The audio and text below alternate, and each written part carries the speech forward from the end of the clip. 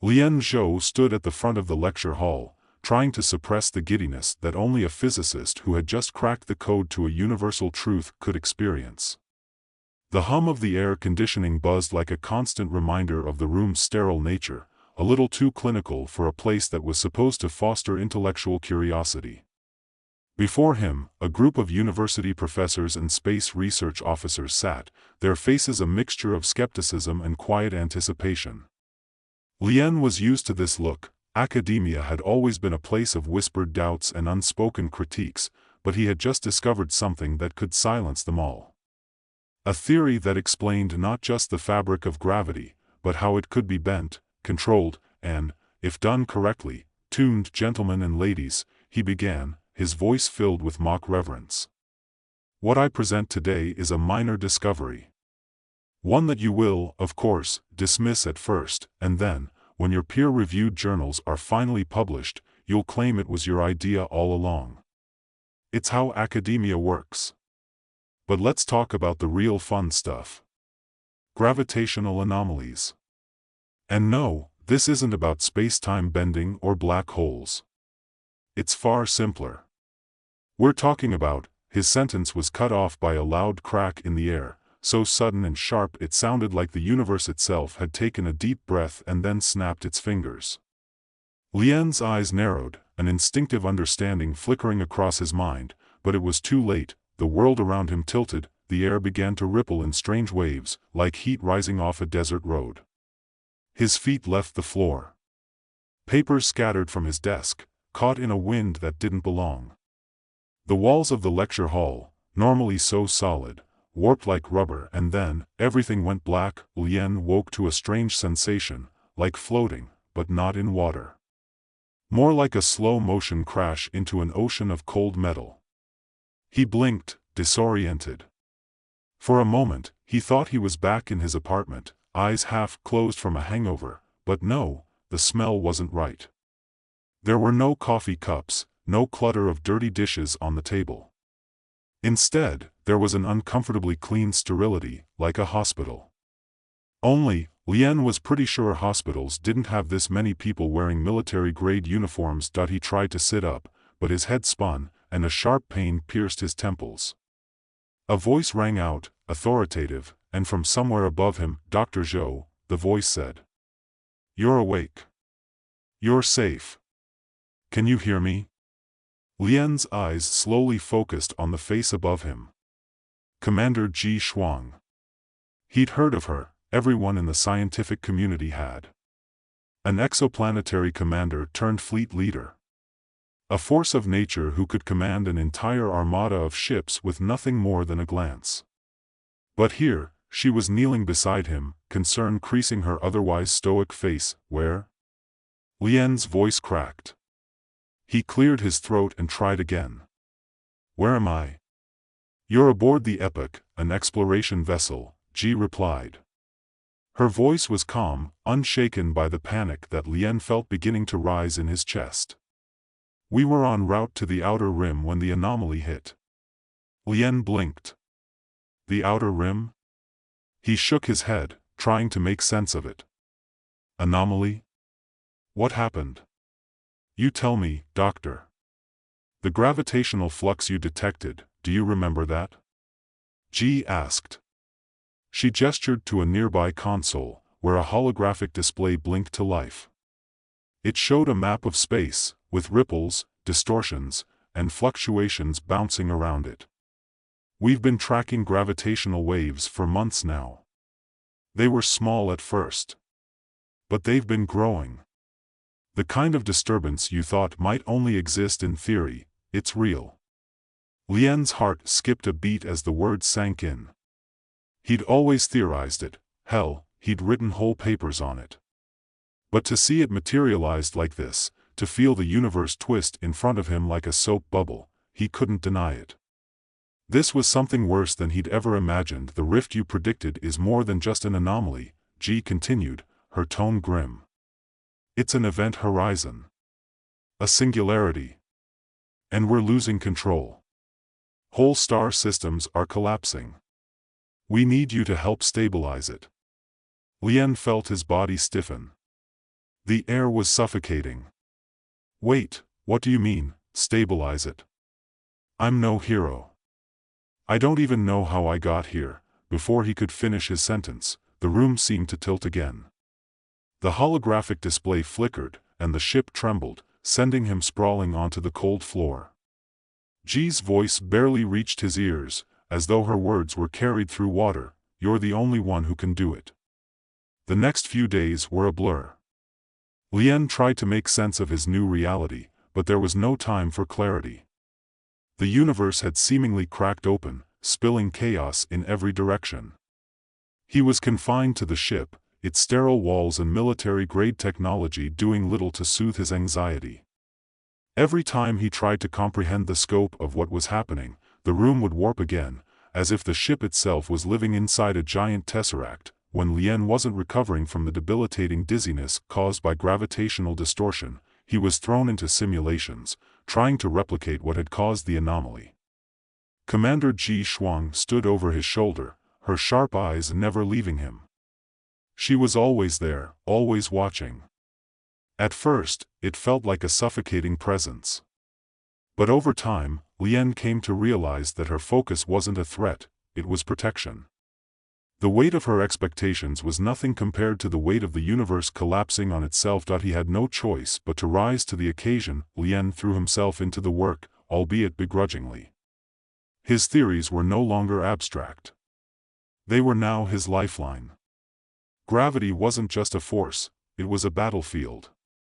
If he didn't learn how to control it, they would all be lost. But the more he studied the singularity, this anomaly that seemed to be devouring everything in its path, the more he realized just how little he understood. The equations were far from settled, the math was incomplete, and the technology he had at his disposal was only a fraction of what was needed to fight back. There was one thing, however, that Lien had always been good at, keeping his sense of humor. Even in the face of death, Lien cracked jokes, often to the annoyance of his fellow scientists. If we're about to get sucked into a cosmic black hole, he said one afternoon, staring at a monitor as it flashed readings of a nearby star system nearing its death, at least I won't have to pay rent anymore. It wasn't funny. But it was enough to make Commander G smile, even if she refused to admit it. She gave him a pointed look, but there was a small glimmer of warmth in her gaze. Lien continued his work, slowly unraveling the mysteries of the singularity. He learned that in order to stabilize the gravitational field, he would need to create an opposing force. A counterweight, if you will. It was like trying to balance a massive planet on the tip of a needle. Only this needle was the ship, and the planet was an entire galaxy. Lien sat in front of a large, interactive holographic display, his fingers moving across the projected images like a pianist navigating complex scales. The ship's artificial gravity had stabilized after the earlier turbulence, but it was hard to shake the feeling that the universe around them had entered some new, dangerous rhythm. A subtle hum from the engine, the occasional flicker of the lights, and the unnatural quiet of the crew, all signaled that something was off. His thoughts were consumed by the singularity, the massive gravitational force that had already started tearing apart whole sectors of space. The universe was collapsing in on itself, and he was the only one who could prevent it. The pressure was unbearable, and yet every time he thought he understood the problem, a new wrinkle would emerge, an unexpected shift in the gravitational field that threw all his calculations off. Lien, G's voice broke through his spiraling thoughts, calm but with an edge of urgency. We're approaching the affected zone. The anomaly's instability is getting worse. We need to move quickly. Lien glanced up at the commander, who stood in the doorway to his small lab. Her face was impassive, but the shadows beneath her eyes told a different story. They'd all been working around the clock, but G had been pushing herself the hardest.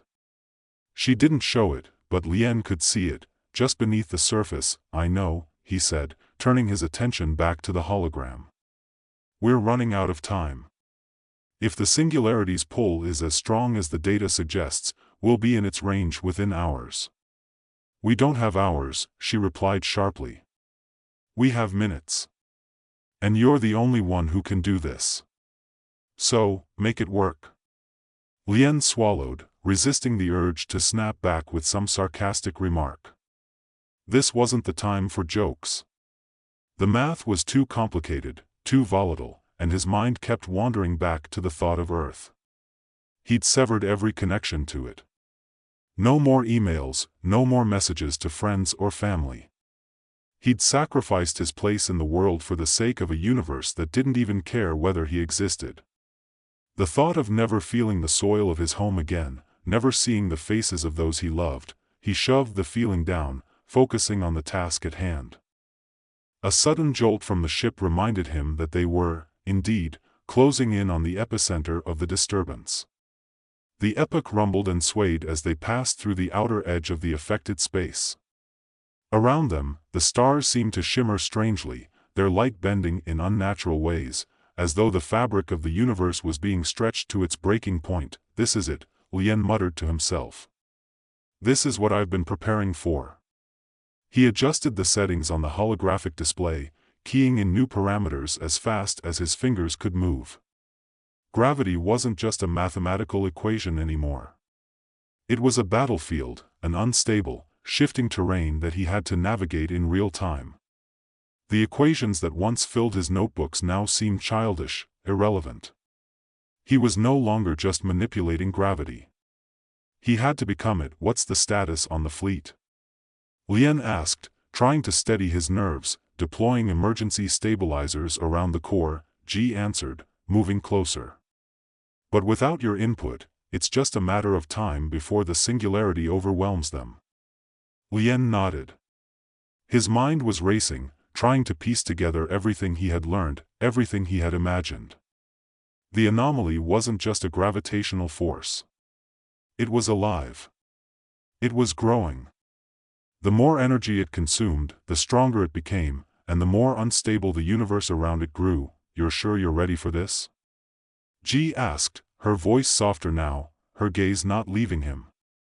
For a moment, Lien wondered if the commander's resolve was faltering, but then he saw the glint of something else in her eyes, something like a faint trust. He didn't answer immediately. Instead, he focused on the data streaming across the holographic interface, his mind calculating, shifting, correcting. He had to trust his instincts, the same instincts that had brought him to this moment.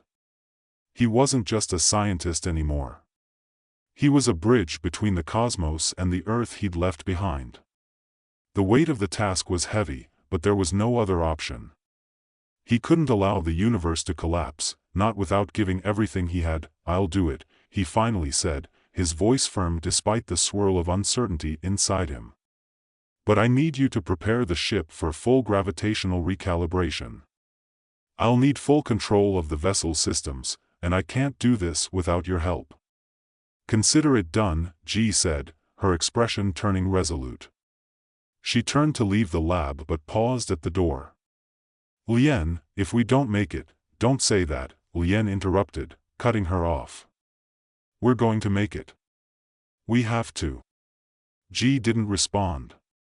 She simply gave him a nod, her lips pressing together in a tight line, and then she was gone. Lien sat back in his chair, taking a deep breath. The silence in the lab was deafening, but his thoughts were louder.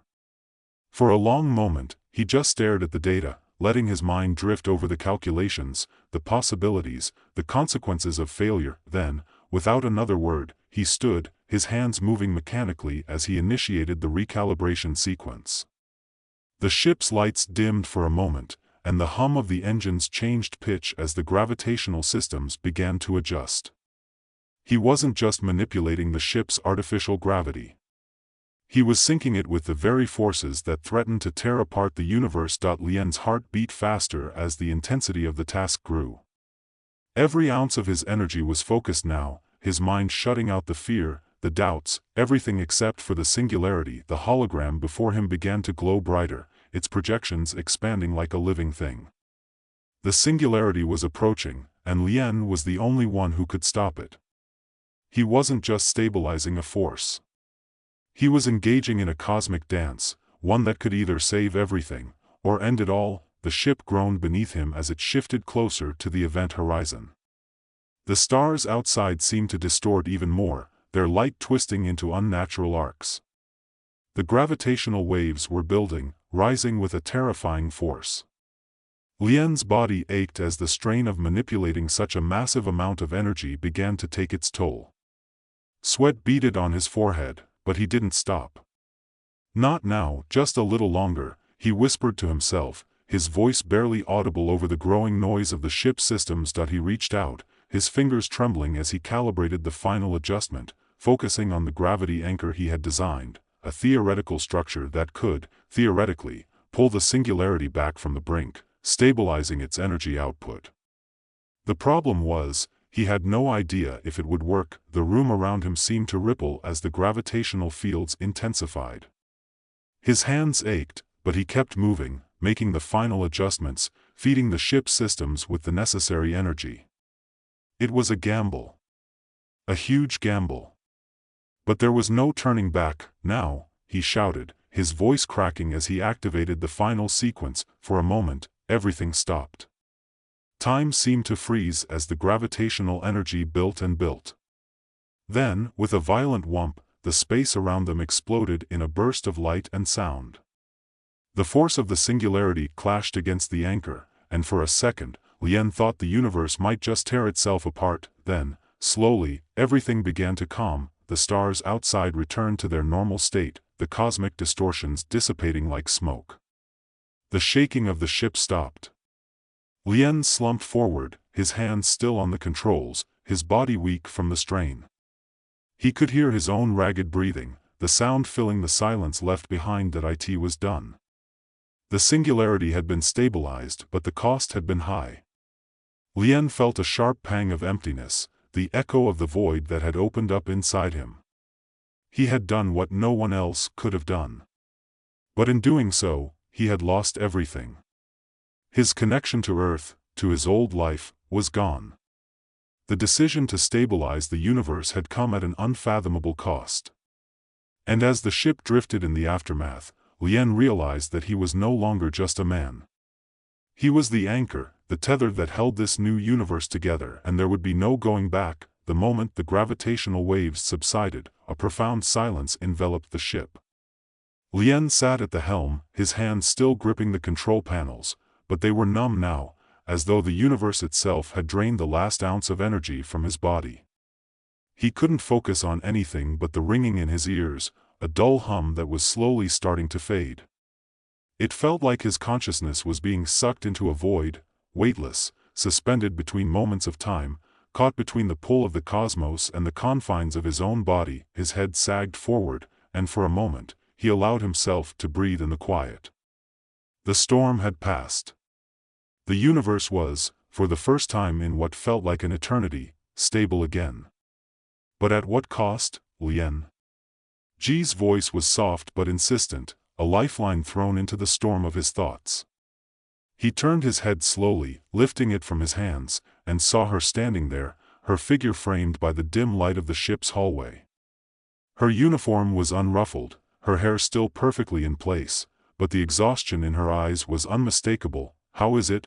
she asked, her voice quieter than usual, as if she already knew the answer. Lien shook his head slowly, not trusting his own voice at first.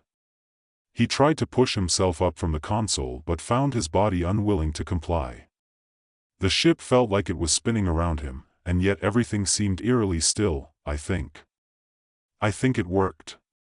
His words were hoarse, as though they'd been dragged from the depths of his chest. "The singularity's stable. The gravitational waves have normalized." Ji's eyes softened for just a second before she moved to his side, kneeling down in front of him. She reached out, her hand lightly touching his arm, and the contact jolted through him like an electric shock. He looked at her, his vision slightly unfocused, but he could make out the concern in her expression, even if she was trying to hide it. "You did it," she said, her voice low and full of something he hadn't expected. "Gratitude, maybe. Or perhaps something else, something more personal." Lien swallowed hard, the weight of what he had just accomplished settling heavily on his shoulders. He felt a pang of guilt, of loss, something deeper than the exhaustion that had gripped him for hours. The memories of Earth, of everything he had left behind, seemed to resurface, but they felt distant, like they belonged to someone else. His family, his friends, his work, all of it felt like a fading echo, a dream he could barely hold on to. "I did what I had to do," he said quietly, though the words felt hollow even as they left his mouth. "But I didn't have a choice. None of us did." G didn't respond at first, just sitting beside him in silence, the weight of the moment pressing in on both of them. The universe was saved, but it was saved at a cost neither of them could yet comprehend. The vast emptiness of space outside the ship mirrored the hollow ache inside him, and Lien found himself wondering if the stability they had fought for, if the universe itself, could ever feel whole again, knowing that it had been altered, irrevocably, by his sacrifice. "You're not alone in this," G finally said, her words soft but deliberate. "You might feel like you are, but you're not. We're all in this together." Lien couldn't help but let out a bitter laugh, though it was short and devoid of any real humor. "Together, huh?"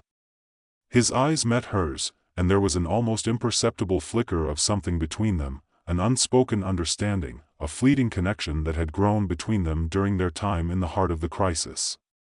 "You know what the worst part of all this is?" "What?" G asked, her voice almost a whisper. "The worst part," Lien said, his voice strained, "is that I'll never be able to tell anyone. No one will ever know what we did here. What I did."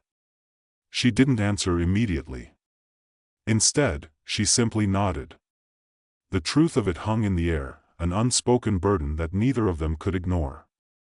Lien's heart ached as he realized that Earth, the life he had known, was now completely out of reach. He had severed that connection, and there would be no reunion. No going back. No one day where he could return to the people who had once known him. G looked at him then, her expression thoughtful. There was a sadness in her eyes, a kind of quiet understanding that made Lien wonder if she had felt the same way all along. But her words were direct. "It wasn't for nothing," she said. "The universe is still here. And maybe, just maybe, that's enough." Lien didn't reply at first. He wasn't sure how to respond, how to reconcile the empty weight of her words with the vast, impossible reality they had just created. But he knew, deep down, that she was right. He had done the impossible, and now the cosmos was breathing again, moving through its endless cycles of birth, death, and rebirth. The epic drifted in space, and for the first time since they had entered the anomaly, Lien allowed himself a moment of peace. His thoughts slowed, and the cold exhaustion finally claimed him, sweeping away his anxiety, his doubts, and the ache in his heart. He closed his eyes, not wanting to feel the deep loneliness that was gnawing at him. He had lost Earth, but the universe was still here. He still had a purpose. It wasn't over yet. He felt G shift beside him, and before he could stop himself, he spoke again, his voice barely more than a murmur. "Do you think the universe knows what we've done? Or is it all just random?" G remained silent for a long moment, her fingers tapping idly against the console in front of them. When she finally spoke, her voice was steady, unwavering. "I think," she said softly, "the universe doesn't care about our little lives. But it's been shaped by them, by everything we do, even if we're too small to understand it. And sometimes, we do things that matter. Even if it's only to us." Lien closed his eyes again, the words sinking deep into his bones. He had done what he had to do. He had saved the universe. And maybe, just maybe, that was enough. He let the silence of the ship wrap around him. He let the quiet of space soothe the storm inside. He didn't need to be anyone else. He didn't need to explain it. He had anchored the cosmos, and that was all that mattered. For the first time in what felt like forever, Lien let himself rest. And the universe, vast, infinite, and ever-changing, continued to spin, as it always had. Elliot Haines didn't look like the type of man the world would one day call a god. He was, in fact, the last person anyone would have expected to hold such a title. He wasn't tall or imposing, nor did he have the charisma that seemed to come with the weight of divinity.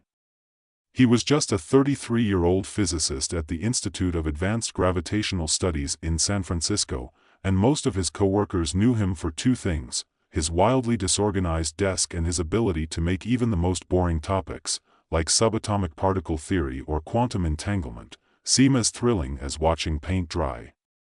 But that was before the experiment that IT wasn't supposed to be anything extraordinary. Elliot had been tasked with running a relatively simple test on gravitational waves, basically measuring tiny fluctuations in the fabric of space-time itself.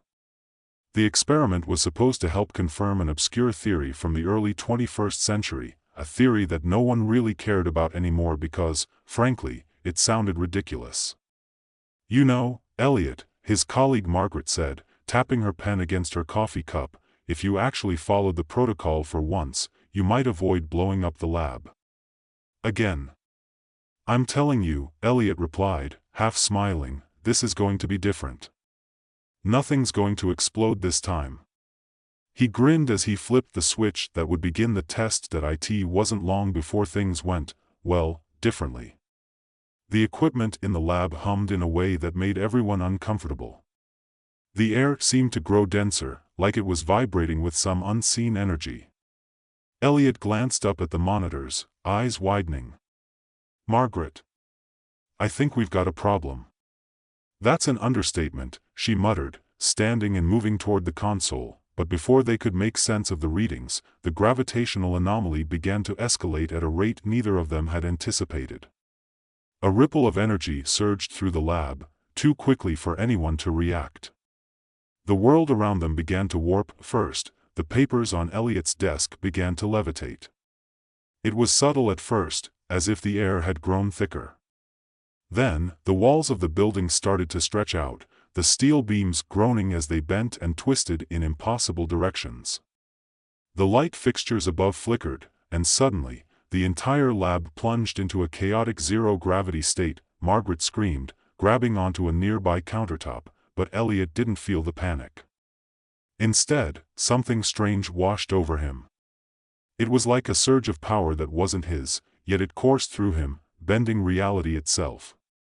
He closed his eyes for just a moment, and when he opened them again, he saw the impossible. The entire building was floating, weightless, suspended in the air like a marble in space.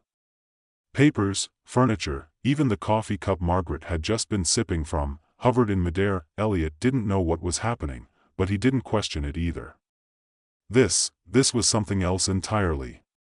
He wasn't afraid. He was exhilarated. Then, as quickly as it started, the anomaly ceased.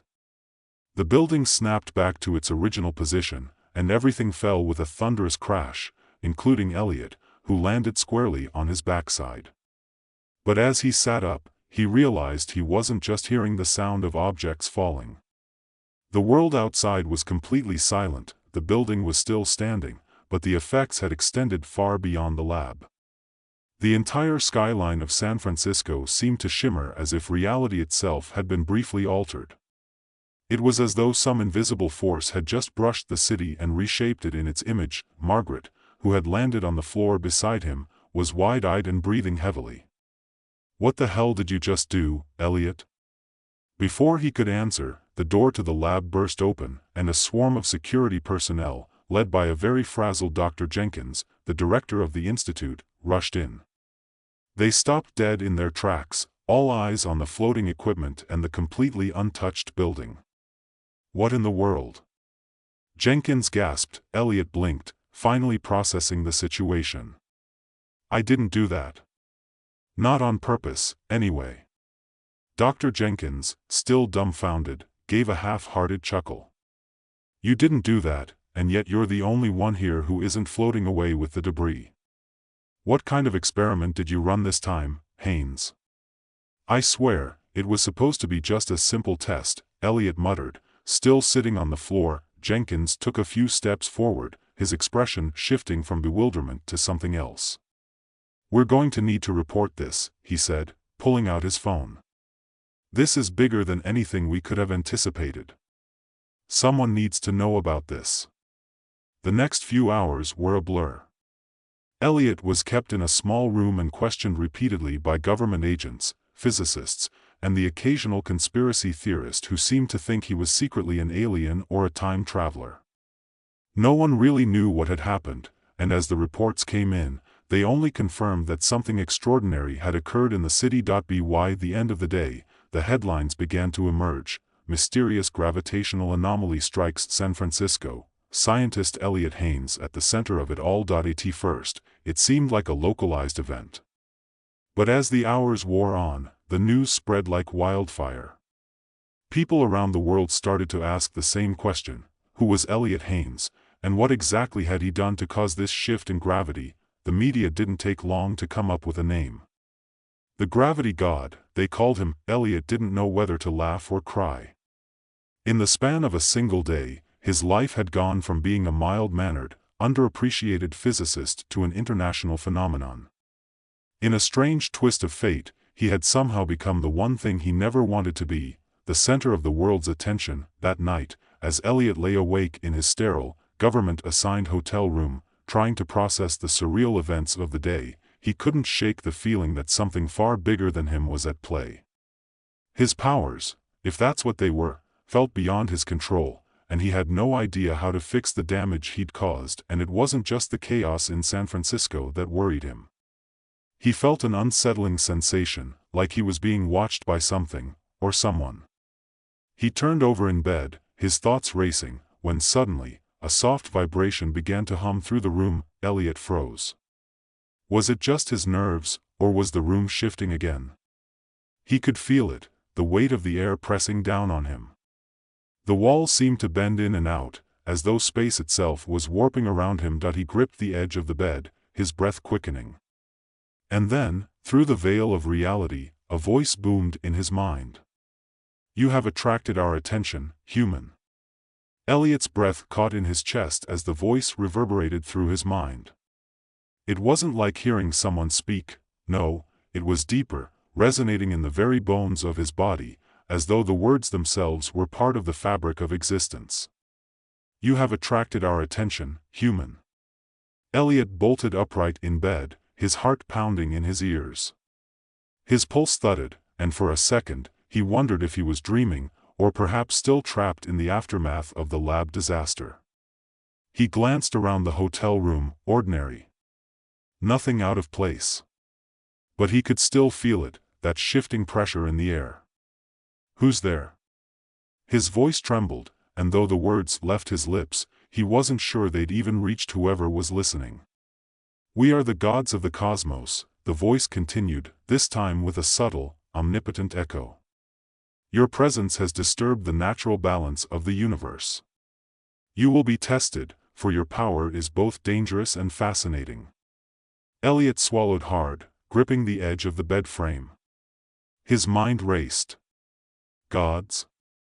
Of course, the media had dubbed him the Gravity God, but that was just a name. A joke.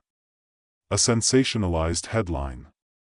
The last thing he expected was for it to be real. Was he hallucinating? Maybe the stress was finally getting to him. Maybe the accident in the lab had triggered something in his brain, but then the air shifted again. This time, it wasn't just a subtle hum, it was more like the deep rumble of a distant storm, shaking the room ever so slightly. Elliot could feel the force before he even saw it. From the corner of the room, a crack in the very fabric of space appeared. At first, it was no larger than a pinprick, but then it expanded, widening into a circular tear in the air itself. Through it, a deep, starry void stretched endlessly, like a portal opening into the vastness of space. Elliot's stomach lurched. He stood up too quickly, his vision swimming as he backed away from the portal. His mind screamed at him to run, but his legs refused to obey. The voice returned, not in his mind, but now resonating from the portal itself. "Do not be afraid, Gravity God. You are not the first to possess such powers, and you will not be the last. But the universe has its own order. And we, its keepers, will decide your place in it." The portal rippled, and a figure stepped through.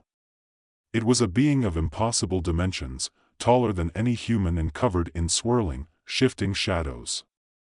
Its face was not visible, but instead, an endless pattern of lights danced across where eyes should be, as if the very fabric of its being was made of stars and darkness intertwined. Elliot took an instinctive step back, his heart racing. What are you?" he stammered, his voice barely audible. The figure's form seemed to pulse, like the tides of an unseen ocean. "I am Zarkin, the god of chaos. I am the embodiment of imbalance, the force that tears apart what you so desperately cling to. And you, gravity god, have awakened me." Zarkin's voice, though immense and booming, carried an undercurrent of amusement. "Your little experiment, however misguided, has pulled the threads of the universe out of alignment. Your power, your ability to bend the very laws of physics." It paused, as though savoring the words. "It is both fascinating and dangerous." Elliot stumbled backward, his mind whirling. This couldn't be real. Could it? You're a god?" He barely managed to whisper the words. Zarkin tilted its head in what seemed like amusement.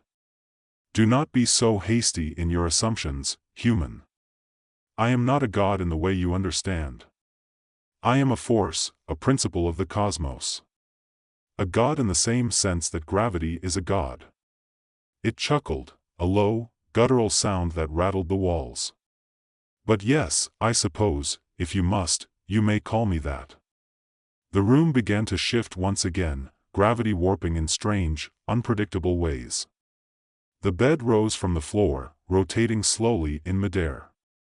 Elliot reached out instinctively, trying to steady himself as the very air around him seemed to distort. "I didn't mean to," he began, but Zarkin waved a dismissive hand, cutting him off. "It does not matter what you meant, human," the voice rumbled. "What matters is what you have done. What you have become."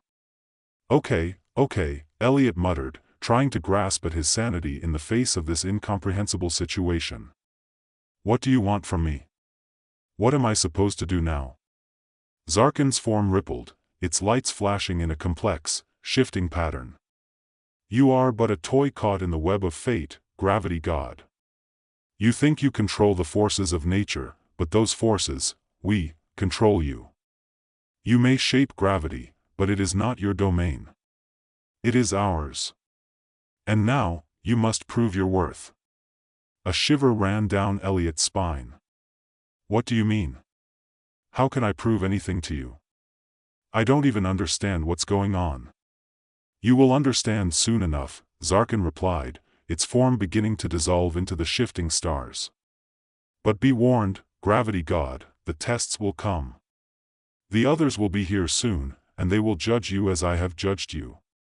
You will either rise to your power, or you will fall, like the countless others before you." With that, the figure vanished, the portal collapsing in on itself until there was nothing left but the faint hum of gravity returning to normal. But Elliot wasn't left alone for long. Barely a moment passed before the walls of his hotel room rippled again. This time, instead of a black void, the air shimmered with bright, almost blinding light. Another figure emerged, this one not made of shadows but of glowing, radiant threads, woven together in a shimmering pattern of time itself. It was a woman, or at least, it appeared to be. She was tall, but graceful, her presence commanding without being aggressive.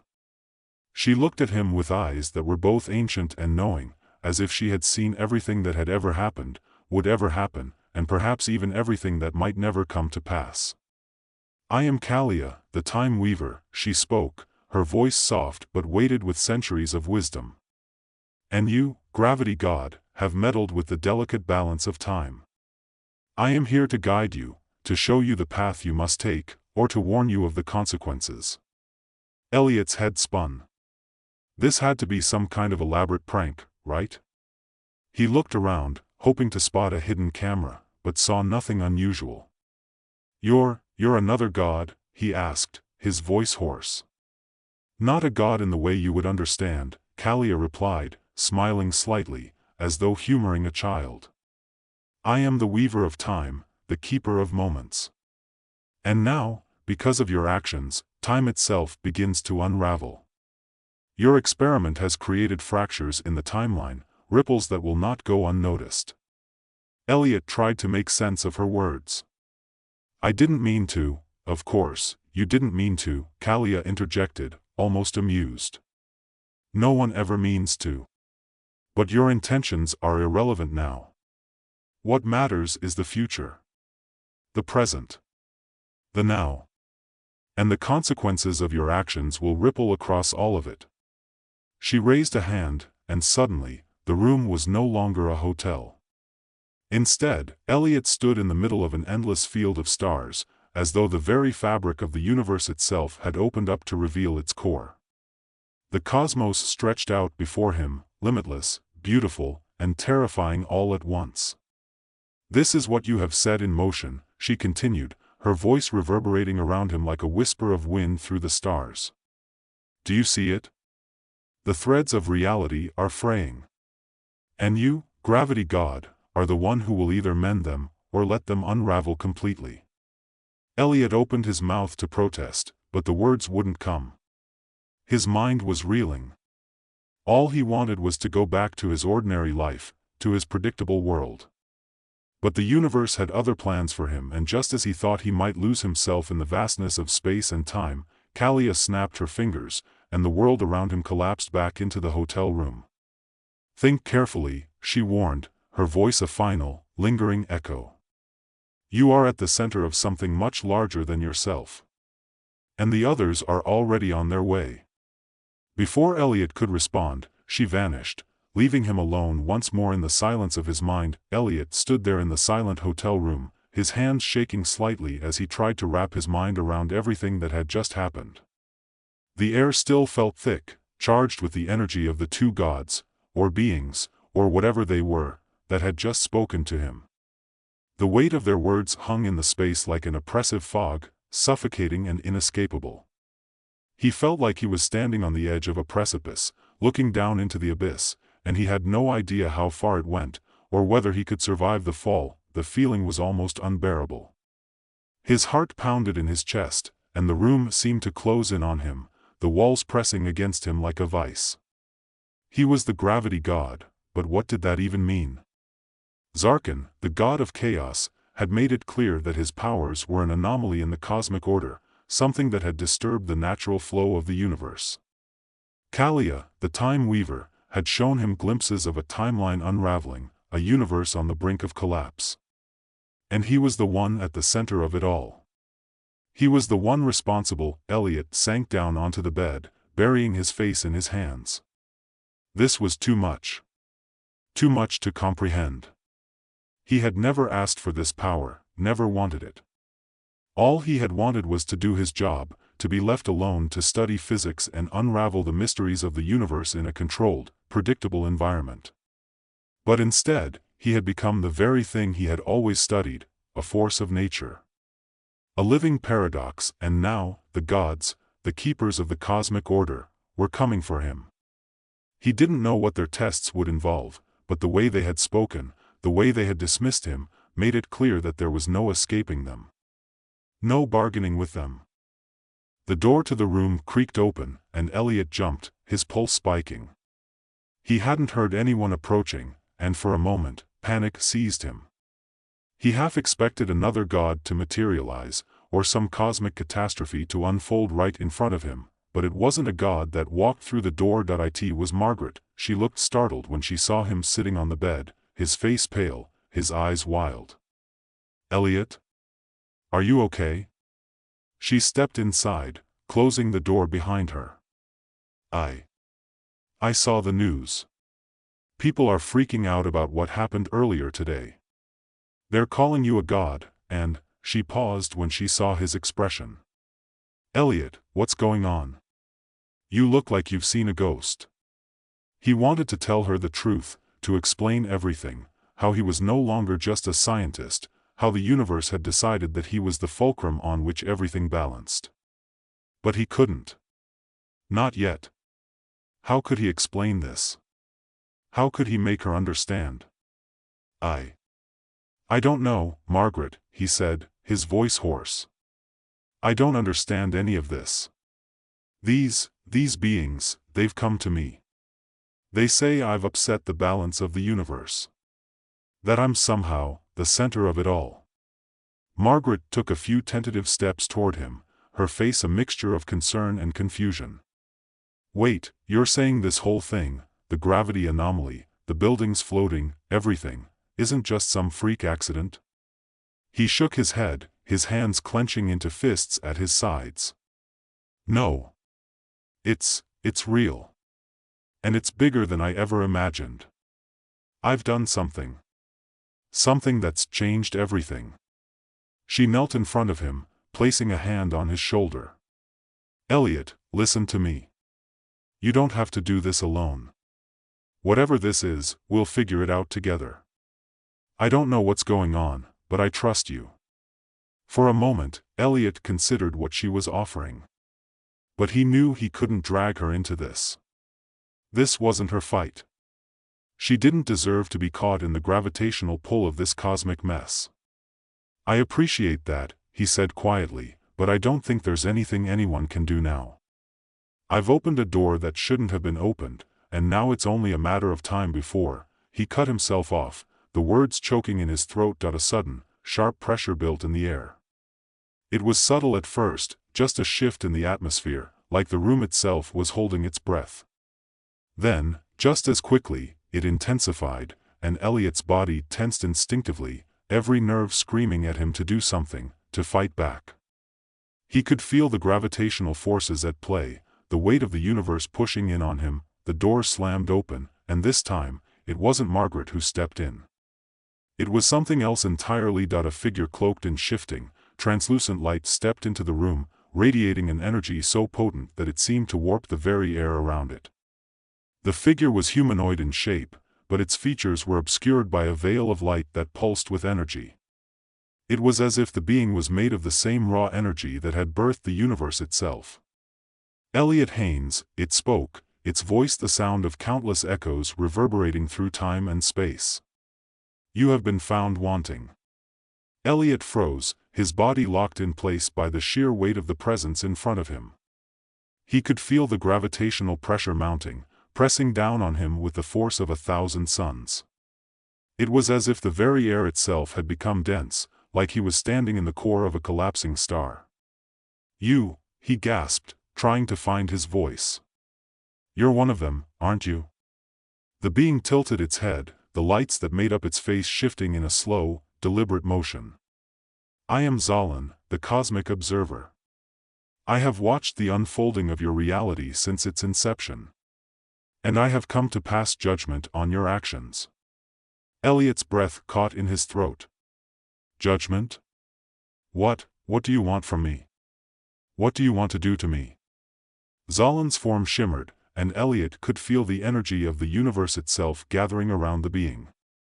"Your power is unnatural. It was not meant for you, nor is it meant for any being to possess. You have violated the balance of existence. You have caused ripples in the fabric of time, altered the course of events that were never meant to be disturbed." Elliot's mind raced. "I didn't mean to," Zalin cut him off with a wave of its hand. "Your intentions are irrelevant. You are a catalyst for chaos, an anomaly in the system. And now, you will face the consequences of your actions." With a flick of its wrist, Zalin caused the room to shift once again. This time, the walls themselves seemed to dissolve, replaced by an endless void of stars. The ground beneath Elliot's feet vanished, and he found himself floating in the darkness, weightless and adrift in the infinite expanse of space. "You will face the gods of the cosmos," Zalin continued, its voice like thunder in the void. "And you will prove yourself worthy, or you will cease to exist. The choice is yours." Elliot's mind screamed. How could he possibly fight back against something so powerful? How could he win against an entity that existed outside of time itself, whose very presence bent the universe to its will? But then, something inside him shifted. He felt it deep within his core, the pull of his own power. The force that had been unleashed when he first tapped into the anomaly in the lab. It was raw, untamed, and now, it was his only hope. "I'm not going down without a fight," Elliot muttered to himself, his hands clenched at his sides. He could feel the gravity of the situation, quite literally, pressing in on him. He had no idea how he was going to do this, but he couldn't just let himself be swept away by fate. Zolan's eyes, if they could be called eyes, seemed to narrow. You are a fool to resist, gravity god. You cannot comprehend the forces at play here. You are insignificant in the grand scheme of things. But Elliot didn't listen. He reached out, his mind focusing on the one thing he could control, the gravity. He could feel the force of the universe shifting under his fingertips, bending to his will, and then, in an instant, everything changed. The universe twisted. Time bent.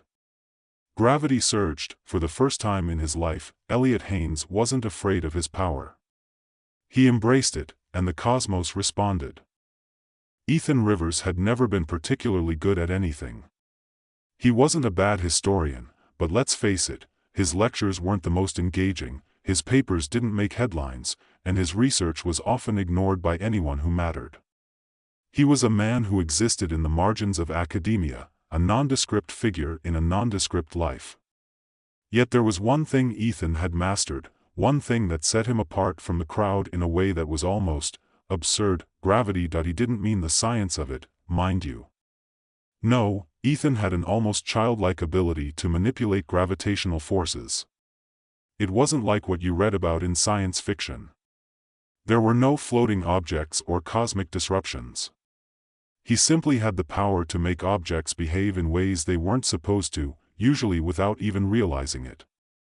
Like that time in a coffee shop when his cup hovered for a fraction of a second longer than it should have, before spilling across the table and launching a chain of events that would later prove to be far more significant than he could ever have imagined. It was a cool autumn afternoon when it happened.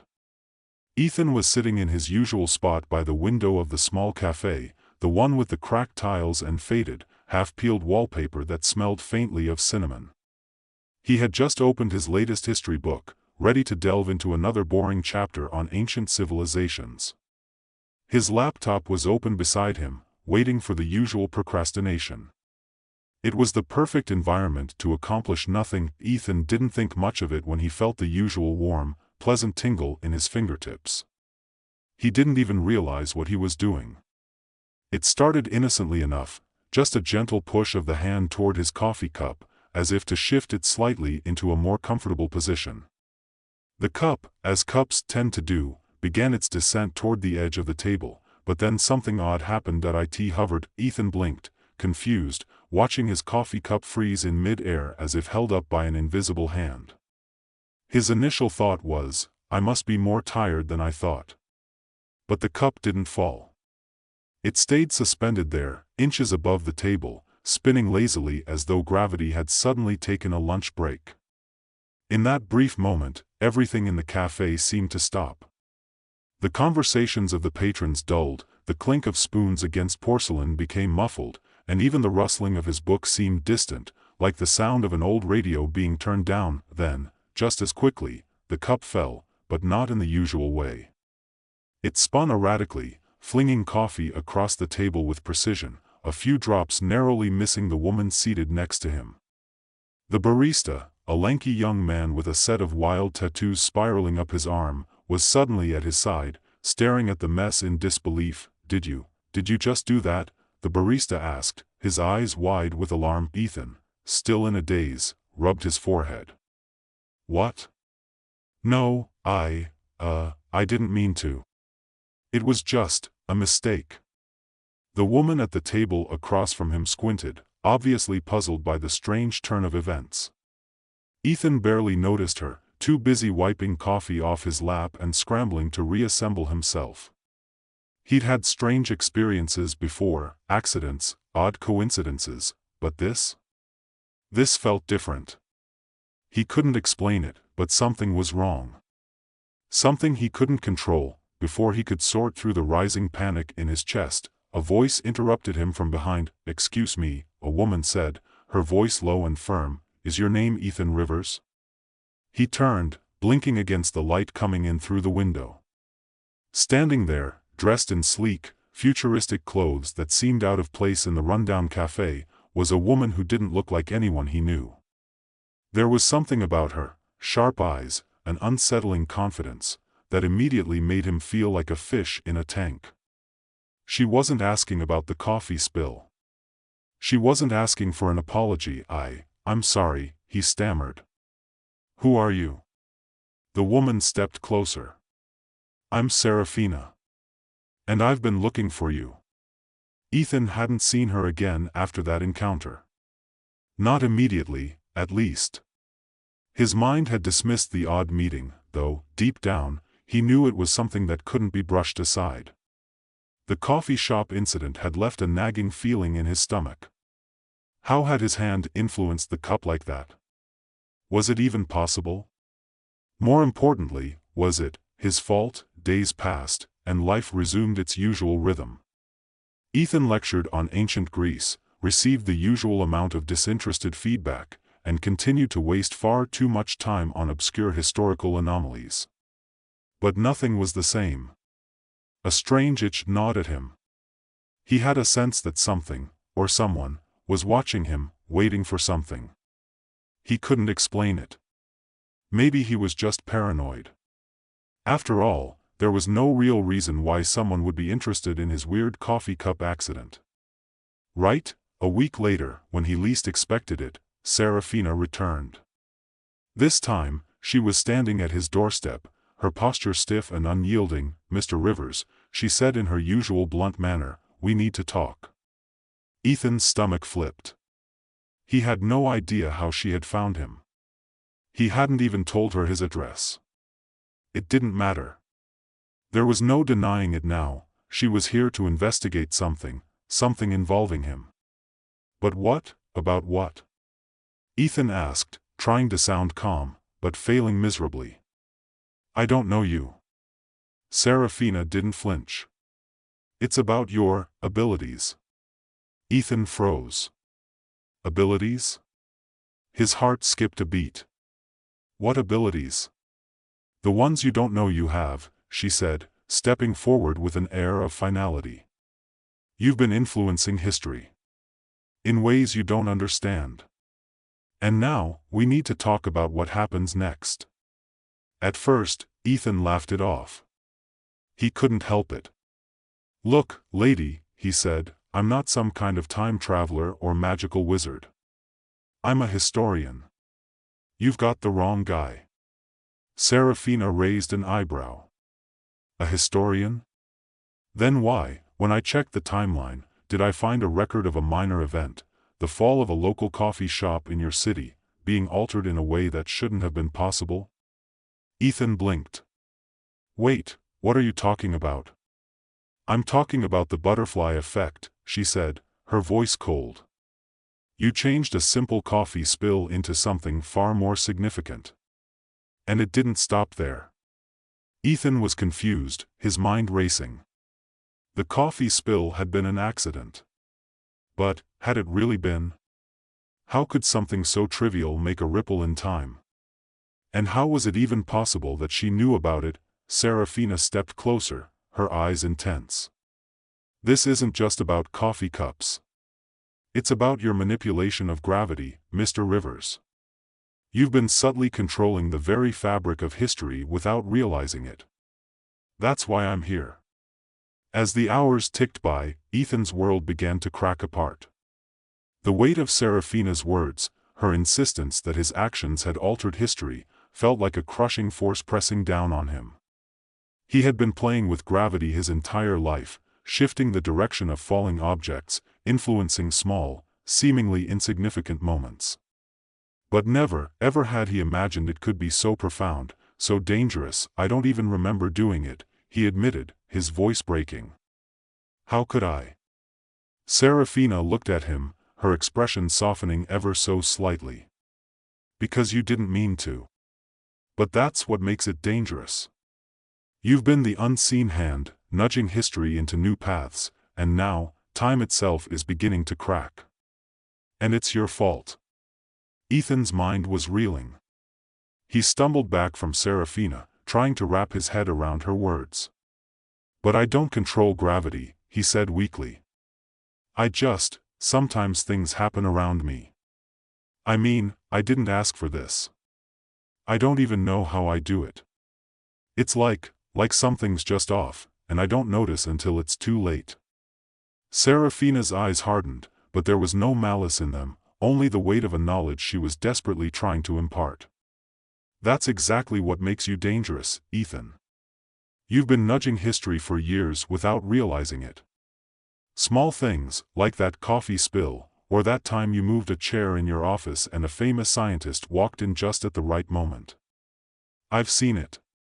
I've tracked it. She paused, letting the gravity of her words settle between them. And now, you're starting to change bigger things. You're not just a bystander anymore, Ethan. You're becoming the invisible hand. Ethan shook his head, his breath shallow. No. No, I can't be. I've just lived a normal life. Just a boring life. I'm not some kind of, time traveler. Time manipulator. This is insane. I don't even know what you're talking about. Serafina stepped closer, her presence still imposing but not unkind. You've been altering the course of history, Ethan. You might not have intended it, but your actions have far-reaching consequences. The thing is, time isn't a simple linear progression. It's more like a delicate web, and every move you make, every object you shift, creates ripples. Those ripples travel through time, expanding, influencing the events around them in ways you'll never be able to comprehend. And soon, those ripples are going to break free of their threads and begin to distort the timeline irreparably. Ethan felt a wave of dizziness. But I didn't do anything on purpose. It's just little things. A falling book. A piece of paper blowing off a desk. A coffee cup tipping over. That's not enough to change the world. Not to you, Serafina said, her tone softening just a touch. But to the timeline, it's like dropping a stone into a calm lake. You can't see the effect on the water until you look far enough out, but once those ripples reach the shore, they're massive. You've been shaping history without knowing it. Ethan took a step back, his head pounding. He tried to calm himself, but the words kept echoing in his mind, growing louder with every beat of his heart. He ran a hand through his hair. So, what? You want me to stop? Serafina nodded, her eyes unwavering. Yes. But it's not that simple, Ethan. You don't control time. Time controls you. And it's beginning to recognize that your power doesn't belong here. What do you mean? I mean, she said, her voice hardening again, there's someone else watching. Someone, or something, who sees you as a threat. Someone who's realized that the hand you've been using to manipulate gravity is beginning to shift the balance of time itself. Ethan swallowed. A threat? What does that mean? Who's watching me? Serafina's gaze darkened. That's what I'm here to find out. There's a fracture in the timeline, a crack that only you can repair. You've been operating in the background, pulling at the threads of history, but now you've drawn attention. There are other forces at play. Ethan's mind spun. He hadn't even begun to process the gravity, no pun intended, of the situation, and now, Serafina was talking about something else entirely, other forces. He wanted to say something, anything, to dismiss it all as a wild conspiracy, but something in Serafina's eyes told him that whatever she was saying was far from a joke. She continued, your ability to manipulate gravity isn't an isolated phenomenon, Ethan. It's a ripple that others have detected. You've unknowingly changed the course of history by making tiny, insignificant adjustments. But those changes, no matter how small, add up. And now, we're on the verge of something bigger, something far more dangerous. A shiver crawled down his spine. And what does that mean for me? It means, Serafina said slowly, that we need to find out who or what is behind this fracture before it grows. Time is fighting back, Ethan. It's trying to correct itself. It was the first time in his life that Ethan felt truly powerless. His entire world was falling apart around him, and he had no idea how to put it back together. He sat on the couch, staring blankly at Seraphina, whose calm demeanor was beginning to unsettle him.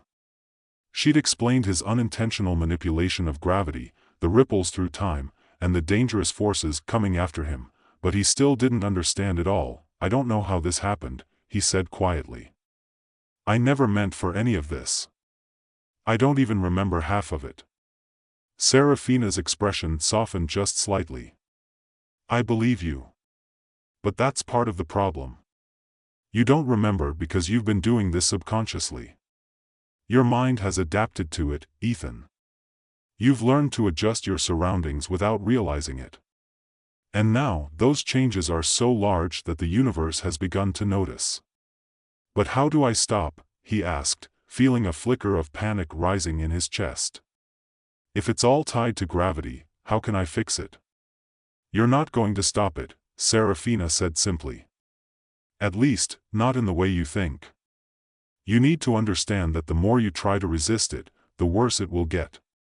The more you push against time, the harder it fights back." Ethan felt a wave of helplessness crash over him. "So, what do we do? Just sit here and wait for time to fix itself? What happens if it doesn't?" Seraphina stood, her movements sharp and purposeful. "We need to find the cause. The other force that's pulling the strings. There's someone, or something, that's been manipulating time in ways you don't understand. And if we don't stop it, time will break. And you think I'm the key?" She nodded. "You're the one who's been causing these ripples. But you're also the one who can fix them. We have to follow the trail of changes you've made, find where the fracture first occurred, and then make sure that what's out there can't reach you." Ethan stood up, feeling a sense of unease settle in his stomach. This is too much. I'm not some hero. I'm just a guy who got a little too curious about gravity." Seraphina gave him a hard look. "And that curiosity has changed history, Ethan. You don't get to back out of this." A long silence hung between them.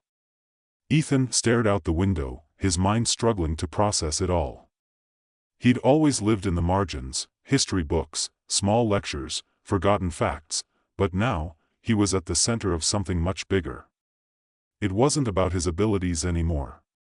It was about the fate of everything. The timeline was shifting around him, and if he didn't act, it could all fall apart. "I don't even know where to begin," Ethan said, his voice small. "You start by understanding this," Seraphina said, her gaze unwavering. "You're not in control of time. But that doesn't mean it's out of your hands. Time is malleable. It can be bent. It can be changed. But it's not like gravity. It's not just something you manipulate. It's something you understand. And that's what we need to do now. We need to figure out who or what is trying to break it." The next few hours passed in a blur. Ethan sat on the couch, letting Seraphina explain more about the forces she was tracking, forces that seemed like the stuff of science fiction. As the pieces started to fall into place, Ethan began to understand. The timeline, as she had said, wasn't linear. It was far more fragile than he'd ever imagined, and his actions, his unknowing manipulation of gravity, had disturbed the natural flow of history. Seraphina paced in front of him, her thoughts clearly moving at a mile a minute. "We have to track the changes. If we can find where the first ripple happened, we might be able to reverse it." Ethan stood, feeling a determination that hadn't been there before. "And how do we do that?" Seraphina turned to him, eyes sharp. "We start with what you know. We follow the traces. It might be hard to see at first, but I promise you, the clues are there. We can fix this, Ethan. But only if you trust me." Ethan nodded slowly. He wasn't sure if he could trust her, or if he could even trust himself anymore. But he had no other choice.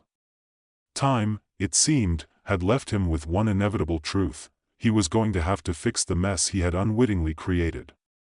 And he couldn't do it alone. Ethan didn't feel like he was equipped to handle this, not by a long shot. He wasn't a superhero. He wasn't even a physicist. He was just a man who had spent too many years in dusty old libraries, reading about the past without ever considering how much power lay in the present moment. Now, time was his responsibility, and everything he thought he understood about the world was upended in the span of an afternoon. Serafina paced across the room again, her movements sharp, purposeful.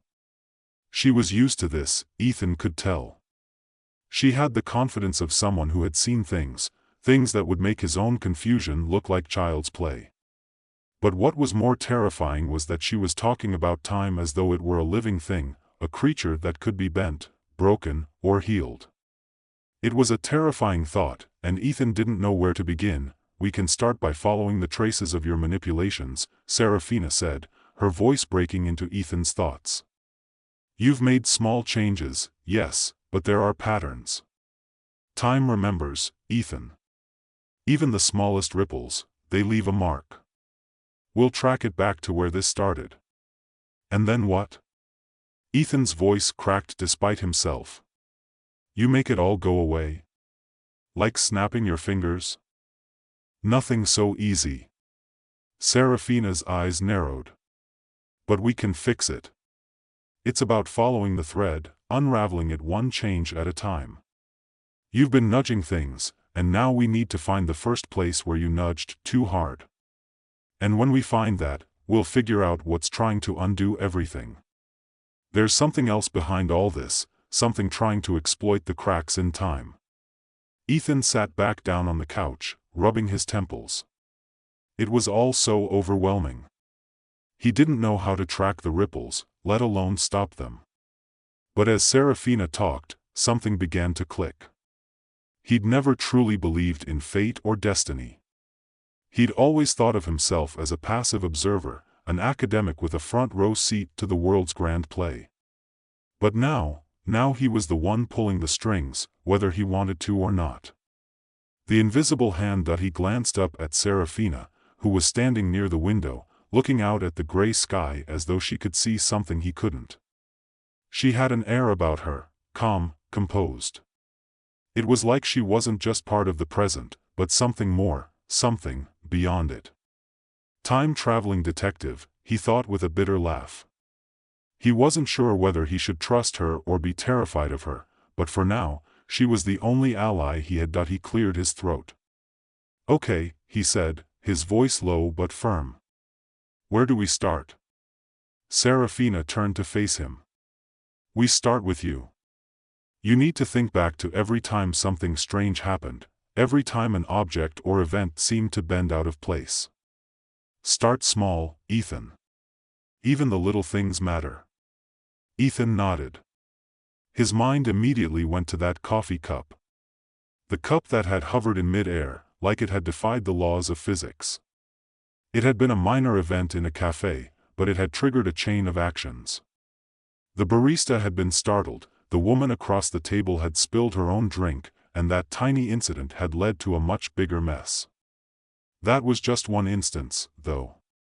There had to be more, things he had dismissed over the years as coincidence. "I've been doing this for years," Ethan murmured, more to himself than to Serafina. I've been altering things without even realizing it." "You're not alone in this," Serafina said, her tone reassuring, though the weight of her words was anything but. "You've made changes, yes, but it's not your fault. There's something pulling the strings from the other side, something manipulating your power. And that's what we need to uncover."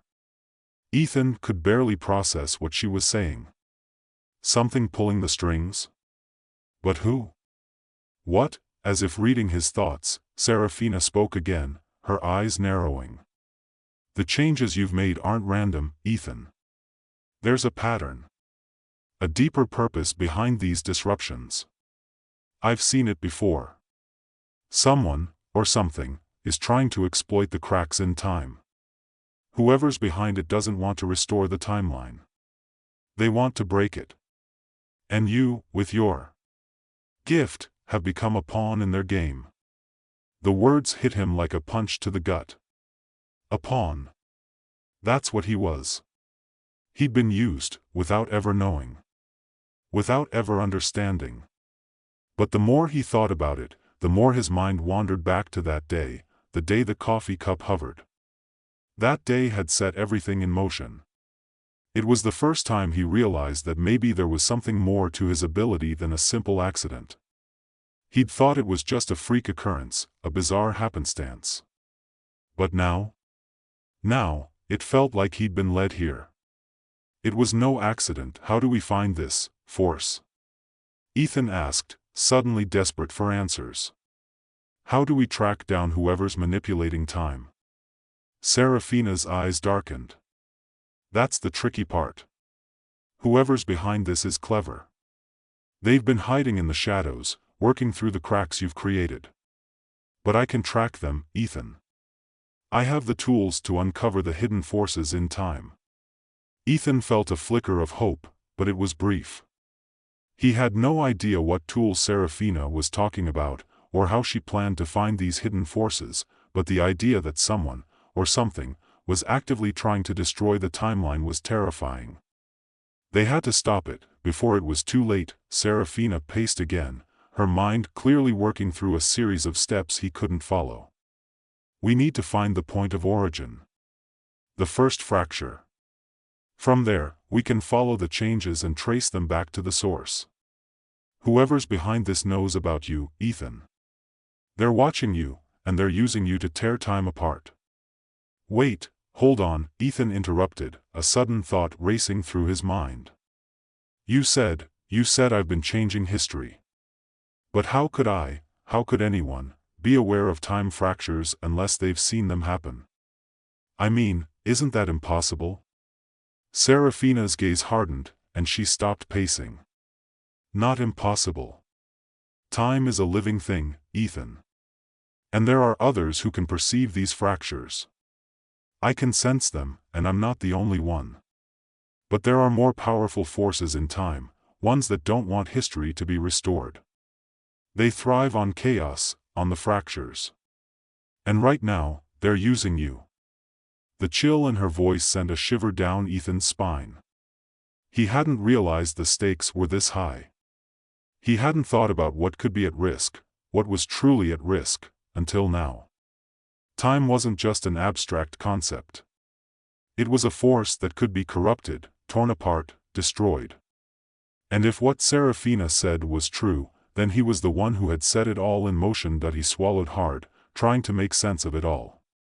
So, what happens if we don't find this thing? What happens if we can't stop it? Serafina's expression softened, but only slightly. If we don't stop it, time will collapse in on itself. The fractures will grow larger, the events you've altered will spiral out of control, and eventually, the timeline will unravel entirely. There will be no history. No future. Only chaos. For the first time since their conversation began, Ethan felt a weight heavier than he had ever known. It wasn't just his life that was at stake now. It was everything. Time, the very thing that held reality together, was on the verge of falling apart. And it was his fault. He had started this. And now, he had to finish it. Serafina took a step closer, her eyes steady, almost sympathetic. I know it's a lot to take in, Ethan. But you're not alone in this. We'll find the source, and we'll stop it. Together. Ethan nodded, though the knot in his stomach remained. There was no turning back now. He wasn't just a historian anymore. He wasn't just a passive observer of the past. He was part of something far bigger than he could comprehend. And whether he liked it or not, he was going to have to face the consequences of his actions, and save the timeline from itself. Ethan didn't sleep that night. It wasn't because of the strange encounter with Serafina or the weight of the consequences that had begun to loom over him. No, it was the endless questions swirling in his mind. The more he thought about it, the more tangled the whole situation became. His ability, this strange manipulation of gravity, was no longer a quirky anomaly, it was the fulcrum on which the entire timeline was teetering.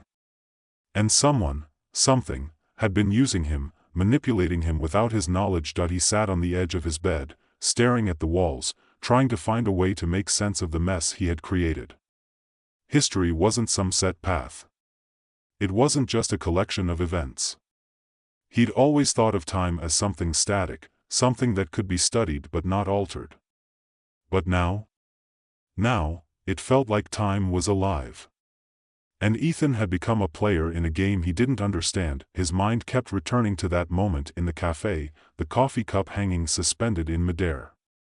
A small thing, so insignificant, but it had rippled through time in ways he couldn't even begin to grasp. Every choice he had made, every small alteration, had piled on top of the last. What kind of butterfly effect was he even dealing with here? How many tiny, unnoticed actions had led to this? Then there was Serafina. She had been so certain about everything. She was calm, collected, methodical. But was she right? Was he really the cause of all of this? He didn't feel like someone capable of such a thing. How could anyone? He was just a man, not a god, not a being capable of bending time to his will, but that didn't change the fact that time was unraveling around him. The fractures were real. He could sense them now, too, in the air around him. Subtle shifts, like the world was slightly off kilter. Even as he sat there, the universe seemed to be holding its breath, waiting for something to snap. His phone buzzed, snapping him out of his thoughts. He picked it up, blinking at the screen. It was a message from Serafina, just a short note, but it set his heart racing. "We have a lead. Meet me at the old library. It's time to find out who's behind this." The old library wasn't anything like the modern, sleek buildings filled with digital catalogs and glass walls that Ethan was used to. This place had history, and it wore it on its worn bricks, crooked shelves, and the smell of aging paper that hung heavy in the air. Located in a forgotten corner of the city, it was the kind of place that made you feel like time itself had decided to take a nap here. There was a weight to the silence, an age-old stillness that made Ethan's footsteps echo louder than they should have. Serafina was already there, standing in the far corner, scanning through a row of old leather-bound books. The room was dim, lit only by the soft glow of lamps placed sporadically across the space.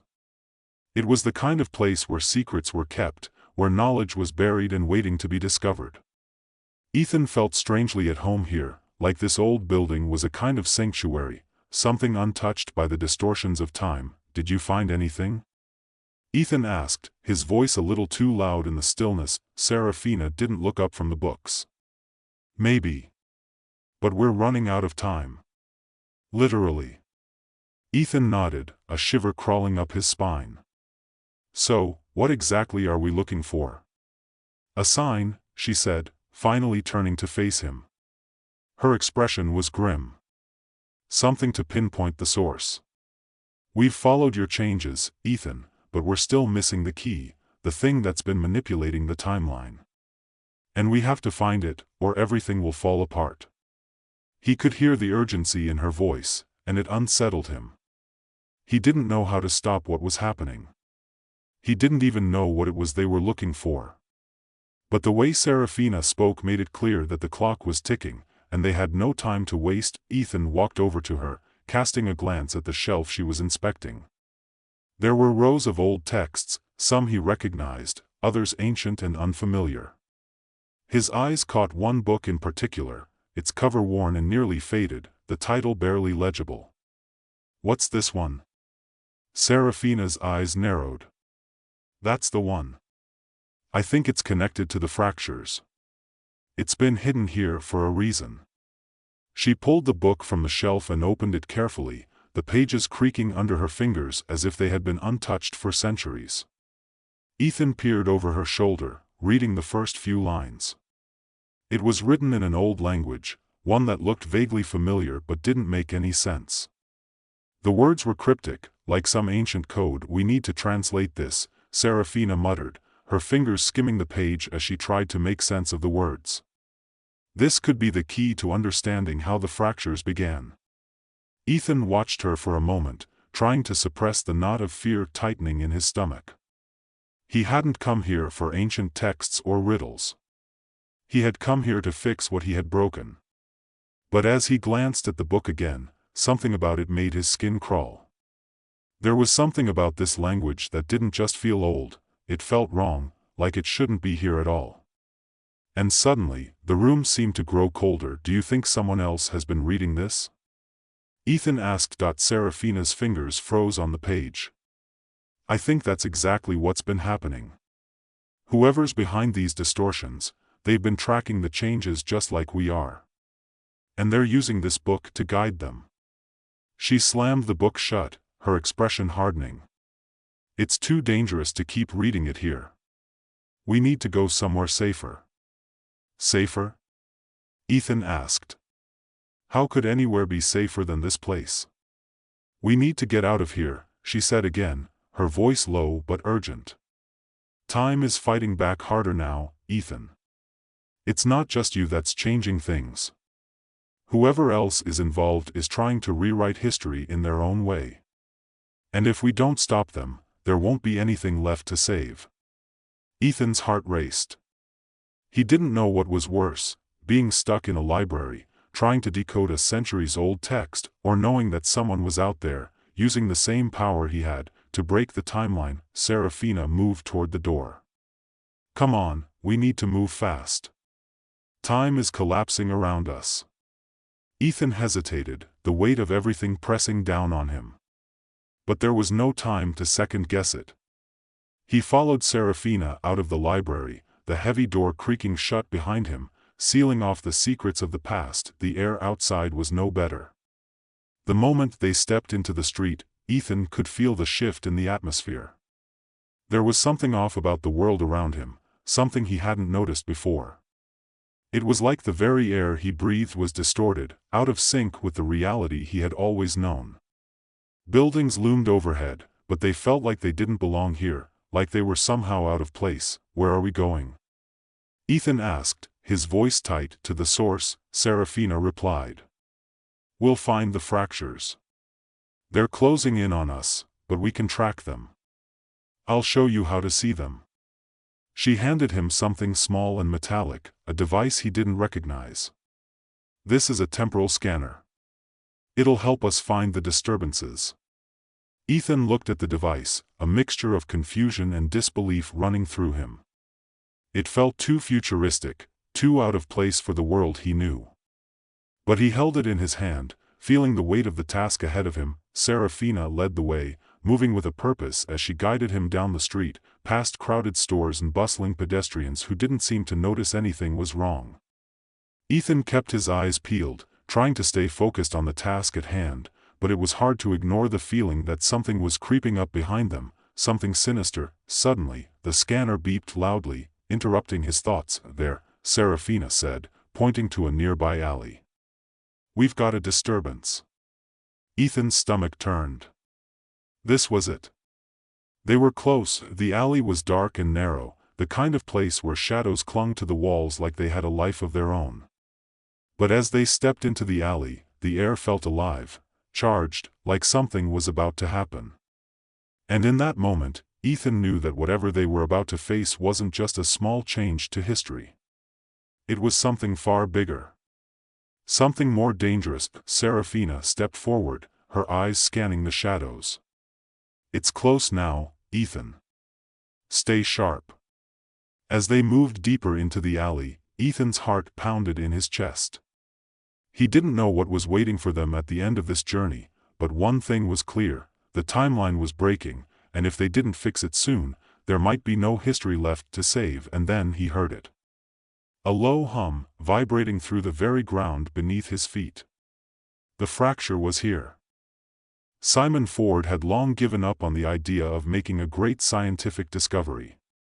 His career in physics had peaked years ago, and now he was merely a fixture at the University of North Carolina, an eccentric, middle-aged scientist known more for his disheveled appearance and obscure theories than for any tangible contributions to the world.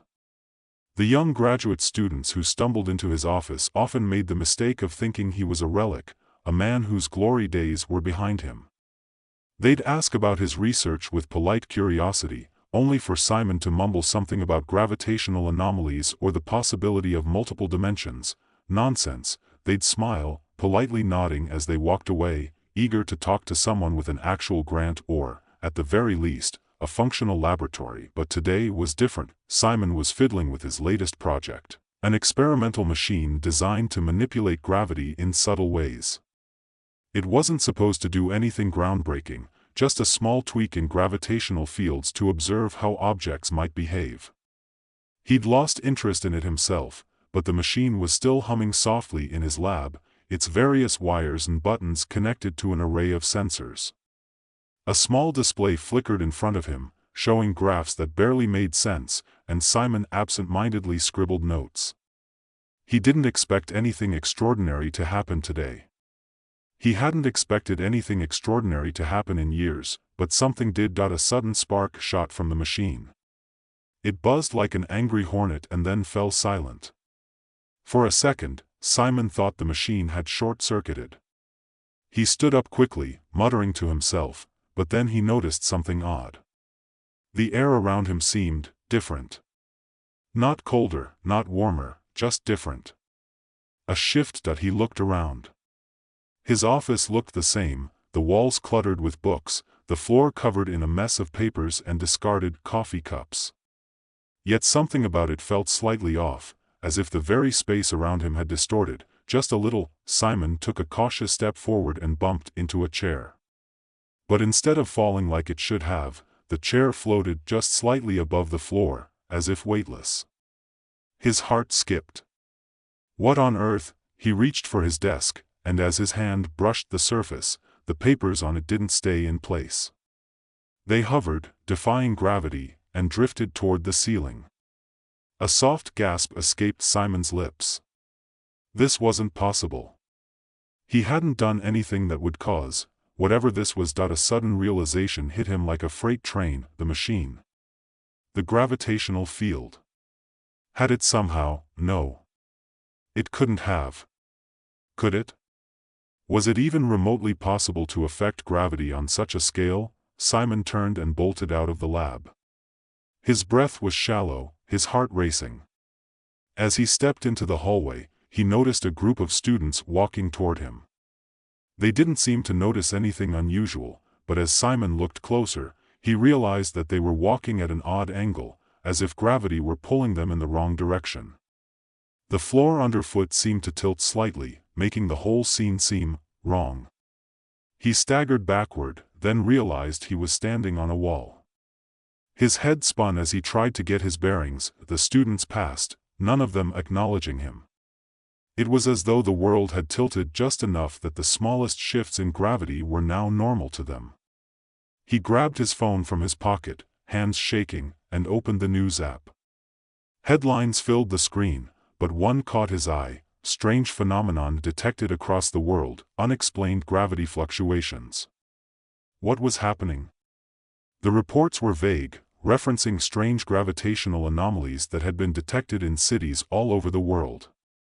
As Simon read, the words began to sink in. Earth itself, somehow, had experienced a shift in gravity. The world wasn't just tilted. Something deeper, more profound, was going on. He rushed to the university's physics department, nearly tripping over his own feet as he ran. His mind buzzed with 1,000 questions, but one thing was certain: the machine he had created wasn't just malfunctioning. It had somehow triggered a massive shift in the very fabric of reality. It had caused something. Simon wasn't sure what. But he needed answers. When he finally reached the department, the halls were alive with chaos. Professors and students gathered in clusters, murmuring about the strange effects they had all noticed. Some theorized it was an elaborate hoax. Others believed it was a government experiment gone wrong. But Simon knew better. He had done this. His machine. The thought was too large to grasp in a moment of panic, but Simon was no fool. He sprinted back to his lab, leaving a trail of disoriented students behind him, and slammed open the door. The machine was silent now, its display flickering weakly. He knelt down in front of it, muttering to himself as he tried to make sense of the readings. It wasn't just a localized anomaly. His machine had done something far worse. It had created an entirely new world. As he stared at the screen, Simon could see it, a mirrored world, an alternate Earth with gravity reversed. It was as though the world he had known had split, creating a reflection that was both identical and profoundly different. Mountains, oceans, cities, everything appeared, but each in a mirrored version of its former self, and somehow, that world was starting to replace his own. Simon's breath caught in his throat. He didn't know how to stop it. Worse, he didn't know if he should. The next few days were a blur of frantic research and increasingly baffling phenomena. Simon spent every waking hour trying to understand what he had done. His once peaceful life was now consumed by the aftermath of his experiment. Scientists, both local and international, began to take notice, and they descended upon his lab, eager to learn more about the strange fluctuations in gravity he had caused. Meanwhile, the mirrored world continued to grow, slowly but steadily. The differences were subtle at first. People still walked upright, buildings still stood firm, but the gravitational effects were slowly becoming more pronounced. Roads twisted in odd directions, trees grew sideways, and water flowed against its natural course. In some places, objects would simply hover above the ground, defying the rules of physics as Simon understood them. The strangest part was that, despite the oddities, the world still functioned, still felt normal, at least to those living in it. People went about their days as if everything were just slightly off. It was only when Simon encountered people from the mirrored world that the magnitude of the shift hit him. He had visited the university again, speaking with his colleagues about what was happening. It was clear to Simon that there was more at stake than just his personal reputation. The mirror world wasn't just an anomaly, it was a new reality, and it was growing. Worse, it was starting to merge with the original Earth in ways Simon hadn't anticipated. And then, he met Lydia. Lydia was a physicist from the mirrored Earth, although she hadn't called it that, not yet. She had contacted Simon after seeing his research and reaching out to him through a secure channel. She was intelligent, witty, and sharp. But she was also struggling with the same question that haunted Simon. What did it all mean? What we're seeing, Lydia told Simon over their first video call, isn't just some scientific curiosity. It's a full-blown existence. This world isn't just in our world, it's with our world, and that's the problem. Simon leaned forward in his chair, the weight of her words sinking in. You're saying it's replacing ours? No, Lydia said with a sigh. It's not replacing it. It's becoming it. And the more we resist, the more it tries to push us out. The notion rattled Simon, but at the same time, it was oddly comforting. For the first time, someone else understood. Someone who wasn't just looking at this from the perspective of a mad scientist who'd lost control. Why don't we just destroy it? Simon suggested, though his voice lacked conviction. If we can shut down the machine, shut down the gravity flux, the problem goes away. Lydia looked at him with narrowed eyes, her expression unreadable. What if it doesn't? What if destroying it only creates more of these ripples? What if we can't put it back in the box? Simon felt a chill run down his spine. She was right. If he destroyed it, what would happen to the people in the mirror world? What would happen to the one he'd been living in? I don't know, he admitted. I don't know what to do anymore. Lydia sighed and rubbed her eyes. Neither do I. But we have to make a choice soon. The longer we let this go on, the more it grows. Simon sat back in his chair, staring at the screen. Lydia's face, lit up by the glow of her own lab, mirrored his own exhaustion. He was starting to realize that there was no easy solution to what they were dealing with. Every instinct he had told him to shut it all down, destroy the machine, stop the gravity anomaly, and restore things to the way they were. But Lydia's words echoed in his mind. What if we can't put it back in the box? The world in the mirror wasn't just an image or a glitch, it was a living, breathing alternate reality. And as much as Simon hated to admit it, there was a part of him that saw it as something beautiful, something worthy of preservation. But another part of him, the scientist, the man who had caused all of this, knew the weight of his actions. He had created this world, and now he had to live with it. I need to go back, Simon muttered to Lydia, more to himself than to her. Back to the machine? She asked, leaning forward, her brow furrowing.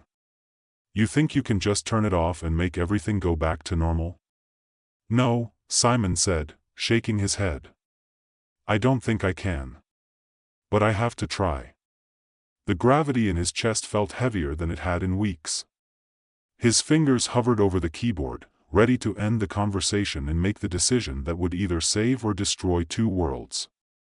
But there was one more question he needed to ask, one that had been gnawing at him for days. What if, Simon said slowly, his voice barely above a whisper, what if the two worlds could coexist? Lydia blinked at him. You mean, just let them be? Let them run parallel? Simon exhaled sharply. I don't know. Maybe. Maybe that's the only answer. But, what would that mean? If the worlds coexist, does one start replacing the other? Do we lose our place in the hierarchy of existence? Lydia remained silent for a long moment, her eyes focused on the screen, as if weighing the impossible. I don't know, Simon, she finally said. But I do know that we're running out of time. He couldn't argue with that. The mirror world was already starting to bleed into his own in ways that couldn't be ignored. The strange gravitational effects were no longer just confined to isolated pockets of the Earth. They were beginning to affect larger areas.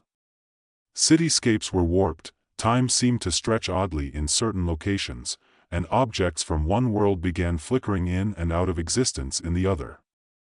It was as if the worlds were becoming more like one another, inching toward fusion instead of coexistence. Simon didn't have the answers, but he couldn't ignore the fact that the mirror world seemed, almost better in some ways. There was no denying it. The environmental changes that had been ravaging Earth were almost non-existent in the mirror world. Rivers flowed in reverse, yes, but they were cleaner. There was no pollution clogging the air, no toxic smog. The people there, those few he had managed to meet through Lydia, were more in tune with the planet. They seemed to operate on a different set of values, more sustainable, more community-driven. It was a world that, despite its oddness, seemed to have found a balance. He looked at Lydia, who was waiting for him to make up his mind. But Simon was no closer to a decision. The conflict was unbearable. The more he thought about it, the more he realized that the two worlds were not simply mirroring each other, they were converging. And he had no way of stopping it. If on cue, Simon's phone buzzed in his pocket, pulling him out of his thoughts. He fumbled for it, checking the message that had just come through. His heart dropped. It was from his colleague, Dr. Rebecca Harris, who had been monitoring the global gravitational fluctuations from a research facility in Greenland. Simon, this is bad. The gravity shifts are accelerating. The mirror world is pushing through. You need to act fast. That was all it said. No explanation. No additional information. Just a warning. Simon sat still for a moment, his mind racing. He had to act. But how? How could he fix something this large, this uncontrollable? He wasn't even sure if it could be fixed at all. He had to face the truth. There was no undoing what had been done. I have to go, he told Lydia, his voice sharp with the urgency he hadn't realized was building inside him. I'll do what I can. But I'm not sure what that will look like. Lydia's expression softened, but her eyes still held that same intensity. Just be careful, Simon. I don't think either world can survive if you're not. Simon didn't respond. Instead, he ended the call and stood up, pacing his small office.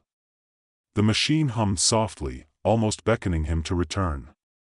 He wasn't sure what he would find when he got there, but he knew one thing. This was the point of no return. He gathered his things quickly, throwing on his jacket and grabbing the emergency shutdown codes for the machine, just in case he needed them. He didn't trust his memory anymore. He didn't trust anything. By the time he reached the lab, the world outside had begun to change in subtle but unmistakable ways. The sky above was clouded with strange, swirling patterns, almost as if it were folding in on itself. People moved through the streets in a kind of slow motion, their movements jerky, like they were walking on an uneven surface. Simon's breath caught in his throat. The anomaly had grown. It was no longer just an academic problem. It was a global one. The machine was waiting for him, silent but ominous. He approached it cautiously, his heart pounding. The device was still emitting strange energy readings, flashing on and off in a series of complex codes.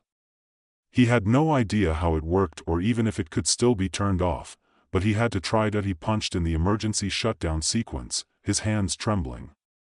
The machine sparked, flickered, and hummed once more before finally going silent. The lights above him dimmed, but the world outside didn't change. It continued to shift and warp, as if the mirror world was still pressing through. Simon stared at the machine for a long moment, realizing the horrible truth: shutting it down might not be enough. He had tampered with forces too large to control, too deep to erase. It wasn't the mirror world that was the problem anymore. It was the very nature of existence itself that was at stake. Could two realities, two worlds, really coexist? Could he stand by and let them try? The answer, Simon realized with an icy certainty, was something that couldn't be decided by science alone. It was something far larger than his experiment. He had opened a door, and now he had to choose: destroy it, or let both worlds live side by side, for better or for worse. Simon took one last look at the screen. The mirrored world was still there. And it wasn't going away. The weeks that followed were nothing short of chaotic. As Simon continued to study the machine, trying to make sense of the anomaly he had unleashed, the world around him seemed to spiral further into uncertainty. The mirrored world, though still invisible to most, was now pressing its influence more and more onto the original Earth. Gravity shifts, subtle at first, were now becoming full-blown disruptions in the fabric of reality. Simon had expected some residual effects after shutting down the machine, but nothing like this. Entire cities had begun to experience gravitational fluxes. The ground would tilt unexpectedly, buildings appeared to grow larger or smaller in an instant, and people walked through streets that felt as though they were sliding sideways. The government, along with military and scientific organizations, had started to intervene, but there was no clear explanation for what was happening. Some of the brightest minds in the world were stumped. People had begun to panic. There were whispers that Simon's experiment had somehow triggered the end of the world. Some said it was the beginning of a new age. But none of them had any real answers. Then came the first public meeting, called by the U.S. government, to discuss the growing gravitational anomalies. Simon was invited to speak, but as he sat in the audience, he felt a strange disconnection from it all.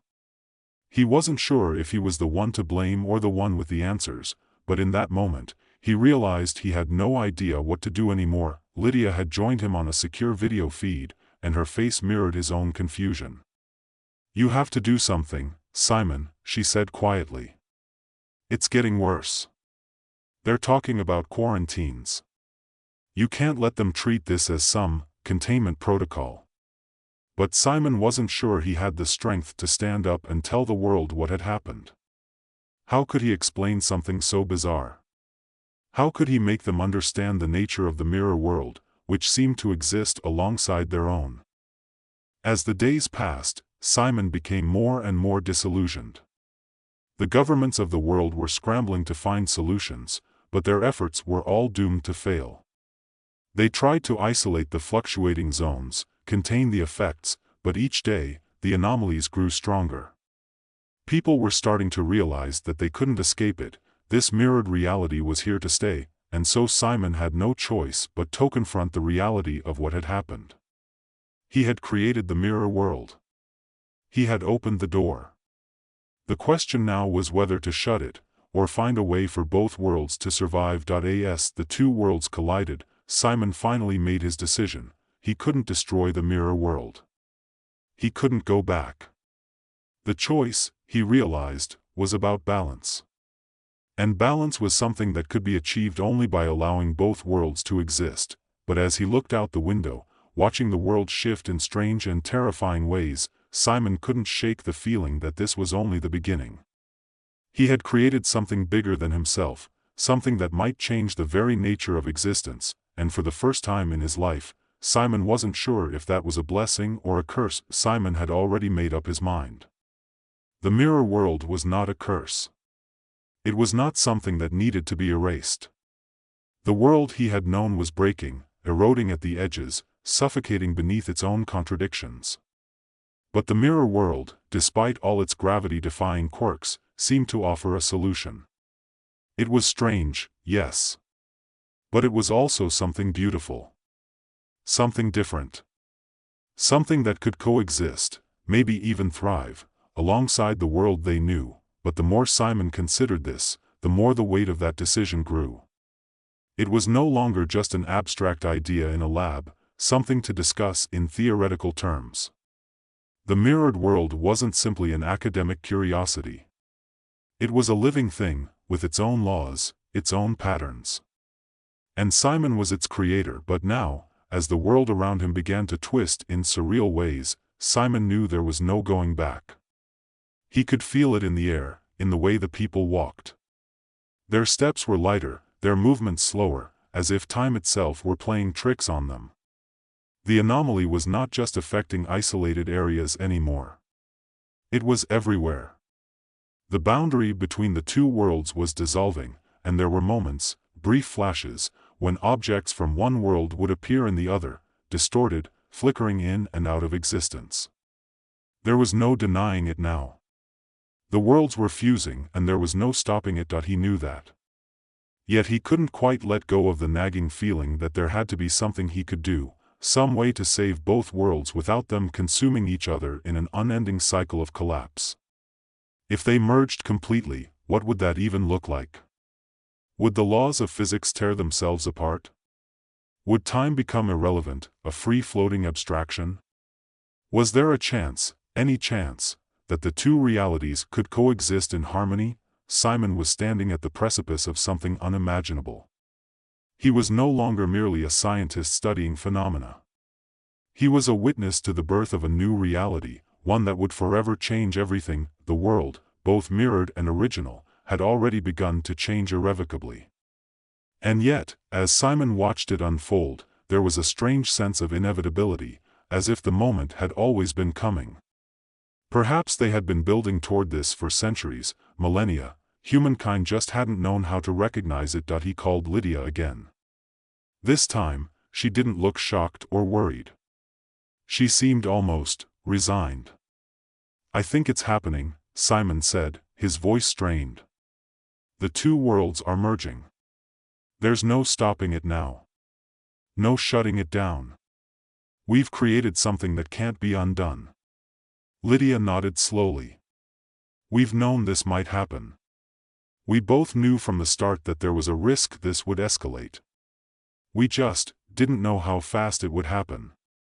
She paused, taking a deep breath. "But I think it's happening for a reason. I think it was meant to happen. And now, the only question is how to move forward." "I don't know how," Simon admitted. He ran his hand through his hair, pacing in his small office, the weight of the decision pressing down on him. "The government wants to contain this. They want to build a wall around it. They're talking about quarantines, restricting travel between the worlds. It's madness."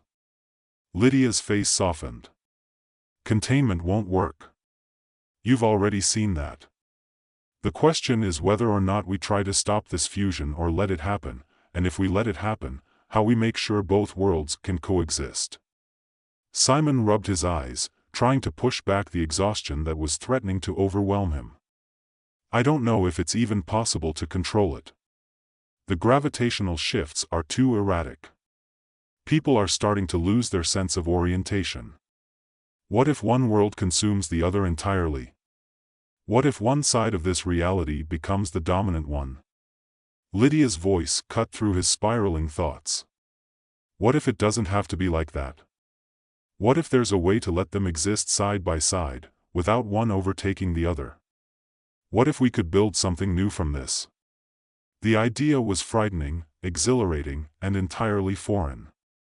Simon had never been someone to entertain the possibility of living with a mirrored Earth. They had always been taught to believe in one truth, one reality. Anything else was pure science fiction. But Lydia's words stirred something in him. He had always wanted to make a difference, to change the world. And now, with two worlds colliding, he had the chance to do something unimaginable. The governments of the world were still scrambling, still trying to contain the shifts, still attempting to apply band-aid solutions to a problem that wasn't going to be fixed with more regulations or red tape.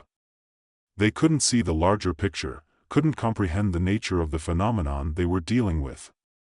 Simon and Lydia were the only ones who truly understood what was happening, and it was up to them to decide what came next. "I think it's time," Simon said, his voice firm, resolute. "We stop trying to fix it, stop trying to contain it. We let both worlds exist. But we have to guide them. We can't let them collapse in on themselves. We need to find a way for them to coexist, sustainably. We have to teach people to see the mirror world as a part of our reality, not something that's threatening it." Lydia was quiet for a long time. Finally, she spoke, her voice tinged with the same mix of fear and hope that Simon was feeling. "It's going to be hard, Simon. People won't accept it. The governments won't accept it. They'll see it as an existential threat. But if we can show them the potential, if we can demonstrate how these two worlds can work together, maybe there's a chance." Simon nodded, the weight of their plan settling over him. This was it. There was no turning back. He had to convince the world to embrace the impossible, to see the value in what had been created, to move beyond the fear and uncertainty, and to understand that the mirror world wasn't a mistake, but a new opportunity for growth. But as Simon sat back in his chair, contemplating the monumental task ahead, he could already feel the forces of resistance growing. There would be those who would try to destroy the mirror world, just as there would be those who would fight to preserve the status quo. It would be a battle, one that would take years to resolve, but for the first time in a long while, Simon felt something he hadn't in ages: hope. The world was broken, yes. But it could be rebuilt. It could be better. The fusion of two worlds was not the end of everything, it was the beginning. Jet Kavanaugh sat slouched in a booth at a run-down diner on the far edge of the galaxy, staring into a cup of lukewarm coffee. The dull hum of the neon lights above flickered sporadically, adding to the grim, almost comical atmosphere. His ship, Singularity, was docked on the landing pad outside, its sleek silver body glistening beneath the swirling stars above. The space around him was dead, silent and unyielding. It matched his mood perfectly. He was supposed to be saving the galaxy. That was his job, well, one of his jobs. He was a gravity hunter, a rare breed of genius who could track, monitor, and neutralize gravitational anomalies. This job was supposed to be his redemption, his comeback from the catastrophic mistake he'd made in the Proxima system. A black hole. His black hole. It wasn't supposed to happen that way, but here he was, the most infamous gravity manipulator in the universe, hiding out on a forgotten moon, nursing his failure like it was the only thing that could keep him company. "Detsy," he muttered, glancing toward the kitchen. The robot hovering behind the counter raised one eyebrow, or what it liked to call an eyebrow. "Yes, boss," came the sarcastic reply. "I know you're just a waiter bot, but do you have to stare at me like that? I'm already well aware of how my life has turned into an endless series of screw-ups." Detsy's voice flickered with amusement. "Well, it's your fault for not ordering anything edible in the last 3 systems. The galaxy's not going to forgive you for your lack of culinary adventure, Jet. I'd say your fame is now legendary, but mostly for the black hole incident." The robot chuckled to itself, its metallic body rattling with a faint tremor. Jet buried his face in his hands. "Thanks for the reminder." The hollow television above the counter blared the news, catching Jet's attention. The reporter was speaking about the latest gravitational disaster. A star in the Proxima star system was reportedly destabilizing, the kind of thing that Jet had once been hired to prevent. He grimaced. How poetic. A star in the very system he'd turned into an accidental black hole was now on the brink of implosion. Well, there it is, Jet muttered. You just can't make this stuff up. Before he could retreat deeper into self-pity, his wrist communicator buzzed. The familiar chime broke through his melancholy like a loud siren. It was a signal he recognized, Director Zana, the woman who ran the Galactic Emergency Response Council. She had a way of cutting through Jet's haze of regrets with an urgency that didn't leave room for complaints that he hit the button. Zana? The stern voice of Director Zana came through the static, unmistakable and clipped. Jet, I need you. He rubbed his forehead. What now? Another collapsing star? Another cosmic crisis I'll end up making worse? Zana's voice softened, but only slightly. Yes. And no. Listen carefully, this is serious. A massive star in the Zoran Nebula is about to collapse. The gravitational anomaly is stronger than anything we've seen in a century. We need you, Jet. You're the only one who can track the irregularities and stabilize it before it implodes. I trust you can handle this one. He sighed, rubbing his tired eyes. You're trusting the guy who nearly wiped out a system? Don't be dramatic. You're the best we've got. And this time, we won't send you in blind. You'll have the equipment and the backup you need. You know the drill. Jet leaned back against the booth and closed his eyes. He could almost feel the weight of the universe pressing down on him.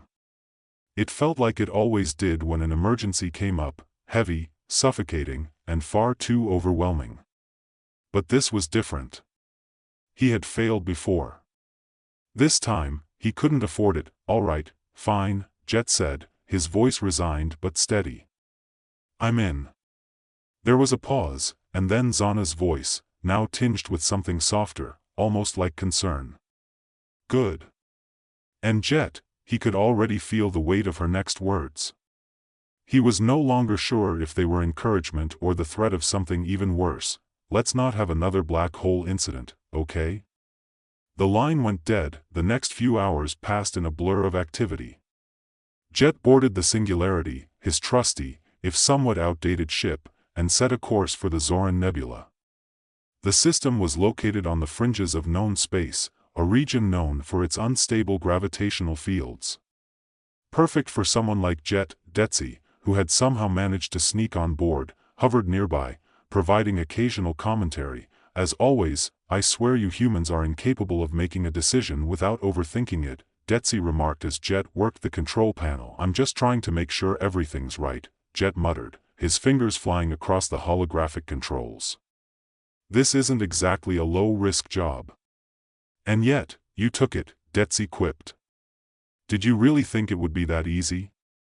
After the Proxima incident, the galaxy's probably sending you to save a planet full of angry politicians next. Jet shot the robot a sideways glance. Careful, or I'll toss you out the airlock next time you start getting funny.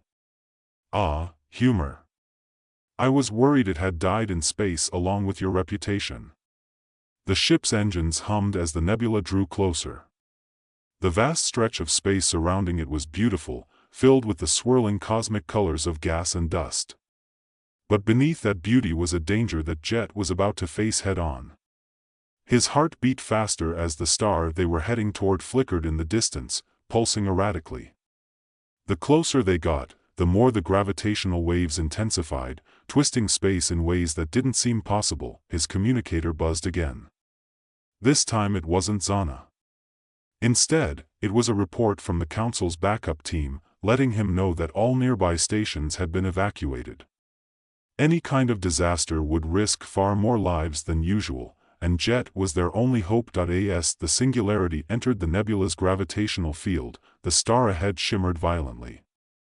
The force of the gravitational anomaly was unlike anything Jet had experienced. He could feel it in his bones, the very fabric of reality stretching and bending. The sensors on the ship began to overload. Detsy, get me a readout on that thing, Jet ordered, his hands flying across the controls. The robot floated over to the scanner, its mechanical arms clicking as it worked. This thing's an absolute mess. The gravitational distortion is fluctuating wildly. It's like someone's trying to turn the star into a supermassive black hole without any of the finesse. Yeah, Jet muttered. I know that feeling all too well. He pressed a few more buttons, his brow furrowing as the data came in. There was no mistake. The gravitational field had been tampered with. And judging by the readings, someone had deliberately engineered the instability. We're not dealing with a natural disaster here, Jet said, his voice grim. Someone's trying to blow this thing up. And I think we know exactly who they are. DETSI tilted its head, its sensors scanning the data. The Gravitation Guild, it said, as if it had already made the connection. Jet nodded. The Gravitation Guild was a rogue faction of physicists, researchers who had gone too far in their quest for ultimate power over gravity. They believed that the only way to harness the true potential of the universe was to control its gravitational forces. The Guild had been suspected of causing similar disruptions in the past, but until now, they had never been this bold. Jet took a deep breath. All right, let's go find them. The singularity began to maneuver through the thick gas clouds of the nebula, the gravitational field becoming more erratic by the second. Jet tightened his grip on the controls.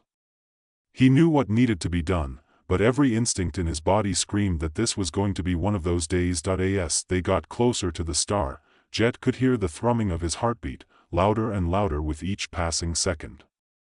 The pressure on his mind was immense, but he had no choice. He was the galaxy's best hope. And right now, that was all he could hold on to. The star ahead began to twist and churn in ways that Jet could feel in his very bones. Gravitational waves rippled through the space around them like shockwaves through water. It wasn't just the star. It was everything in the vicinity. The entire nebula seemed to be warping, bending in response to some invisible force. DETSI, we've got to move fast, Jet said, his voice steady despite the growing unease gnawing at him. His fingers gripped the controls with the intensity of someone who knew that every second mattered. DETSI didn't respond immediately. Instead, it was fiddling with a side panel, trying to make sense of the feedback from the ship's sensors. The robot had a habit of processing things with a cool, detached precision, but even it seemed a little rattled by the bizarre gravitational fluctuations surrounding them. Right, well, I'm doing the best I can with the data we're getting, DETSI finally said. And let me tell you, Jet, if you ever told me we were going to navigate a gravitational hurricane, I'd have thought you were joking. This is insane. Jet glanced up at the floating robot, his lips tight. I don't have time for jokes, DETSI. Not now. He switched the ship's navigational controls to manual, the holographic display flashing as the ship adjusted its course. As the singularity veered toward the center of the nebula, Jet's mind raced. The star ahead had begun to shimmer like a dying ember, its gravitational pull lashing out violently, distorting light and matter alike. The image on the sensor display was no longer recognizable as a star. It looked like a massive, fiery whirlpool, one that would soon consume everything around it. I'm going in, Jet muttered. There wasn't any other choice. His hands were steady, moving with practiced ease over the controls as the ship plunged deeper into the heart of the nebula. Do you even have a plan, or are we just flying into the eye of this thing hoping for the best? DETSI asked, its voice dripping with skepticism. I always have a plan, Jet replied, though the words felt hollow. His pulse quickened as the ship inched closer to the unstable gravitational core. There was no turning back now. DETSI let out a long, exaggerated sigh. Right. Your plans have worked so well in the past. It sounded almost like a good-natured jab, but Jet knew the robot was just as tense as he was. The consequences of failure this time weren't going to be limited to a couple of ruined missions and a black hole that no one would ever find again. The whole nebula, and everyone in it, was at risk. The singularity lurched violently as it neared the star. Jet's fingers tightened around the control stick as the ship began to shake under the strain of the intense gravitational forces. He could hear the ship's hull creaking as it was pulled in by the star's overwhelming gravity. Jet, the gravitational waves are off the charts. Detsy exclaimed, its mechanical voice sharp with urgency. This is no normal star collapse. Someone's messing with the fabric of space-time. Jet's mind raced as he analyzed the situation. Whoever was behind this was manipulating the star's gravity with precision, in a way that no natural disaster could explain. The odd thing, though, was that the fluctuations weren't erratic, there was method to them. A plan. A goal. The gravitational pulse wasn't a random event. It was orchestrated. The Gravitation Guild, Jet muttered to himself, the words feeling more like a curse than an explanation. He'd heard rumors of the Guild's activities, but the reality was far worse than anything he'd imagined. The Guild wasn't just about pushing the limits of physics, they wanted to control the very fabric of the universe. They believed that manipulating gravity on this scale could give them the power to reshape galaxies, to bend reality itself to their will, and they were willing to destroy entire star systems to achieve that. Jet set the ship on a collision course with the heart of the star's gravitational field, hoping that whatever came next, it would be enough to stabilize the star before it turned into something far worse. He wasn't sure how he was going to stop them, but there was no other choice. He had to try. The sensors screamed, the ship groaning under the strain of the gravitational pull. Everything around them blurred as the nebula's twisting mass warped the very fabric of reality. Time itself seemed to stretch. For a split second, Jet felt like he was slipping into a dream, his fingers not quite in control, his mind not quite here, but then he shook himself, focusing on the task at hand. He could do this. He had to. With a deep breath, he activated the ship's gravity wells, his only real weapon against a star that was about to implode. The ship's exterior rattled as a massive pulse of energy shot out, sending waves of counteracting gravity through the nebula. For a moment, the star seemed to hesitate. Its instability flickered, caught between opposing forces. Jet grinned. He had it, but just as quickly, the star's gravitational pulse surged once more, this time stronger than before. The singularity rocked violently, spinning out of control. Red lights flashed on the dashboard as the gravitational field grew unstable around them. He slammed his hands onto the console, trying to regain control. Jet. Detsy shouted. What the hell was that?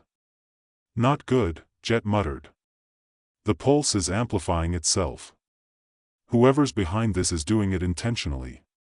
Suddenly, a new wave of energy hit them, a direct shock wave from the star's core. The singularity jolted, throwing Jet back into his seat. For a moment, everything went dark. When the lights flickered back on, the ship was spinning, tumbling through the nebula like a ragdoll caught in a hurricane. Jet gritted his teeth, trying to regain control. He needed to focus. The only way to stabilize this situation was to find the source of the gravitational manipulations. If he could pinpoint the exact location of the anomaly, he could shut it down. But that meant getting close enough to the star's core without getting pulled into the chaos himself. I need more data, Jet growled, trying to stabilize the ship. Detsy, find me the epicenter of the pulse. Trying. But the sensors are going haywire. Detsy responded, its voice thick with panic. This is off the charts, Jet. We're being torn apart. Jet's mind raced.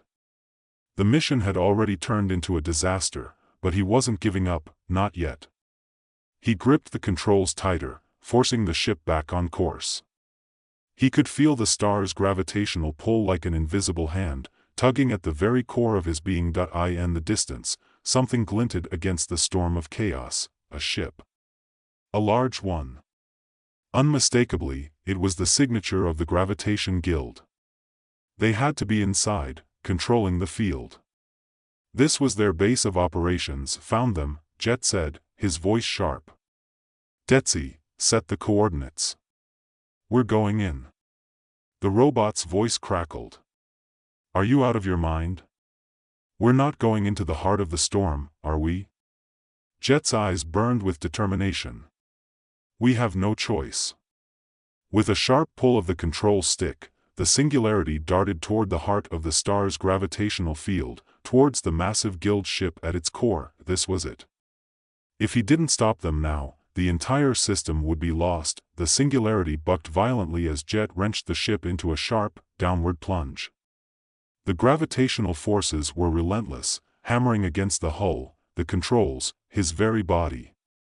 It felt like the universe itself was trying to crush him, as if every molecule of space had conspired to drag him under. But Jet refused to relent. His fingers flew across the control panels, recalibrating the ship's thrusters, struggling to keep the singularity from spinning out of control. He could see the massive structure ahead now, a dark, jagged shape hanging against the backdrop of swirling stars and nebula gas. It was the Guild's flagship, a monstrosity of twisted metal and energy fields, shaped like a black, angular moon. It was an anomaly of design and purpose, just like the people who built it. "This is insane," Detsy said from behind him. The robot's voice trembled slightly, though it did its best to mask it with its usual dry sarcasm. "We're flying directly into a gravitational singularity. Into the heart of a collapsing star. Did I mention that you're completely insane?" Jet didn't answer. He didn't have time for it. He was focused entirely on the ship ahead, the only thing that stood between the galaxy and a disaster of unimaginable proportions. If he could get close enough, he could hack into the Guild system, shut down the pulse, and neutralize the gravitational field they were manipulating. But it was a gamble, and Jet knew that more than anyone. He was gambling his life, the lives of everyone in the nebula, and possibly the entire system on a single desperate move. As the singularity neared the Guild ship, the gravitational field warped around them, distorting everything. Stars bled into each other in a swirling mess of color and light. Space seemed to bend, stretch, and twist as if it were a rubber sheet being pulled in all directions. The pressure was unbearable. Sweat beaded on Jet's forehead, his breath coming in quick gasps as he fought to keep the ship on course. Detsy's voice suddenly cut through the chaos. "Jet, the sensors. The Guild is generating an artificial singularity.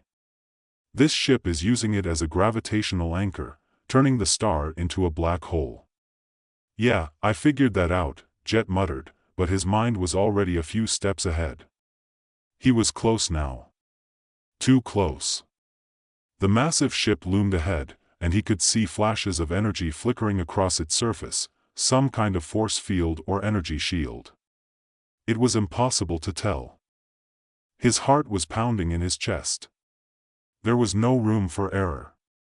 If he missed the mark by even a fraction of a degree, the consequences would be catastrophic.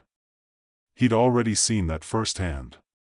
He could feel the weight of the galaxy pressing down on him, a weight he had carried ever since the incident in the Proxima system. "Jet, you're running out of time," Detsy warned, its voice laced with an artificial sense of urgency. "You're too close to the singularity's event horizon. You don't get out of here, and we're done." "I know," Jet replied, his voice clipped. The tension in his muscles was almost unbearable now. He could hear the humming of the ship's engines, the thrum of the gravity wells working overtime to keep the singularity from being torn apart. But everything around him was chaotic, unrelenting. The Guild ship was almost within reach now. Jet slammed his fist against the control panel, activating the emergency docking procedure. The singularity jolted again, but this time it felt different. This time, the ship seemed to respond. The gravitational pulses from the star surged around them, rattling the very bones of the vessel. It was like being caught in the grip of an invisible god, one that had no mercy, no sympathy. For a split second, everything went dark. The star, the Guild ship, even the nebula, all of it seemed to disappear. Jet's stomach lurched as the feeling of weightlessness engulfed him, the ship spinning wildly. His heart skipped a beat. He was slipping. "No," he shouted, shaking his head. His hands grasped at the controls, trying to steady the ship. His breath came in ragged gasps. He could feel his pulse in his ears, deafening, the pressure rising. Then, with a violent shudder, the singularity lurched back into reality, the ship was close, so close now that Jet could almost touch the hull of the Guild ship. He had no choice but to make a move. He could see it, through the haze of distortion, the central core of the Guild's gravity device, a massive array of energy coils, each one feeding off the star's collapse, amplifying it. Jet didn't hesitate. He flicked the switch, initiating the hacking sequence. Come on, he muttered under his breath as the ship's onboard systems began their slow process of infiltration. But the gravitational pull from the star was growing stronger, and it was becoming harder to focus. The display on the control panel flashed red as the Singularity tilted, careening dangerously toward the Guild ship, Jet. "You're gonna get us killed," Detsy shouted. The robot's voice was frantic now, betraying its usual mechanical detachment. "Shut up, Detsy," Jet gritted out, teeth clenched. He wasn't going to give up. Not now. He couldn't. Then, a blast of searing light erupted from the Guild ship's core.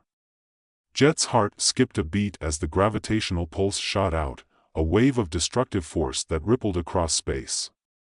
The Singularity was lifted from its course, flung upward by the sheer power of the blast. The ship spiraled, out of control, headed directly toward the Singularity. "Jet, no!" Detsy screamed, but Jet was already on it. His hand shot out, grabbing the manual override lever. With a final burst of willpower, he pulled it, yanking the ship's engines into reverse, throttling everything he had left into breaking the Singularity's momentum. The force was incredible, but Jet refused to surrender. For a moment, time seemed to stand still. The ship hung in space, tethered only by the rapidly weakening gravity wells that Jet had triggered earlier. He watched as the wave of gravity pushed the Guild ship into the event horizon, its massive form disappearing into the whirlpool, slowly being swallowed by the black hole they had tried so desperately to create. Then, with a final, deafening roar, the Singularity surged forward. Jet slammed his hand on the emergency shields, and the ship groaned, fighting against the collapse of the star's gravitational pull. Seconds stretched into eternity, but somehow, against all odds, the ship lurched forward, breaking free. The gravitational field weakened, the star's collapse slowing just enough for the Singularity to escape the grasp of the event horizon. Jet exhaled in a breath he hadn't realized he was holding, his body limp in the seat. Sweat trickled down his face as he looked at the control panel, his hands shaking from the effort. The star in the distance flickered one last time, its massive energy imploding into nothingness, the artificial Singularity collapsing in on itself. The nebula calmed. "For the moment, it was over. We did it," Detsy said, its voice almost incredulous. "You actually did it." Jet slumped back in his seat, his chest heaving. He let out a long, slow breath. He didn't feel victorious. Not yet. But for the first time in a long time, the weight that had been pressing down on him, his failure, his past, seemed to lighten, if only just a little. He could still feel the stars shifting around him, their gravity pulling at the edges of his mind. But for now, he was still here. Still alive, and the galaxy? It was safe, for now. Nick Lawrence was about to ruin his life. It wasn't his first time thinking it, but this time, it was different. He was alone in his apartment at 2:30 a.m., surrounded by chaos. Books on physics stacked haphazardly on the floor, whiteboards covered with formulas no one but him could understand, and empty coffee mugs scattered like discarded thoughts. A stray laser pointer blinked from the corner, its red dot reflecting off a metal sheet covered with magnets. Nick was a graduate student, too deeply immersed in his research to care about the world beyond his cramped living space. He was supposed to be studying gravity, the force that held the universe together.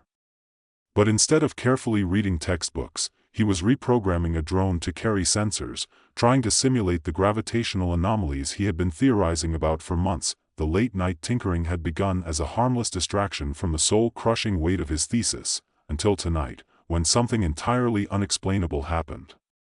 The coffee pot on the counter started to hum. It wasn't a loud hum, but enough for him to notice. His eyes were heavy, mind floating in the haze of caffeine deprivation, but he couldn't ignore it. He stumbled over to the counter and watched as the coffee pot seemed to float a fraction of an inch off the surface. He blinked, rubbed his eyes, and then it dropped.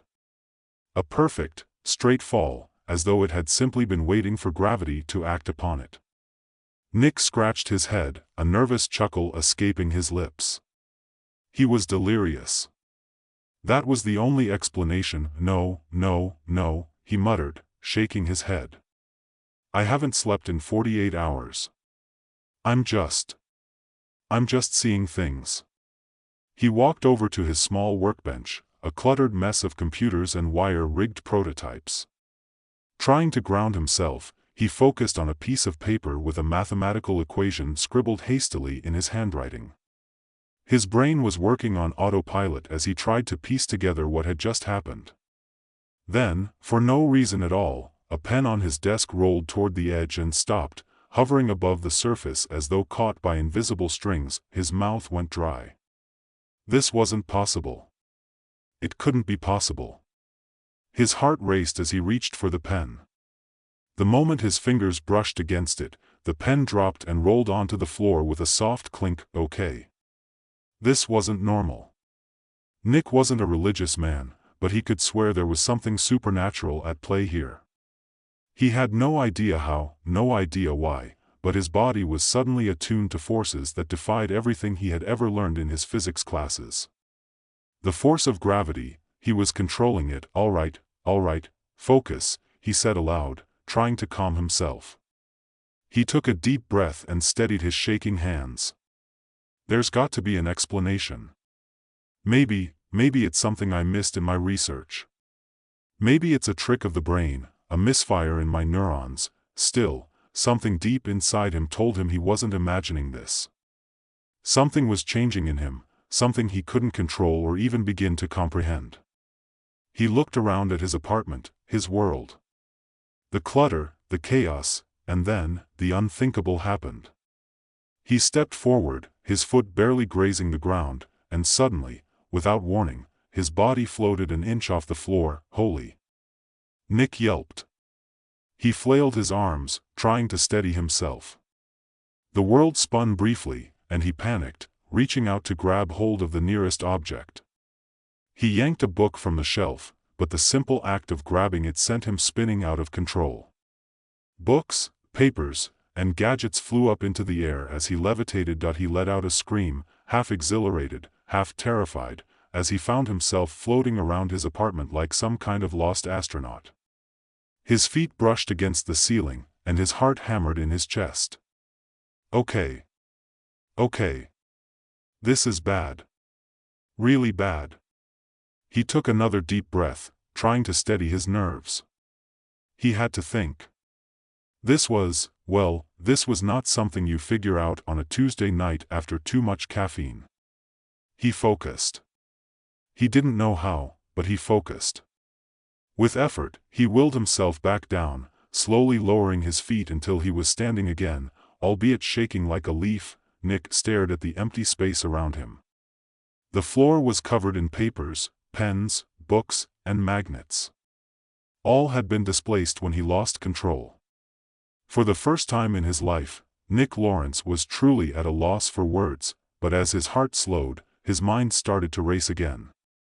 There were questions, too many questions. He had to figure out what was happening. The next few hours passed in a blur. Nick spent the rest of the night conducting test after test on himself, figuring out how to control this strange new ability. He experimented with levitating smaller objects at first, pencils, staplers, and his phone. With every test, he gained more control. He discovered that he could make things float in mid-air, suspend them with just a thought, but if he lost focus for even a second, the object would fall with a resounding crash. The more he thought about gravity, the more he realized that he wasn't just manipulating objects. He was manipulating the very fabric of the universe, or, at least, his immediate reality. As dawn approached, Nick felt his mind racing. He sat down in his chair, staring at the ceiling. His thoughts were a tangled mess. This ability, it wasn't something he'd ever encountered in his research. Sure, There were theories, there were ideas, but no one had ever done this. Humans weren't supposed to control gravity. It was a force of nature, relentless and unyielding, but what if it was? What if gravity wasn't some immovable force but rather an ability waiting to be unlocked in certain individuals? What if this was the next step in human evolution? That thought hit Nick like a freight train. He woke up in the late afternoon, his mind still buzzing with the implications of what he had just discovered. His first instinct was to hide. To tell no one. There was no way he could risk this getting out.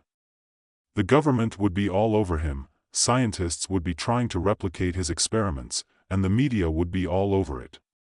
But then, there was the part of him that couldn't ignore the possibility of something much bigger. Maybe he wasn't the only one.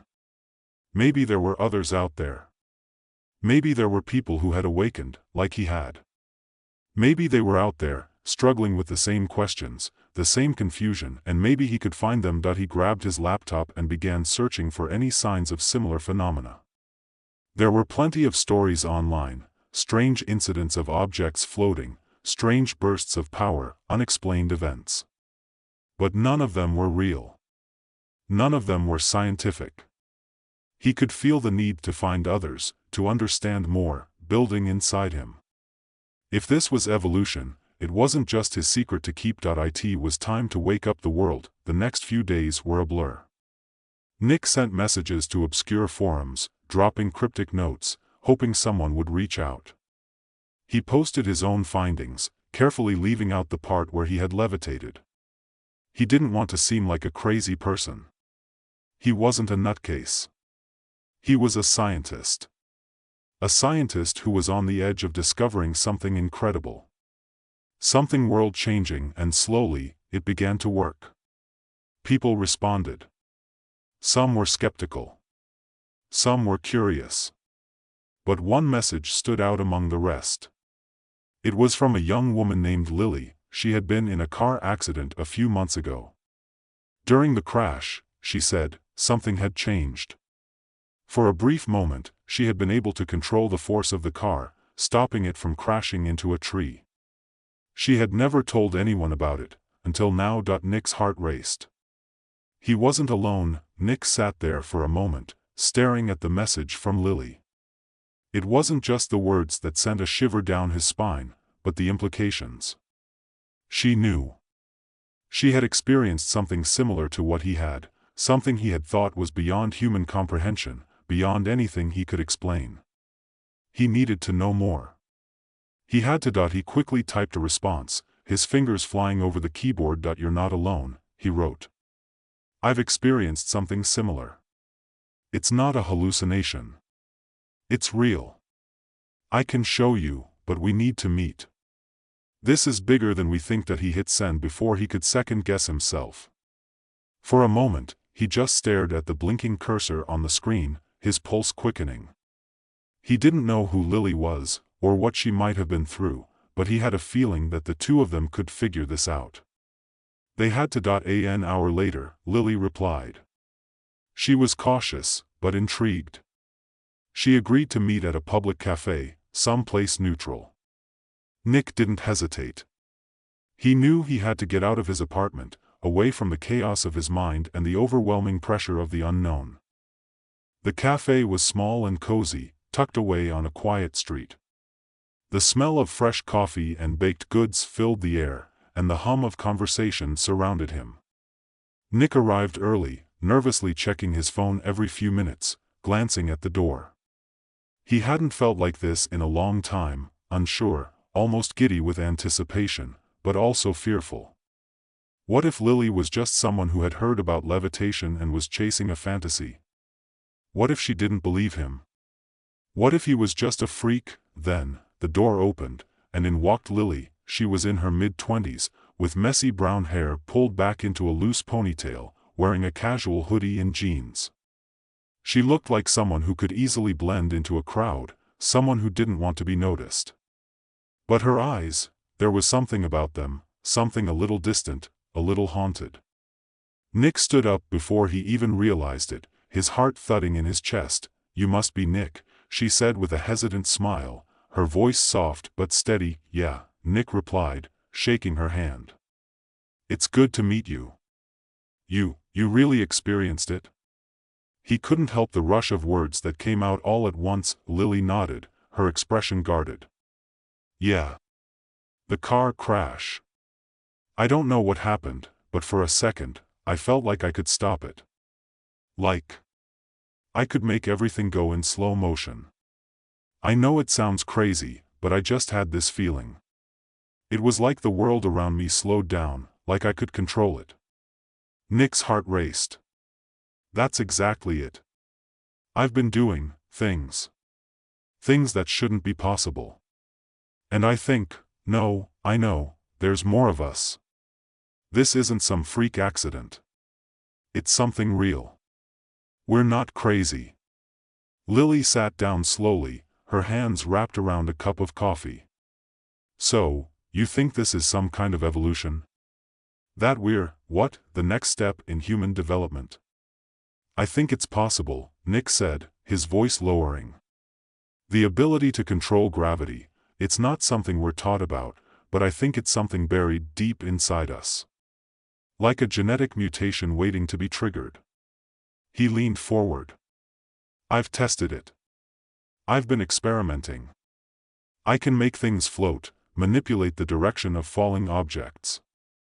It's like I'm becoming attuned to gravity in a way I never imagined." Lily looked around, making sure no one was listening. "So, what?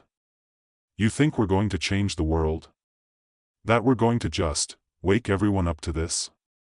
Nick's smile was a mix of excitement and uncertainty. "That's what I hope. But we're not alone in this. I believe there are others, people who have the same abilities, who haven't even figured it out yet. We need to find them. We need to reach out." The words hung in the air between them. For a long moment, neither of them spoke. Finally, Lily set her coffee down with a soft clink. "And what happens when we find them? What do we do then?" Nick leaned back in his chair, running a hand through his hair. "We need to understand what this is. What it means for us. But more than that, we need to know how to control it. This is bigger than us, Lily. If we can master this, we can change everything. But we have to be careful. There's a lot of fear out there." Lily frowned. "Fear? You think people will be afraid of us?" "I don't think." "I know," Nick said, his voice serious. "People are afraid of what they don't understand. And they won't understand us. The moment we show the world what we can do, we're not just going to be treated like freaks.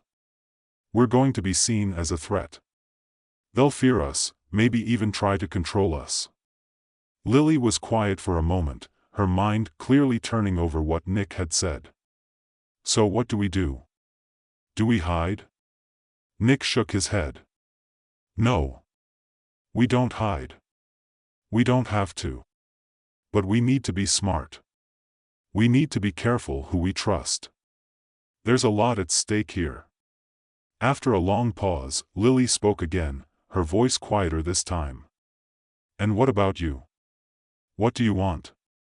Nick looked her in the eyes. "I want to understand what's happening. I want to find others like us.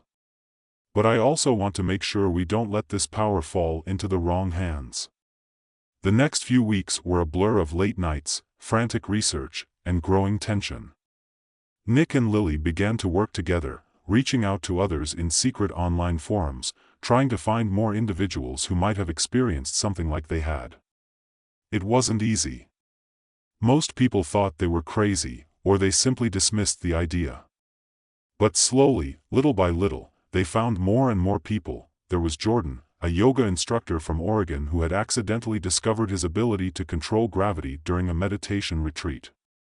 There was Maria, a college student from New York, who had been caught in an elevator when the power went out and had somehow suspended herself in midair for several minutes, just enough time to save herself from injury. Each person Nick and Lily found had their own story, their own experience with gravity manipulation.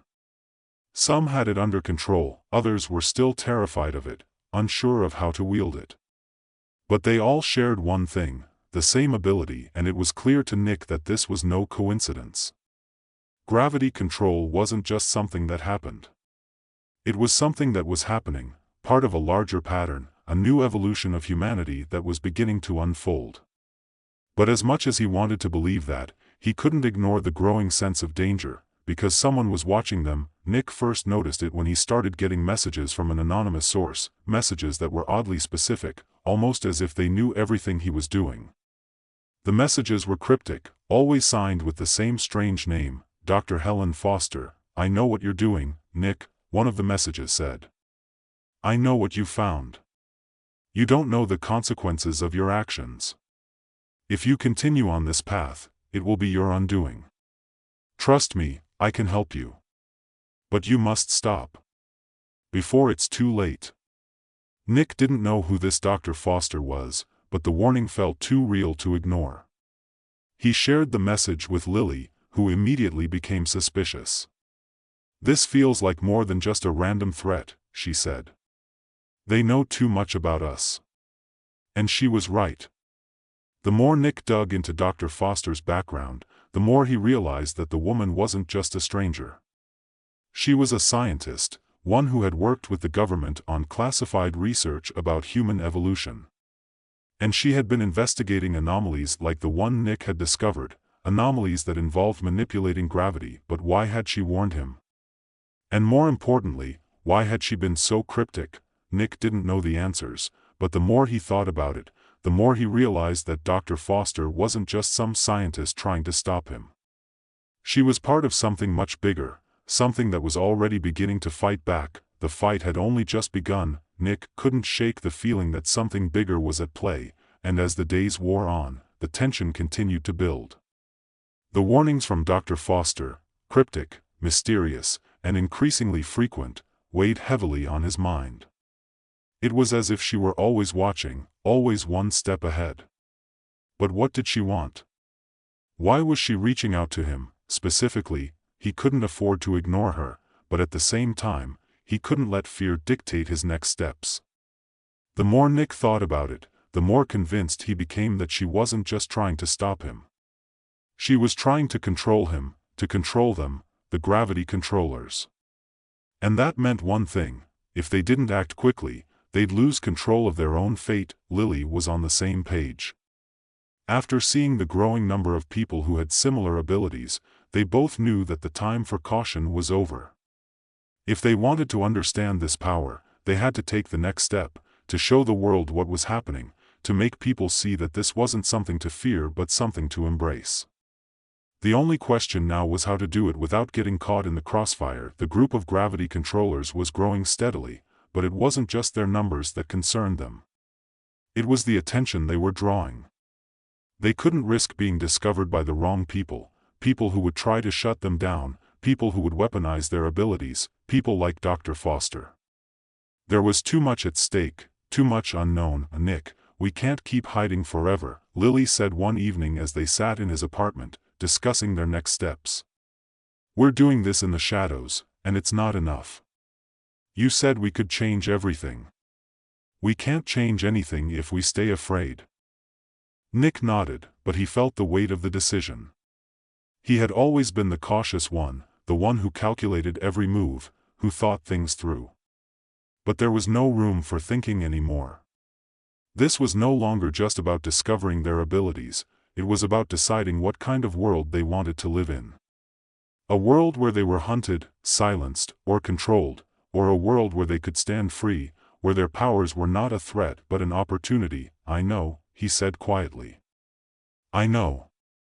But if we show ourselves, if we go public, we won't just be coming out to the world. We'll be making ourselves a target. And Dr. Foster, she's not going to let this slide. She'll come after us." "We don't have a choice," Lily countered. "She's coming for us either way. And I'm tired of hiding." Nick leaned back in his chair, staring out the window. The city was alive outside, but it felt like he was looking at it from a different world now, one where nothing was certain. He had wanted answers, but now that he had them, he wasn't sure he was ready for what they meant. He glanced back at Lily. She was right. The world was changing, and if they didn't take action now, they would never get another chance. They had to control their own destiny, or someone else would do it for them. "All right," Nick said, a sense of finality in his voice. "Let's do it. But we need to plan. We need to make sure we're ready for whatever comes next." And so they began to prepare. The plan was simple, at least in theory. They would go public. Not all at once, but strategically. The world didn't need to know everything right away. They'd make the world see that they weren't freaks or threats, they were people with a gift, with the potential to change things for the better. They would demonstrate their powers in a controlled, positive way, showing that their abilities could benefit society. But there would be no way to do it quietly. Once the world knew, there would be no going back. Nick reached out to the other gravity controllers, briefing them on the plan, giving them the tools to prepare. They would need to be coordinated, synchronized. No room for mistakes. They couldn't afford any slip-ups. They couldn't afford to show any weakness. The first demonstration would be in public, in a small park in the city. Nick, Lily, and a few others would show their powers, nothing too extreme, but enough to make people take notice. Enough to spark curiosity, to plant the seed of possibility in people's minds. As the day of the demonstration approached, the nerves in Nick's stomach tightened. He had never been one to seek attention, never been one to stand in the spotlight. But this was different. This was about more than him. It was about the future. The future of humanity. His hands shook slightly as he rehearsed his moves in the back of his mind. The morning of the demonstration, Nick arrived early at the park, scanning the area. It was relatively quiet, the usual joggers and dog walkers milling around. But there were more eyes now, he could feel it. People were beginning to notice the group gathering at the center of the park. They were watching.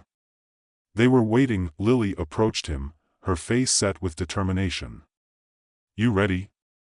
Nick took a deep breath, exhaled slowly. "As ready as I'll ever be." They stood together, surrounded by a handful of others who had agreed to join them, the ones who had learned to control their abilities, the ones who believed in this mission. Together, they made a circle, each person standing with their hands at their sides, eyes focused ahead. They could all feel it, the collective weight of their decision. But they didn't back down. Nick raised his hand, and the air around them seemed to hum. It wasn't just the sensation of gravity that he was controlling, but the very attention of the world. He concentrated, focusing on a small rock near his feet. Slowly, the rock began to lift off the ground, floating a few inches into the air. The people nearby gasped, their eyes widening in disbelief. Lily joined in, her own hands lifted. A few feet away, a small park bench began to rise, hovering just above the ground, as if defying the laws of physics itself. A murmur of astonishment rippled through the crowd. People stepped forward, trying to catch a glimpse of the impossible. Nick could feel the energy of the moment, the rush of excitement, but also the creeping fear. It wasn't enough to show the world what they could do, it was about showing them who they were. Lily stepped forward, her voice loud and clear. "This is who we are. We are the next step in human evolution. We are not your enemies. We are not your threats. We are here to work with you. To build a better world. But you have to trust us." The crowd remained silent for a moment. The gravity controllers continued to manipulate their surroundings, floating objects, levitating small structures, and even walking along the edges of the park benches, defying the rules of gravity. Then, from the back of the crowd, someone shouted, "Freaks!" Nick's heart skipped a beat, but he didn't flinch. More voices joined in, shouting accusations and slurs. Fear was spreading, and it wasn't just from the crowd. Nick felt the tension in the air, a rising storm of anger, fear, and uncertainty. He could hear the unmistakable sound of sirens in the distance. It wouldn't be long before authorities arrived, but as the voices grew louder, something shifted in Nick. He could feel it, the rising power inside him, the understanding of what they had unleashed. He didn't just want to control gravity anymore. He wanted to control the narrative. He wanted to show the world that they had nothing to fear. Enough. Nick shouted, his voice cutting through the noise. He raised his hands high, and the entire crowd fell silent. The objects floating around them, the benches, the rocks, everything suspended in the air, they all slowly lowered back to the ground, gently settling as if nothing had happened. Nick took a deep breath, his eyes scanning the crowd. "We're not here to fight you," he said, his voice steady, his conviction clear. "We're here to change the world. But we can't do that if you don't give us a chance." The silence stretched on, heavy and uncertain. Nick waited, his heart racing, unsure of what would come next. Then, from the back of the crowd, someone clapped. At first, it was just one clap. But then another joined in, and another. Soon, the entire park was filled with the sound of clapping, tentative at first, but then louder, more confident. People began to cheer, their fear replaced by curiosity, by wonder. Nick could hardly believe it. But this was just the beginning. The world wasn't going to change overnight. But they had taken the first step, and for the first time in his life, Nick felt like he was finally in control of his own future. The hum of machines, a sound once so familiar, now echoed through the cramped corridors of Skytopia like a distant, mournful reminder. It was the only constant in a place where everything else seemed to be unraveling.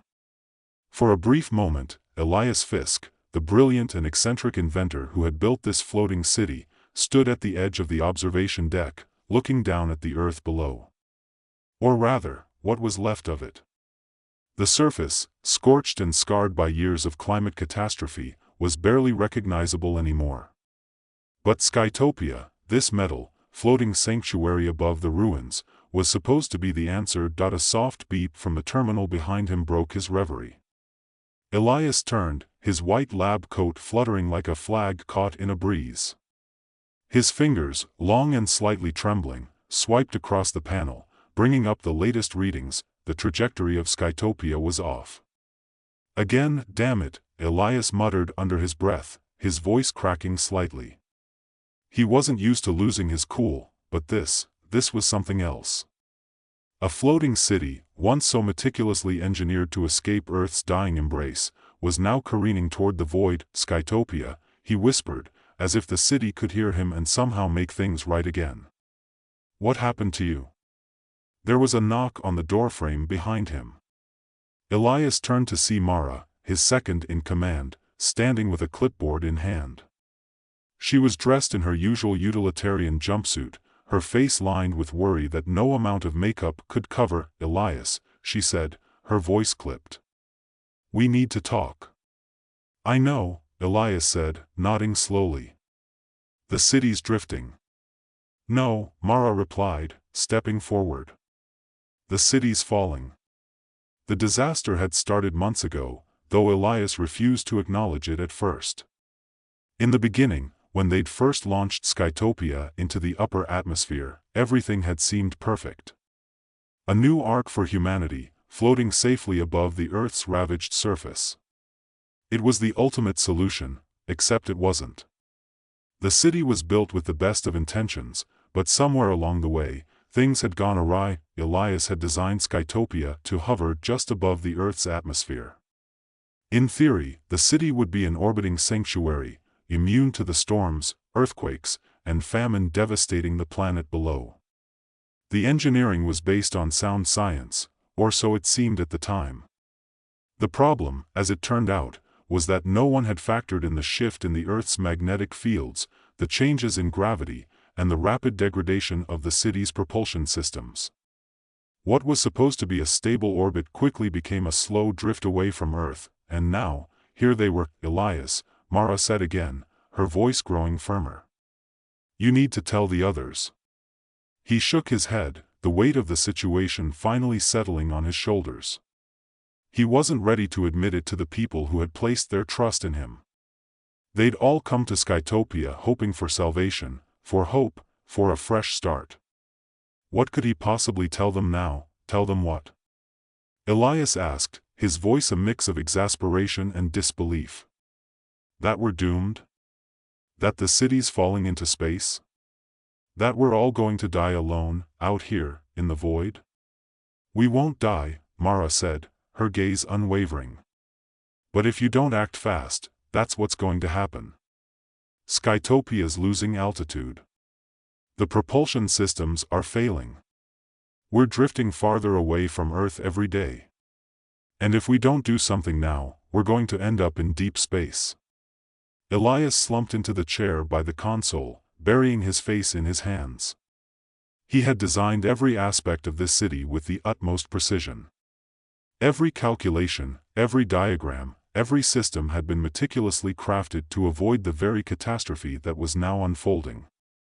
But now it seemed all for nothing. Mara stood there, her arms crossed, waiting for him to gather himself. Elias exhaled slowly, lifting his head to meet her gaze. For the first time in what felt like years, he allowed himself to feel the weight of the failure. We need to bring the city back, Elias said quietly, almost to himself. But I don't know how. Mara didn't respond right away. Instead, she turned and walked to the console, where she began typing furiously, pulling up diagnostics, tracking the city's movements. Elias watched as her fingers danced across the keys, trying to make sense of the data, trying to find a solution. We have limited fuel, she said, glancing over her shoulder. If we can't stabilize our orbit, we'll be stranded. There's no way we're making it back to Earth on this trajectory. We'll end up, somewhere, but not home. Somewhere, Elias echoed, his mind spinning. What if? He trailed off, and Mara turned to face him, raising an eyebrow. What if we didn't go back? Elias asked. What if we used what we have left to break free of Earth's pull entirely? Break free? Mara asked, her tone skeptical. Are you out of your mind? We're not a spaceship, Elias. We're a city. We don't have the resources for interstellar travel. I'm not talking about interstellar travel, Elias replied, his voice gaining confidence.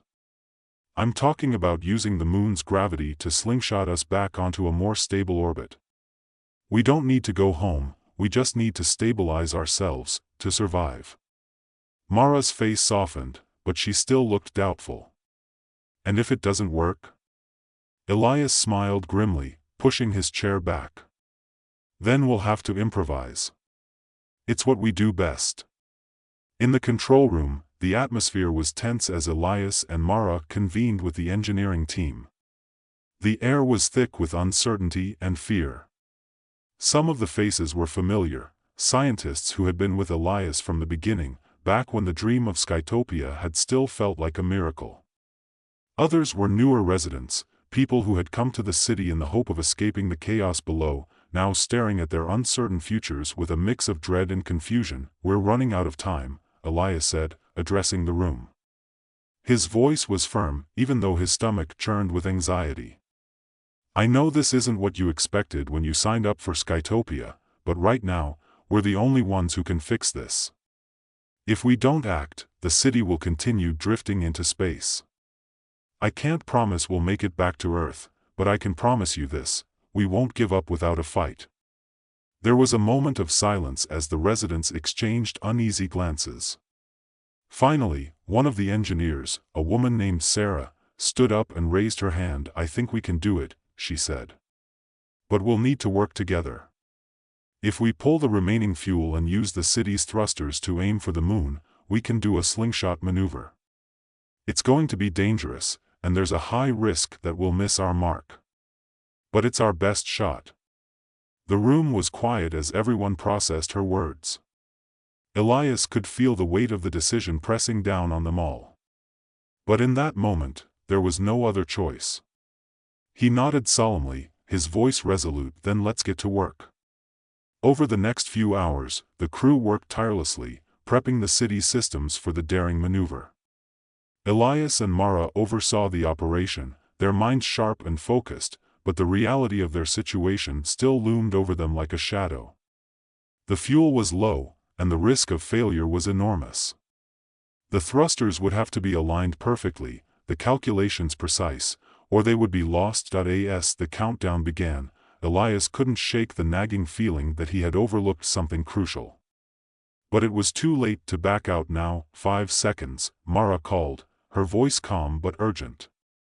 4, 3, 2, 1, the engines fired, and Skytopia lurched violently. The city groaned, the sounds of metal creaking echoing through the halls as it slowly adjusted its course. Elias watched the readouts on the console, his heart racing as they neared the moon. The thrusters sputtered, their firelight briefly illuminating the observation deck like a sunrise that might never fade. The tremor that rippled through Skytopia was something Elias had expected, but it still rattled his bones. The entire city had just adjusted its course, a delicate, risky maneuver that could either bring them closer to the moon or send them careening into the abyss. Elias stood with his hands gripping the edges of the control panel, eyes fixed on the diagnostics. Numbers flashed rapidly, giving him a heartbeat's worth of hope before they shifted, dancing like flickering shadows. They weren't exactly on the moon's orbit yet, but the city had stopped its immediate drift into the unknown. Skytopia wasn't falling into space, at least, not yet. The rest of the room was still, too still, as the crew monitored the results of the slingshot attempt. Every face was bathed in the sickly glow of the monitors, eyes darting across them as if expecting something, anything, to change. The silence stretched, and in that moment, Elias could almost believe that the city was alive, holding its breath like the people within it. Mara was the first to break it. "Did we make it?" she asked quietly, her voice as steady as the ground they no longer stood on. Elias didn't answer right away. Instead, he watched the screen flicker with a new set of data. The trajectory was adjusting, but it wasn't as smooth as it should have been. They had missed their mark, but only slightly. They were now in an unstable orbit around the moon. Not exactly the direct route they'd hoped for, but at least they weren't plummeting into the cold expanse of deep space. For now, they were on the moon's gravitational cusp, lingering between the Earth and the lunar surface, waiting. "We're not dead yet," Elias said, finally allowing a breath to escape his lips. He didn't have a better answer. Not yet. The next few hours were filled with the hum of machines, the sound of engineers hustling to recalibrate their systems. Elias couldn't help but feel the pressure weighing down on him. They had survived the initial maneuver, but that was only the first hurdle. The real question now was whether they could stabilize their orbit and eventually get back to Earth, or if that was even possible anymore. He had always been a man of action, a creator, a problem solver. But right now, the weight of the unknown seemed to press on his chest in a way that made him wish he could just disappear into the machines, let them take over for once. But no. He was the one who had designed this city. The success of Skytopia rested on his shoulders, and if it was going to fall, then he would be there at the very end. Mara had vanished into the backrooms with the engineers, leaving Elias alone in the observation deck. His fingers tapped a rhythmic beat against the cold metal of the console, his gaze fixed on the Earth below. Once, that blue and green marble had been his whole world. But now, it seemed a lifetime away. There was nothing left for them down there, not in the physical sense, anyway. Skytopia was home, for better or worse. They would have to make it work. His thoughts were interrupted by a soft beep from the console. A new set of readings had appeared, calculations that suggested something that made Elias freeze. The trajectory wasn't simply an accident. The slingshot had done something to their momentum that was both unexpected and, in some ways, brilliant.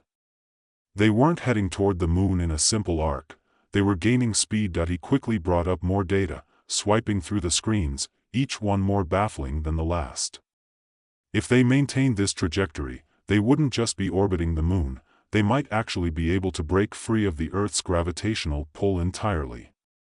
And that, Elias knew, was both terrifying and exhilarating. "Elias, come here."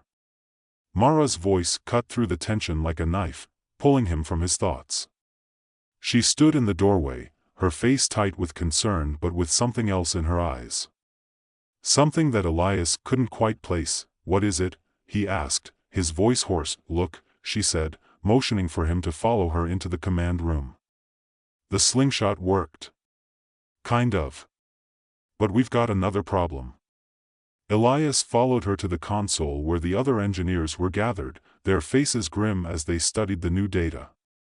It was worse than he'd thought. I thought you said we'd be able to stabilize, Mara said, her voice low. We can, but the city's core systems are more fragile than we anticipated, Sarah, the lead engineer, replied, her hands hovering over the touchscreen.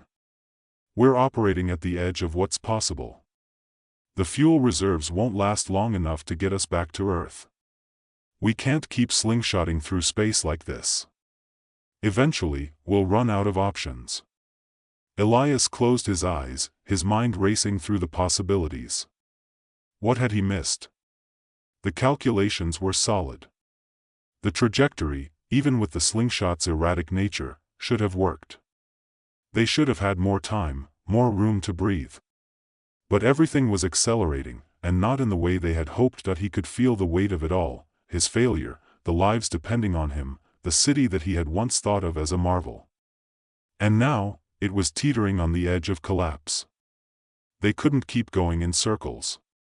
They had to make a decision. What are our options? He asked, his voice shaking slightly. Mara and Sarah exchanged a glance before Mara spoke again. There's a theory.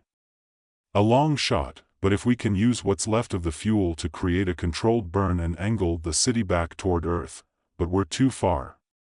Elias interjected, his hands clenched into fists. We're too far from Earth to just steer back. We'd burn out before we even came close. Not if we use the moon's gravity, Sarah said, her voice quiet but sure. We can slingshot again.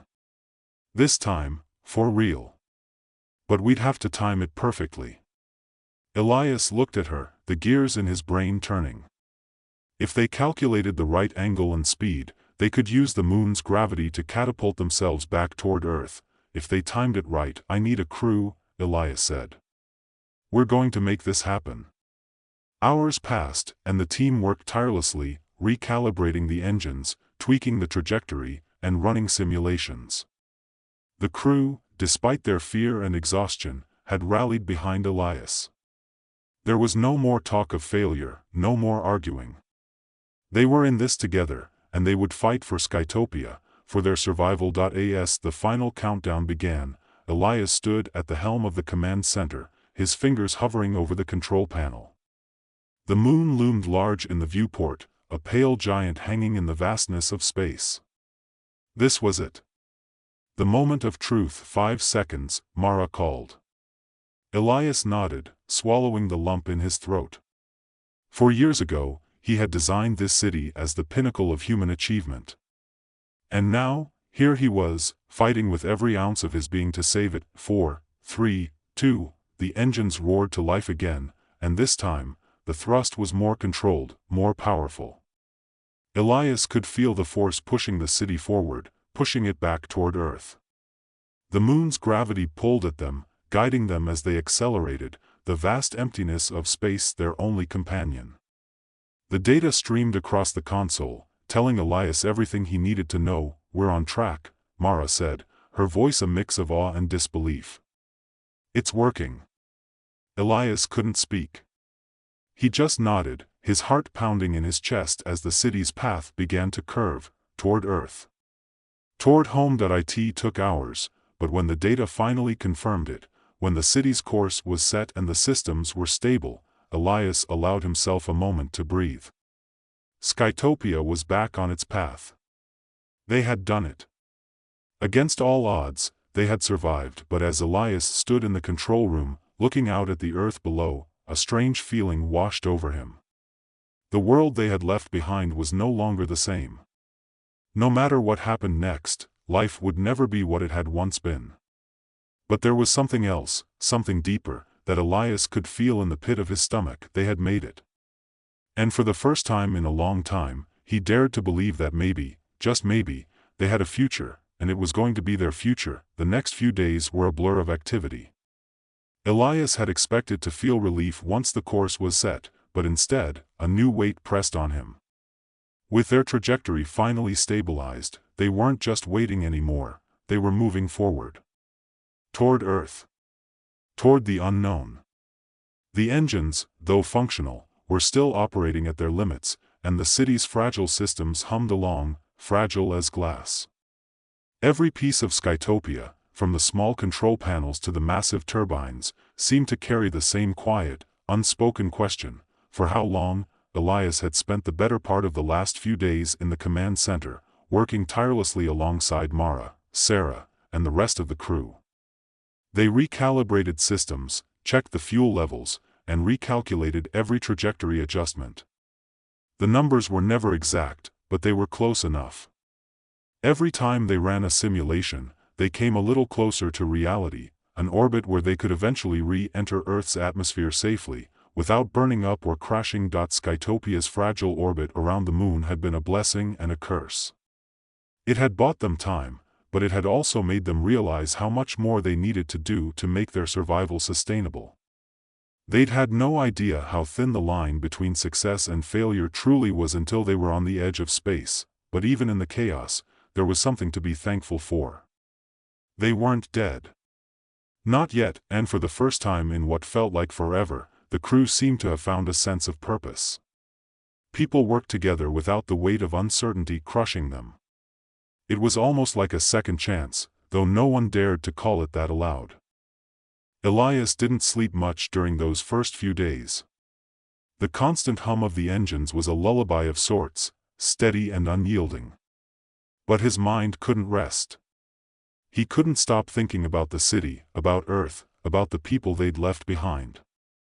The world he had once thought of as broken had been replaced with something worse. Skytopia was now a symbol of human ingenuity, and of human failure. Mara had been the one to find him one evening, sitting by the observation deck once more, staring out into the void. Her footsteps echoed behind him, soft but purposeful. He didn't look up. He knew it was her without needing to see. "You should take a break," Mara said, her voice almost too quiet. She stood beside him, her eyes fixed on the vastness of space. "You're pushing yourself too hard." Elias shook his head. "I can't stop." "Not yet." "There's nothing more you can do right now," Mara replied gently. "The course is set. You've done everything you can. I just keep thinking about all the things that could go wrong. All the things I missed, you know. I built this city. I thought I could control everything. But out here, there's so much we can't control. I've failed these people, Mara. I can feel it." Mara watched him for a long moment, then sighed. "You didn't fail them. You brought them here. You gave them hope when there was none. Don't forget that. No one else could have done what you did." Elias didn't answer. Instead, he turned to look at the stars beyond the glass, the twinkling lights like ancient beacons in the vast emptiness. It was almost comforting, knowing that the universe had been here long before humanity had ever set foot on this broken world, and it would be here long after they were gone, too. The days blended into nights as they steadily drew closer to Earth. There was no celebrating, no fanfare. The work continued, with each member of the crew pushing themselves harder, checking and double-checking every system. Skytopia was a living, breathing thing, and for the first time since its creation, Elias was beginning to feel like it was truly his city. It was his responsibility. He would do whatever it took to get them back. The moon, once a distant object on the horizon, now loomed large in the viewport as Skytopia's orbit gradually shrank, pulling them closer to Earth. The blue planet below beckoned, like a distant dream, beautiful, terrifying, and somehow beyond reach. Each day, they inched closer, each calculation more precise than the last. The crew became quieter as the tension mounted, as if everyone understood that they were on the edge of something huge. But no one spoke of it. No one said the word return. It wasn't certain. Not yet. Mara stood by Elias as the final stages of the journey approached. The engines were beginning to show signs of wear, and the fuel reserves were running low. He could see the worry in her eyes, but she never let it slip through. The others felt it too, quiet unease that filled every corridor, every room,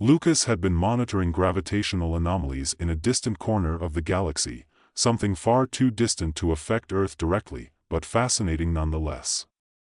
These anomalies, ripples in the fabric of spacetime, were nothing new. Scientists had been documenting them for years, attempting to understand their origins.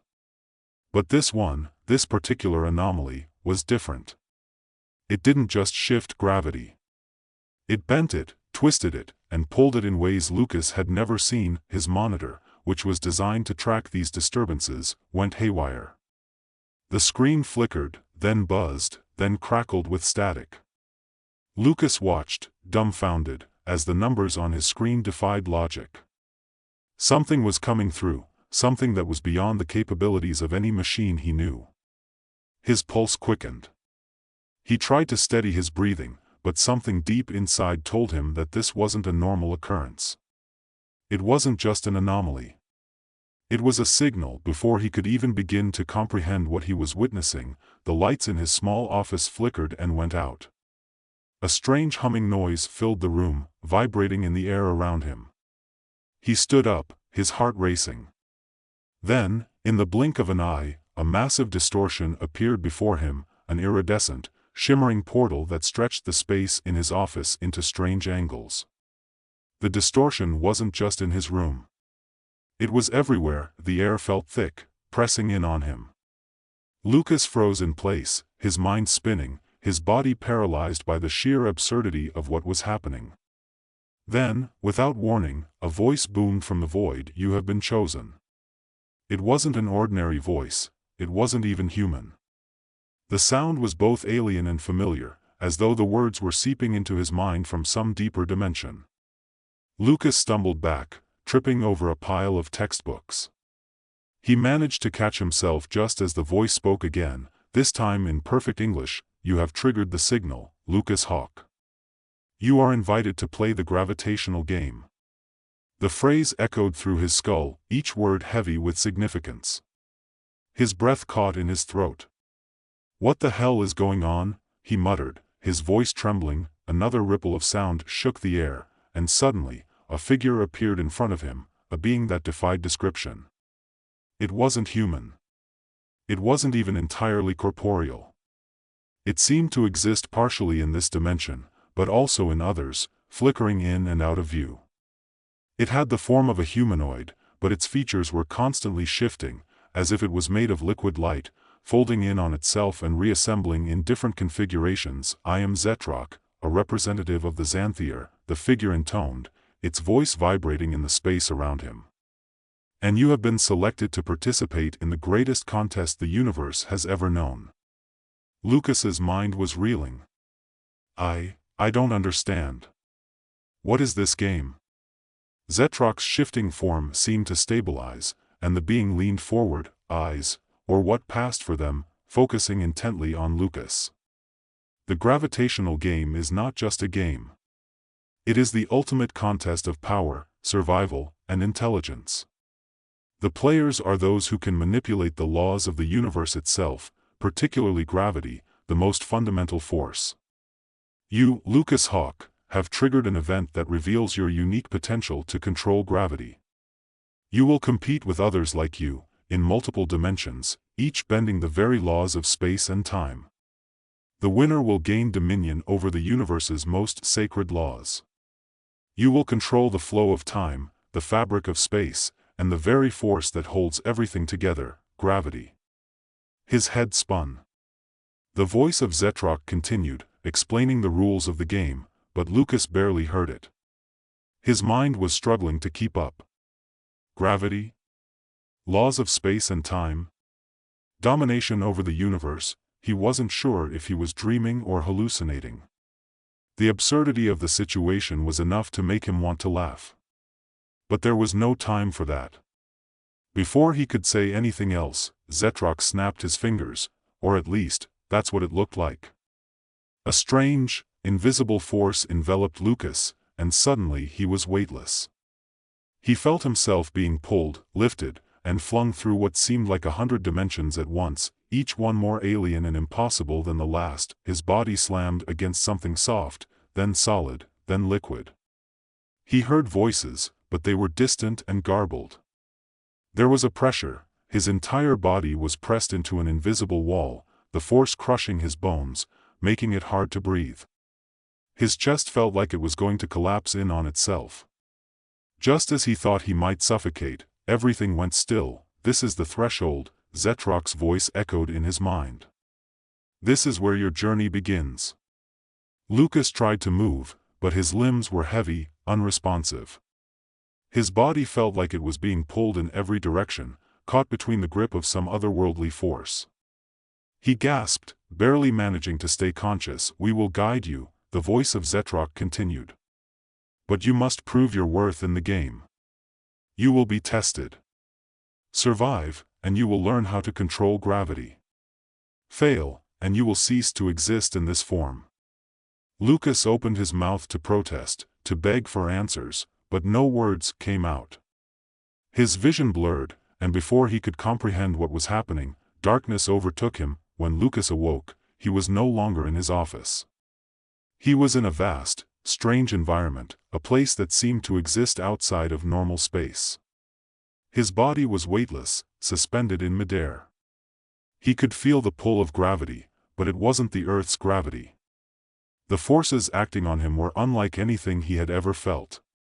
The air around him shimmered with an ethereal glow, and his senses were overwhelmed by the sheer alienness of it all. He tried to steady himself, but his body felt like it was floating, unmoored. He was in an alien space, a place that existed somewhere between dimensions, somewhere that he couldn't understand. And yet, something within him clicked. The urge to control, to master the forces acting on him, surged. It was as if his mind had been attuned to something deep inside him, a latent ability waiting to be unlocked. Before he could experiment further, a voice once again filled the air. It was familiar, but different, deeper this time. "Welcome to the arena, Lucas Hawk." The voice reverberated through the vast, alien space, wrapping around him like a tangible force. Lucas tried to respond, but his mouth felt dry, his body uncooperative, as if he was caught between dimensions.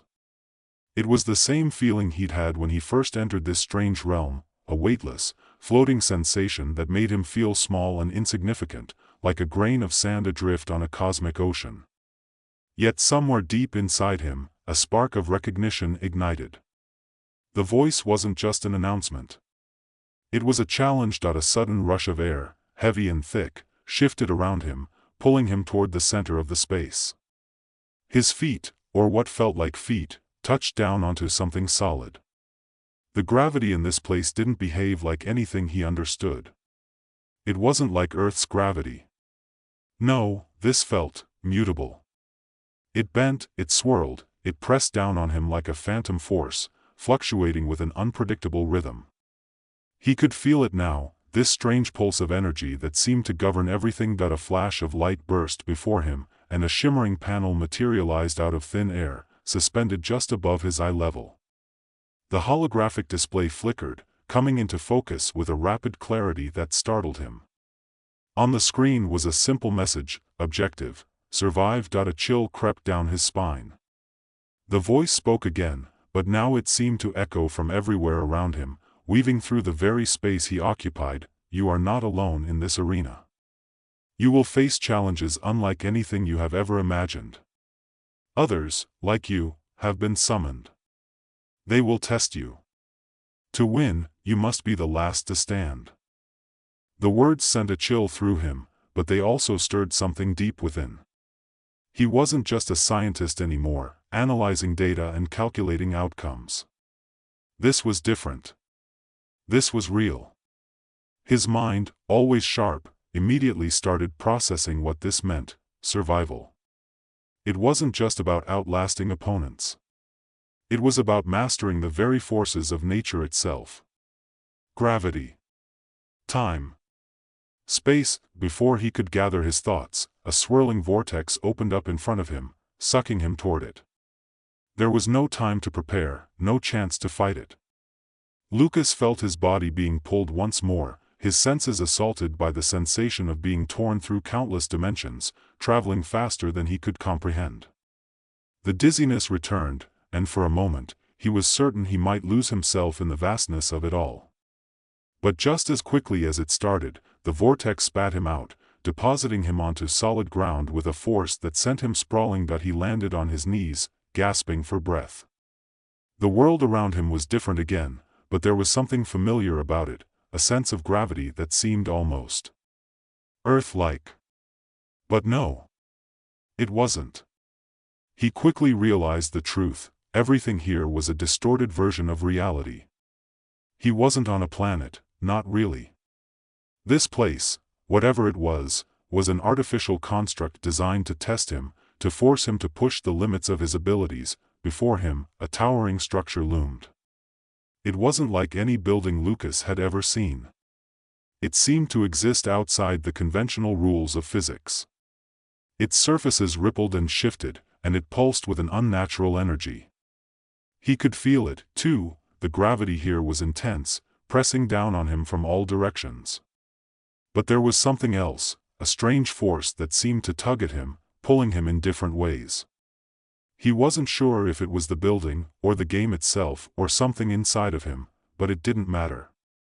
He needed to move. His body felt sluggish, his muscles aching from the constant pressure of the fluctuating gravity.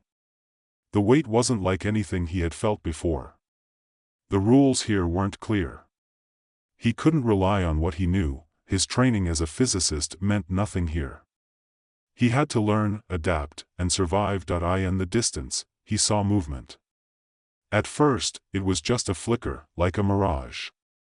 But as it grew clearer, Lucas could see that it was another being, humanoid but unmistakably alien. It was tall, its skin a translucent shade of blue, its limbs long and graceful, its movements fluid. It was watching him, its glowing eyes fixed on him with an intensity that made the hairs on the back of his neck stand up. Then, without warning, the alien raised its hand, and the space around Lucas seemed to warp. Gravity shifted again, this time sending him sprawling forward, throwing him off balance. His heart raced. He had no idea what was happening, but instinct kicked in. He had to fight, had to do something. He raised his hand, trying to focus on the forces around him, on the gravity itself. His mind snapped to attention as he pushed against the pressure, trying to exert his will on the environment. At first, nothing happened. His body felt too weak, too sluggish. The alien creature, seeing his struggle, began to move toward him, its steps soundless and calculated. No time to think. Lucas pressed harder, his mind focusing on the sensation of gravity. He could feel it. It was there, beneath his feet, around him, pulling in every direction. But there was something else, something deeper. A connection. He could feel the way gravity wanted to behave, the way it wanted to crush him. The pressure. The force. But he could also feel something else, a freedom, a potential, a way to shape it. He focused on that, pushed deeper into his mind, reaching for the hidden part of himself, the part that had always been dormant, and then, like a switch flipping, he felt it. The force of gravity shifted, but this time it wasn't forcing him down. He was controlling it. The pull released, just for a moment, and Lucas used that fraction of a second to propel himself backward, away from the alien. It was clumsy, but it worked. He was breathing faster now, his pulse pounding in his ears. He had done it. He had controlled it. It wasn't perfect, his movements were still jerky, unrefined, but it was enough to give him a sense of what was possible. The alien watched him for a moment longer, its glowing eyes narrowing. Then it raised its hand again. This time, Lucas was ready. He could feel the gravitational forces beginning to shift once more, but he reacted faster, forcing the gravity around him to bend and stretch, to push and pull as he needed. He twisted his body, using the force to launch himself into the air, spinning out of the alien's reach, the alien's face, or what passed for a face, contorted in something like surprise. It moved, but Lucas was faster now. His body was still unpracticed, but the power was real. Gravity, time, space, he could feel the possibility in every breath he took. He didn't know if the alien would attack, if it would try to kill him. He didn't know what was coming next. But one thing was certain, Lucas Hawk wasn't just an ordinary man anymore. He was part of something far bigger, far more dangerous. And the gravitational game had only just begun. Lucas had barely managed to regain his balance when the alien creature made its move. This time, there was no hesitation. It moved with the precision of a predator, its long limbs stretching toward him with unnatural speed. Lucas barely had time to react. His heart pounded in his chest as the gravitational forces in the space around him fluctuated wildly, almost as though the environment itself were alive, reacting to the tension that he felt. The shift before he saw it, the air around him tightening, the gravity increasing, pressing down on him like a heavy weight. The creature was manipulating it, but Lucas could sense it now. He could feel the pull, the subtle changes in the way gravity behaved. The alien was trying to trap him, trying to force him into submission by crushing him under the weight of the shifting forces. But Lucas wasn't helpless anymore. His body responded instinctively. He pushed against the growing pressure, his mind focusing on the invisible force that enveloped him. For a brief moment, he let go of the panic and concentrated on what he knew best, the push and pull of things. Gravity wasn't just something that happened to him, it was something he could control, something that was part of him now. With a sharp breath, Lucas forced the gravity around him to bend, pulling it instead of being pulled. He redirected the pressure, using it to propel himself backward, away from the creature's grasp. For a moment, it felt like flying. The sensation of weightlessness, the thrill of mastering something so vast, so incomprehensible, was intoxicating. But it wasn't just freedom. It was power. As he floated back, the alien creature's hand reached out for him, fingers elongating, but Lucas was already out of reach. He used the gravity to move quickly, twisting and turning in mid-air, and then, in a swift motion, he pushed himself into a roll on the ground, coming to a crouch. He exhaled sharply, his heart still racing, his senses alive with the raw energy of the game. The creature, frustrated but unyielding, gave a low hiss. It adjusted its position, eyes narrowing. This time, Lucas didn't wait. He shot forward with a force that surprised him, his body reacting before his mind could fully process what he was doing. He felt the rush of energy as he summoned the gravitational forces beneath him, using them to propel his body faster, harder. It was like riding the edge of a storm, a momentary surge of wild energy that could either send him crashing into the ground or send him soaring. The alien staggered back, taken aback by his sudden speed. Lucas didn't hesitate. With a swift movement, he bent the gravity again, this time, twisting it to wrap around the alien's limbs, holding it in place for just a split second. It wasn't much, but it was enough to create an opening that he took the opportunity.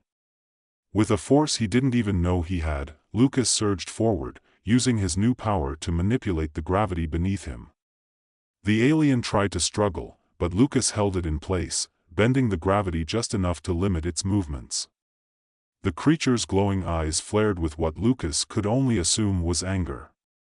It attempted to break free, its body twisting and contorting against the forces Lucas was creating, but then, just as quickly as it had happened, the pressure eased. Lucas didn't know why, but the alien's resistance faded, and it slumped, defeated. For a moment, there was only silence, and Lucas realized that he was panting, his breath shallow, his heart thumping in his chest. The alien's body twitched, but it remained still. Lucas approached cautiously, still feeling the weight of the strange, fluctuating gravity around him. He had won this round, but the game wasn't over.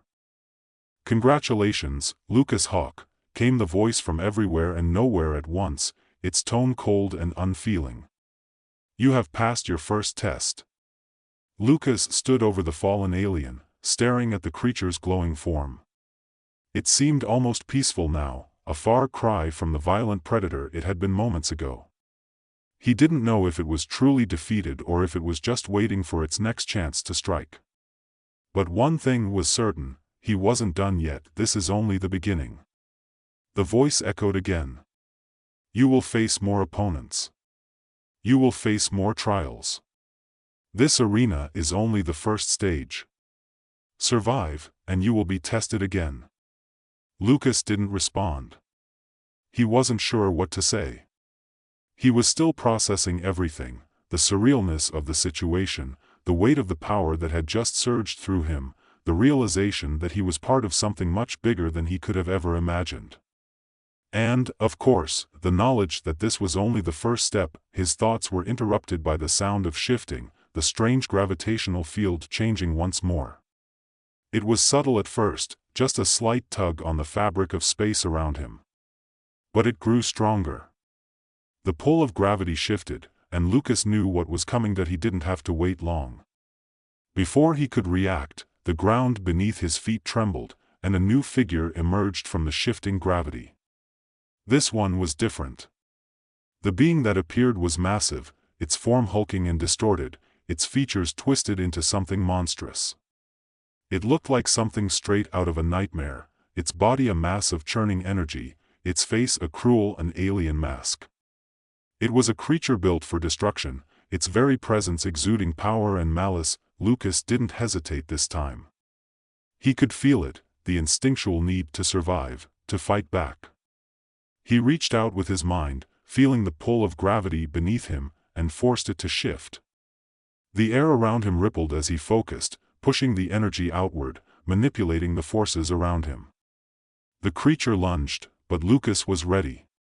He bent the gravity once more, twisting it to send the creature hurtling through the air, forcing it off course, but the creature wasn't done. It adjusted quickly, its form shifting to adjust to the change in gravity.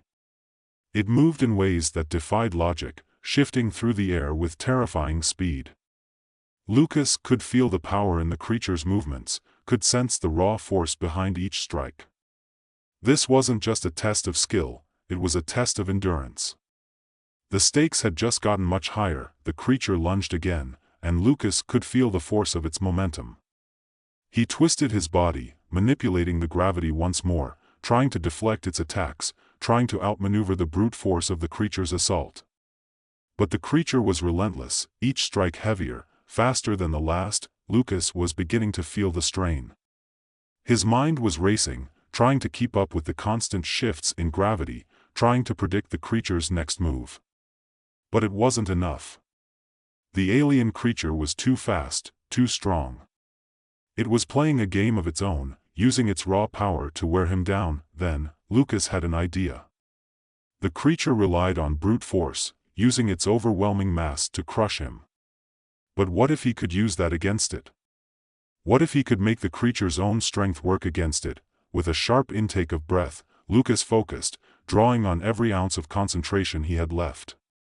He felt the pull of gravity around him and twisted it, directing it inward, towards the creature's massive body.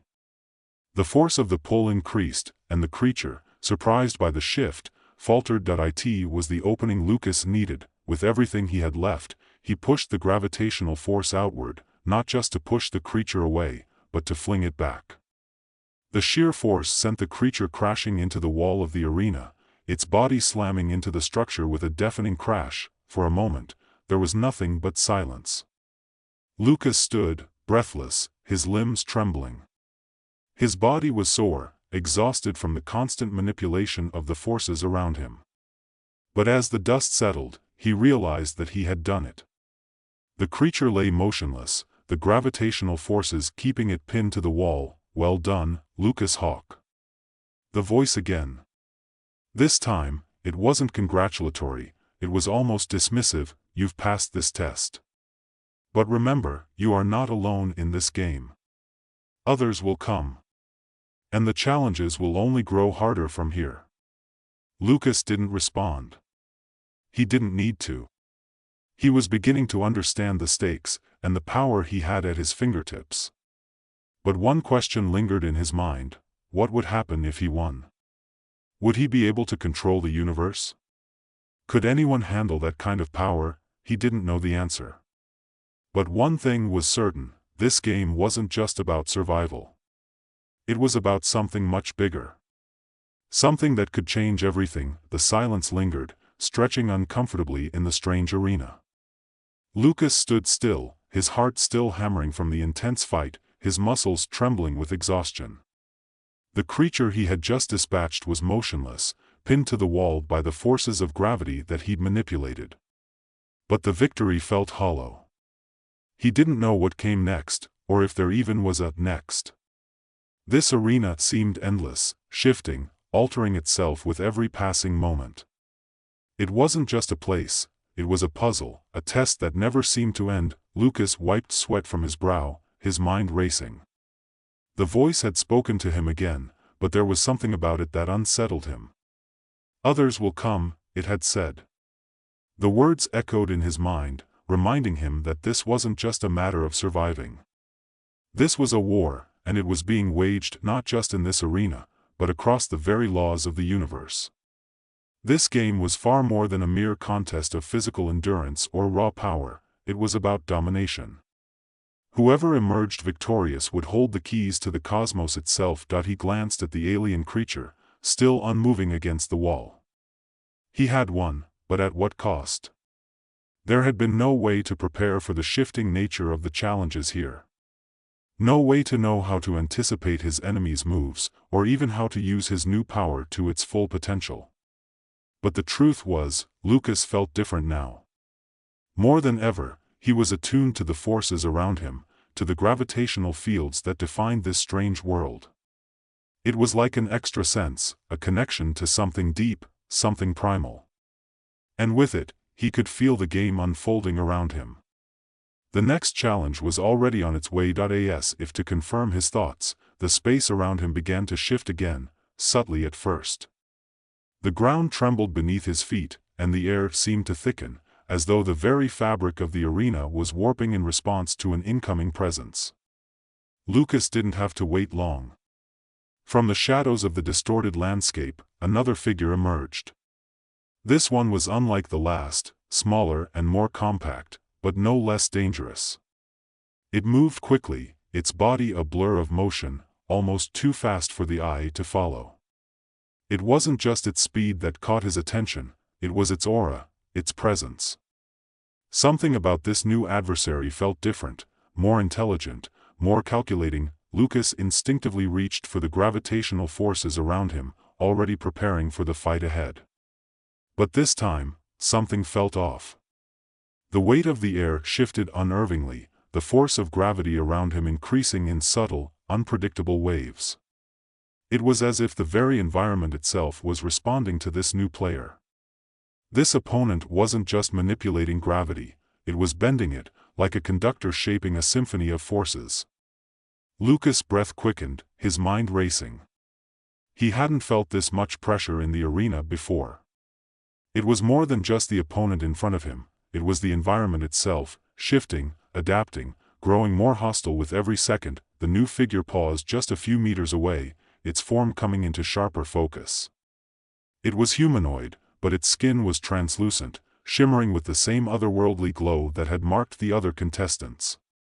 The creature's eyes were like twin pools of light, reflecting the swirling energy around them. It didn't speak, but its intent was clear. It was sizing him up, analyzing him. Lucas could feel the weight of its gaze, like 1,000 calculations running through its mind. Then, without warning, the creature launched forward with a speed that took Lucas completely by surprise.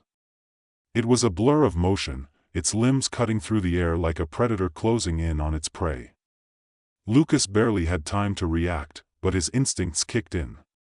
He bent the gravity around him, pushing back against the force that threatened to slam into him. But the creature was already ahead of him, its gravity field shifting in tandem with its movements. The air distorted around them, and for a moment, Lucas lost track of the environment entirely.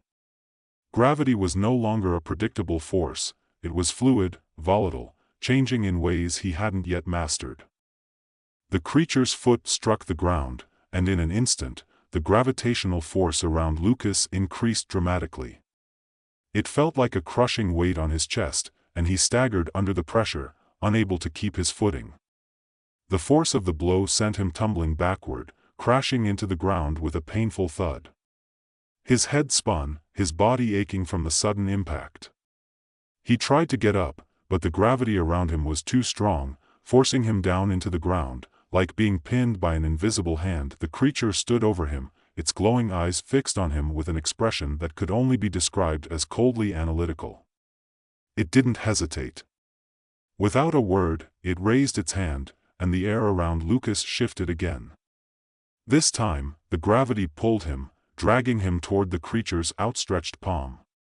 Lucas' body tensed as he fought against the gravitational pull, but it was too much. He could feel the weight of the universe pressing down on him, making it harder to breathe, harder to think, but this time, Lucas wasn't entirely helpless. His mind raced, reaching for the gravitational forces around him, drawing on the power that had already become second nature. He focused, pulling the gravity in the opposite direction, pushing back with everything he had. It was a struggle, a battle between two forces, one powerful, the other raw with potential. The air around them crackled with energy, the forces at play so intense that they seemed to distort reality itself. The creature's grip tightened, but Lucas' will was stronger. With a sudden burst of energy, he shifted the gravitational pull with such force that the creature was thrown back, tumbling through the air like a ragdoll. It crashed into the ground, its body skidding across the surface. For a brief moment, the arena was still. Lucas took a shaky breath, sweat dripping from his brow.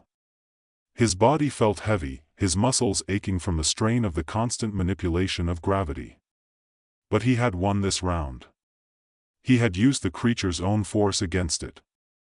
But even as the creature lay motionless on the ground, Lucas knew that this was only one small victory in an endless game of cat and mouse. The voice spoke again, but this time it had a note of finality. You have proven yourself, Lucas Hawk. You have passed the test. But remember, there is always a bigger challenge. Survive, and you will face the greatest test of all, the chance to control the laws of the universe. The ground beneath Lucas' feet began to shift, and once again, the landscape around him warped, changing into something new. He felt the familiar tug of gravity change, but this time, it was more than just the forces of the arena shifting. This was different. Something was happening. The game was evolving, and he had no idea what would come next. But the stakes had never been clearer. This was no longer just about surviving, it was about controlling the very fabric of existence. That he wasn't sure what would happen when the game reached its final stage, but as the environment shifted around him, one thing became undeniable. Lucas Hawk was no longer the man he had been. He was a player in a game that spanned the cosmos itself, and whether he was ready or not, the game was far from over. The voice spoke once more, its tone now laced with a strange finality. Prepare yourself, Lucas Hawk. The gravitational game is about to reach its true conclusion. Ethan Grant had always been a man who saw the world differently. While most people were content to follow the rules, to walk the well-worn path laid out by generations before them, Ethan had always looked up at the sky and wondered, why not?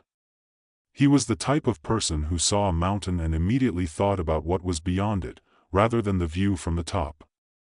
His mind was constantly spinning with ideas, theories, and experiments that most people would call impossible. And yet, somehow, he always found a way to turn the impossible into something tangible. The year was 2041, and Ethan had just made the discovery of a lifetime. He had unlocked the secret to controlling gravity. Well, not exactly controlling gravity in the sense of stopping it, but manipulating it on a quantum scale. His discovery, his masterpiece, was the creation of miniature black holes. Tiny, nearly weightless singularities that could alter the gravitational field around them. He could make things levitate or fall faster, or in some cases, disappear entirely, as if they'd been sucked into a void. Ethan's lab, an old converted warehouse in the heart of Silicon Valley, had become a shrine to his work. The walls were cluttered with scribbled equations, half-finished prototypes, and coffee cups that hadn't seen the inside of a dishwasher in weeks. The floor was scattered with papers, books, and leftover pizza boxes. The place smelled like stale coffee and burnt rubber, though no one ever dared complain. To Ethan, it was perfect, and he had a companion, of sorts. Her name was Rachel Summers, a colleague from his university days who had stuck with him through thick and thin. Rachel had always been skeptical about Ethan's experiments, especially his obsession with black holes. She often told him it was reckless, dangerous even, but she never left. She was drawn to his brilliance, his passion, and perhaps even the chaos that seemed to follow him everywhere. On that fateful Tuesday afternoon, Ethan was working on his latest experiment, something he'd been tinkering with for days. He was trying to stabilize a black hole the size of a marble. He'd already created several small ones before, but each time, the results had been, well, unpredictable. The problem was that once you created a black hole, you had to control it. If you didn't, it could grow. And if it grew too much, well, let's just say the consequences wouldn't be pretty. But Ethan wasn't worried. Not yet. He had the controls figured out. He'd perfected the equation. The black hole, he reasoned, was just another physical object. All it needed was a little fine-tuning, a few adjustments to the gravitational pull. A nudge here, a tweak there. Gizmo, he said aloud to the tiny black hole that floated above his workbench.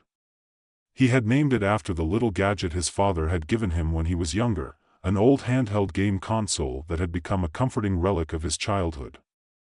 Gizmo was tiny, no larger than a marble, but it pulsed with an eerie light. It was his creation. His achievement. Rachel stood across the room, arms crossed, watching Ethan's movements with an expression that was part curiosity, part concern. Are you sure about this? She asked, her voice tinged with the familiar skepticism. Last time you tried this, you nearly pulled half the lab into another dimension. Ethan grinned, tapping his fingers on the table. It'll be fine. I've adjusted the parameters this time. Everything's under control. Rachel rolled her eyes, but she didn't leave. Ethan had that effect on people who couldn't quite decide whether they were fascinated by him or terrified. Rachel was no different. As Ethan leaned in to adjust the controls on his terminal, his wrist brushed against a sensor. The black hole shifted slightly, growing a fraction larger, a slight ripple in the fabric of reality. It didn't seem like much, just a brief flicker, but then it happened. The black hole began to grow. At first, Ethan thought it was just a glitch, a fluke. But the black hole kept expanding, slowly at first, then faster and faster. The lab started to tremble. The walls groaned under the pressure of the immense gravitational force. Bookshelves tilted and fell over, papers were sucked into the air like they were caught in a windstorm. Rachel's eyes widened in horror. Ethan! What the hell did you do? Ethan's hands flew across the controls, but it was too late. The black hole wasn't just a marble anymore, it was the size of a beach ball, then a car, then a small building. And it wasn't stopping. Oh no, Ethan muttered, the color draining from his face. This isn't supposed to happen. The black hole was no longer just floating above his desk. It had become a force of nature. The whole building was shaking now, its foundations cracking under the strain. The machines around Ethan began to short-circuit, sparks flying, screens flickering. The sound of metal bending and snapping filled the air. What do we do? Rachel screamed, her voice rising in panic. Ethan could barely hear her over the deafening roar. He stumbled back, trying to keep his balance, but his thoughts were racing too fast for him to focus. The black hole was growing at an exponential rate. Whatever he had done, it wasn't just an experiment gone wrong, it was a global disaster in the making. He looked at Rachel, fear in his eyes. We need to get out of here. Now. As they ran toward the exit, the building itself seemed to bend around them. The doorframe twisted, then imploded as the gravitational pull of the black hole sucked everything nearby into its depths. Ethan felt the air grow thinner, and his heart skipped a beat. The black hole wasn't just pulling in physical objects, it was distorting time itself. Suddenly, they were outside, standing on the pavement, looking back at the warehouse. But it wasn't just the warehouse that was affected. The entire city seemed to tremble. Streetlights flickered, windows shattered, and cars ground to a halt, as though they too were caught in the black hole's influence. People were running, shouting, but their voices sounded muffled, like they were underwater. Ethan stood frozen, staring at the growing abyss. The black hole wasn't just affecting the lab, it was eating away at the entire city, and it was expanding faster than anything he could control. What had started as a small, manageable experiment had spiraled into a nightmare that threatened to consume everything. Rachel was beside him, her breath shallow and ragged. "Ethan, this is real. We need to stop it." "I know," he said, his voice shaky. "I don't know how, but I know I have to fix this." But as they watched, the black hole grew even larger. It was no longer just a threat to their city, it was now big enough to swallow the entire planet. Ethan stared at the swirling mass in front of him, the black hole's edges distorted by the atmosphere, as if reality itself was warping under its pull. The city around them was in chaos. People were screaming, running in all directions, but their efforts were futile.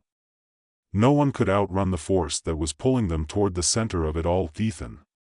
Rachel's voice was a distant shout, but she was right next to him. He felt the panic rise in his chest again, threatening to swallow him whole, just like the black hole. "I need to fix this," he said, his voice tight with fear. His mind was racing, scrambling to find a solution, to find anything that could stop the catastrophe from unfolding. But the truth was, he had no idea where to even begin. The black hole's influence was beginning to distort time around them. As he glanced around the streets, he saw glimpses of things that weren't supposed to be there. A car that had been flipped upside down earlier now righted itself, a streetlight that flickered on and off like it was trying to communicate something cryptic.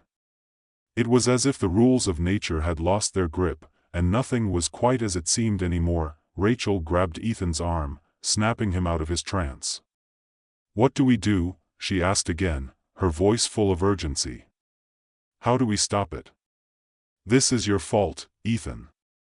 You're the one who created this." Ethan flinched, guilt cutting through him like a hot knife. He didn't need Rachel to remind him, he already knew the weight of his actions. His creation, his brilliant idea, had gone horribly wrong. It was eating everything in its path, and the more he stared at it, the more he realized that the black hole wasn't just a scientific anomaly. It was a living thing, a force of nature that he had unknowingly unleashed into the world. And now, it seemed unstoppable. I have to go inside," Ethan said suddenly, his words slipping out before he had even fully formed them in his mind. Rachel looked at him in confusion. "Inside? What are you talking about? You can't just walk into a black hole." "I have to," Ethan replied, his voice steadying as he began to realize that there was no other way. "The only way to stop it is to reach its core. If I can get to the heart of the black hole, I can reverse it. I can collapse it before it grows any larger." Rachel shook her head, her eyes wild with fear. "You're insane. You're talking about going into a black hole. It's impossible." But Ethan was already moving, his steps driven by an overwhelming sense of purpose. The black hole was calling to him now, its gravity pulling at him like a magnet. He could feel the distortion in the air, the pressure building with every passing second. He couldn't explain it, but in that moment, he knew he was the only one who could fix this. As he walked toward the center of the black hole's pull, everything around him seemed to slow down. The world was warping in strange ways, the sky above him stretching and folding in impossible patterns. Time was becoming unreliable, but Ethan pushed forward, focusing on the task at hand. He wasn't sure how much time had passed, minutes, hours, but he didn't care. The black hole was his responsibility, and he had to make it right. Rachel caught up to him, her face pale but determined. "You're crazy, but I'm not letting you do this alone," she said, her voice firm despite the terror in her eyes. Ethan gave her a brief nod, not bothering to argue. He had no time for doubts. He couldn't afford to waste a single second. Together, they moved closer to the event horizon, the edge of the black hole where everything seemed to vanish into a void of incomprehensible nothingness. The closer they got, the more distorted everything became. The ground beneath their feet began to ripple like water disturbed by a stone. The buildings around them started to warp, their outlines bending and twisting into impossible shapes. People were screaming, but their voices seemed to come from a distance, muffled by the warping reality. Ethan and Rachel reached the black hole, and it loomed before them, a swirling mass of dark energy, its center pulsing like a living heart. Ethan could feel the pull, a physical sensation, like his very atoms were being tugged apart. Every instinct in him screamed to turn away, to run, but he knew that was impossible. The only way to survive was to confront the black hole, to undo the damage he had caused. "We have to go inside," Ethan said again, though this time his voice was quieter, more certain. "Once we're inside, I can reverse the flow of gravity, collapse the singularity before it consumes everything." Rachel didn't argue. Instead, she nodded, taking a deep breath. Her hand reached out for Ethan's, gripping it tightly. Together, they stepped into the black hole. At first, it was like stepping into a vacuum, a place where all sound and sensation disappeared. It felt as though they were falling, but not in the way they'd expect. There was no ground beneath them, no up or down, just an endless stream of light and darkness that moved around them at impossible speeds. Time became irrelevant. It was as if the very fabric of existence was being shredded and reassembled with each passing second. Ethan's heart pounded in his chest. He had no idea where they were, or what they were meant to do next, but he couldn't stop now. He had to reach the core of the black hole, to find the point where everything began and collapse it before it grew any larger. Then, something unexpected happened. A voice that was faint at first, almost a whisper in the vast emptiness, but as it grew louder, Ethan realized it was coming from him. It was his own voice, but it wasn't speaking words. It was speaking memories, memories he had forgotten, things he had long buried. Faces flashed before his eyes, moments from his past, his failures, his regrets. It was as if the black hole was showing him his life, unfolding in front of him in an endless loop. The voice grew louder. And then, it spoke directly to him. "You thought you could escape, Ethan. You thought you could control the universe. But you cannot outrun your own mistakes." The words chilled him to his core, and for a moment, Ethan wanted to turn back. The black hole had become something more than just a scientific anomaly. It had become a force that was pulling at the very fabric of his being, a force that understood him in ways he didn't understand himself. "No," he whispered to the darkness. "I can fix this. I have to fix this." The voice laughed softly, a sound like the rustling of leaves. "Fix it? There is no fixing what has already been done. Time is collapsing, and there is no going back. You wanted power, Ethan. Now you will see what it costs." Ethan's stomach turned. He couldn't let this voice, or whatever it was, distract him. He focused on the pull, the gravitational forces that twisted everything around him, and then, as if by instinct, he reached out. He felt the singularity before him, its infinite density, its infinite power. He closed his eyes, letting the pressure build around him, and in that moment, he understood. To reverse the black hole, he had to collapse it from within. He had to rewrite the event, change the course of history itself. His heart raced as he focused all his energy on the task. He didn't know how, but he had to.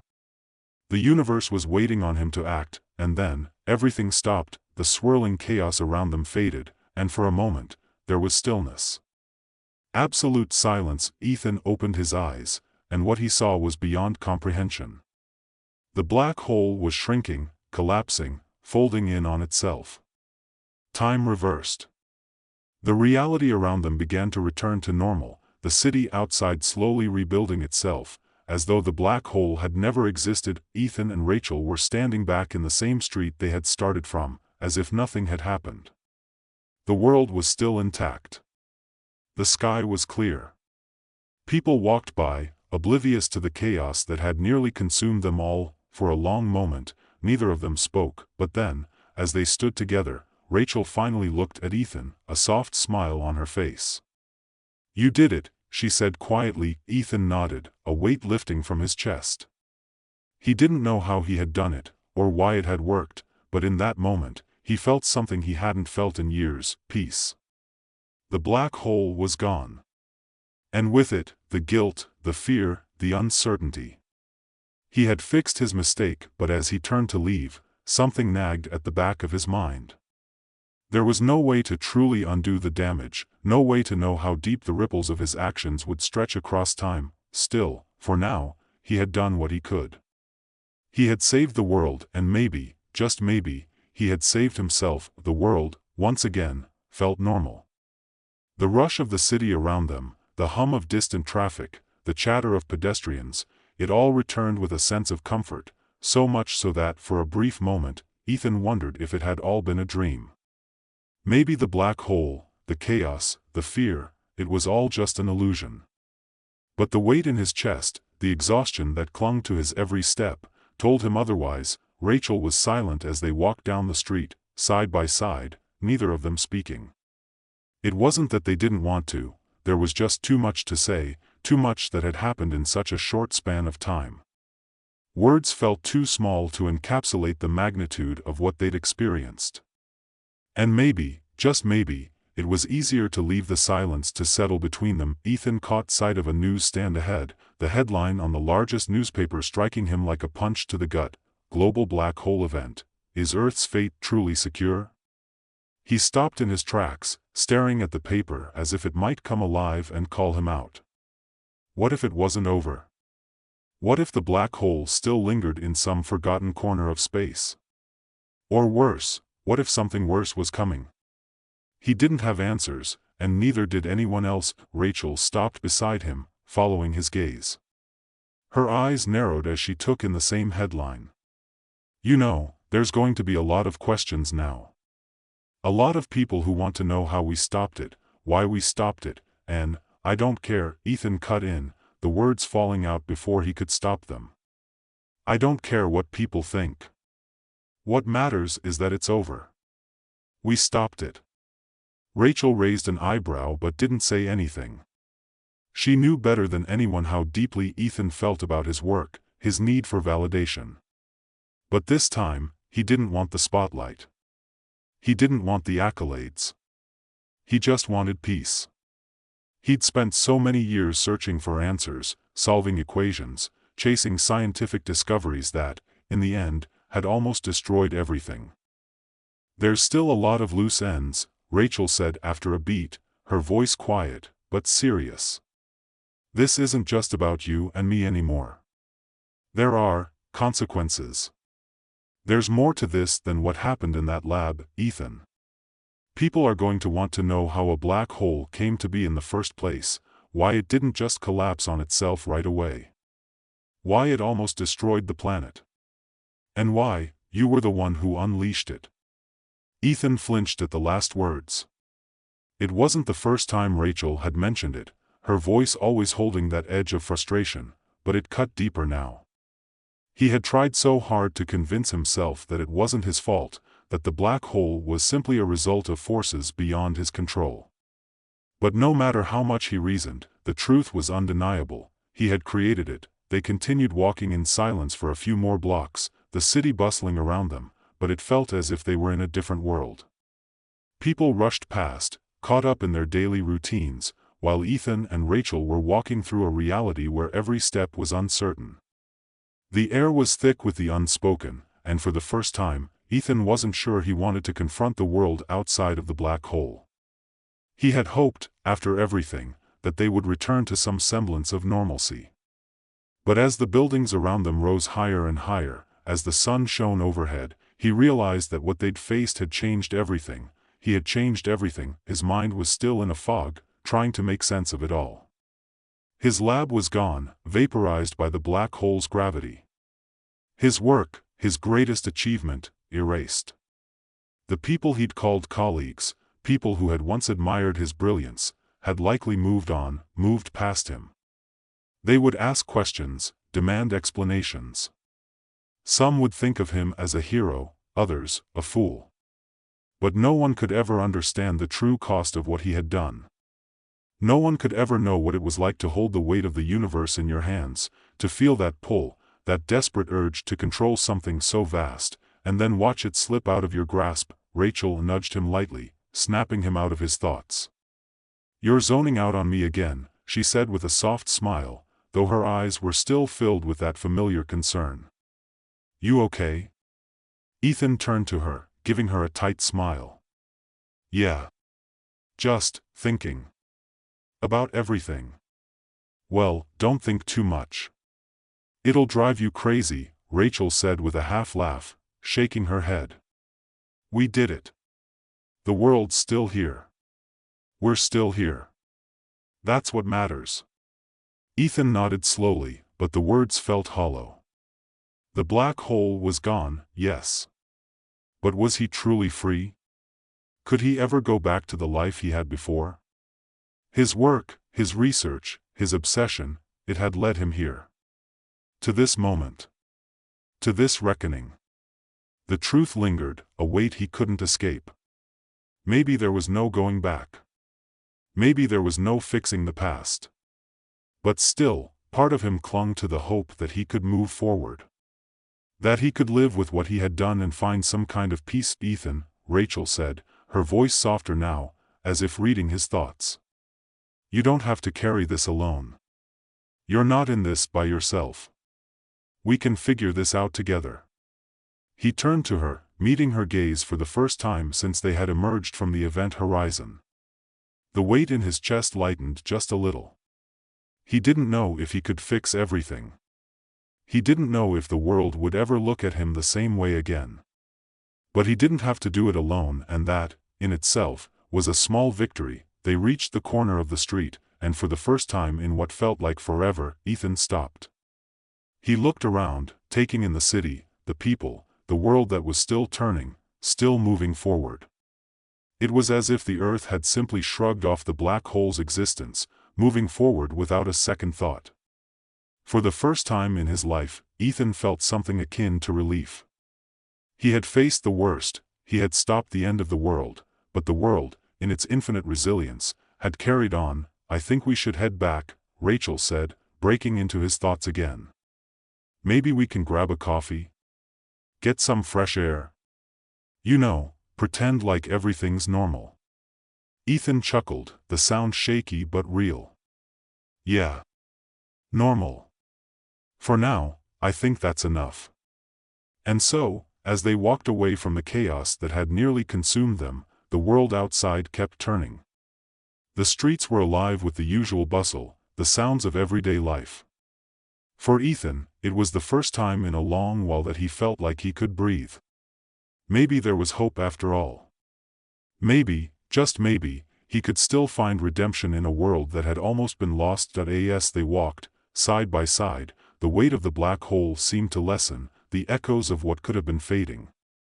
There was no going back to the past, no undoing the mistakes.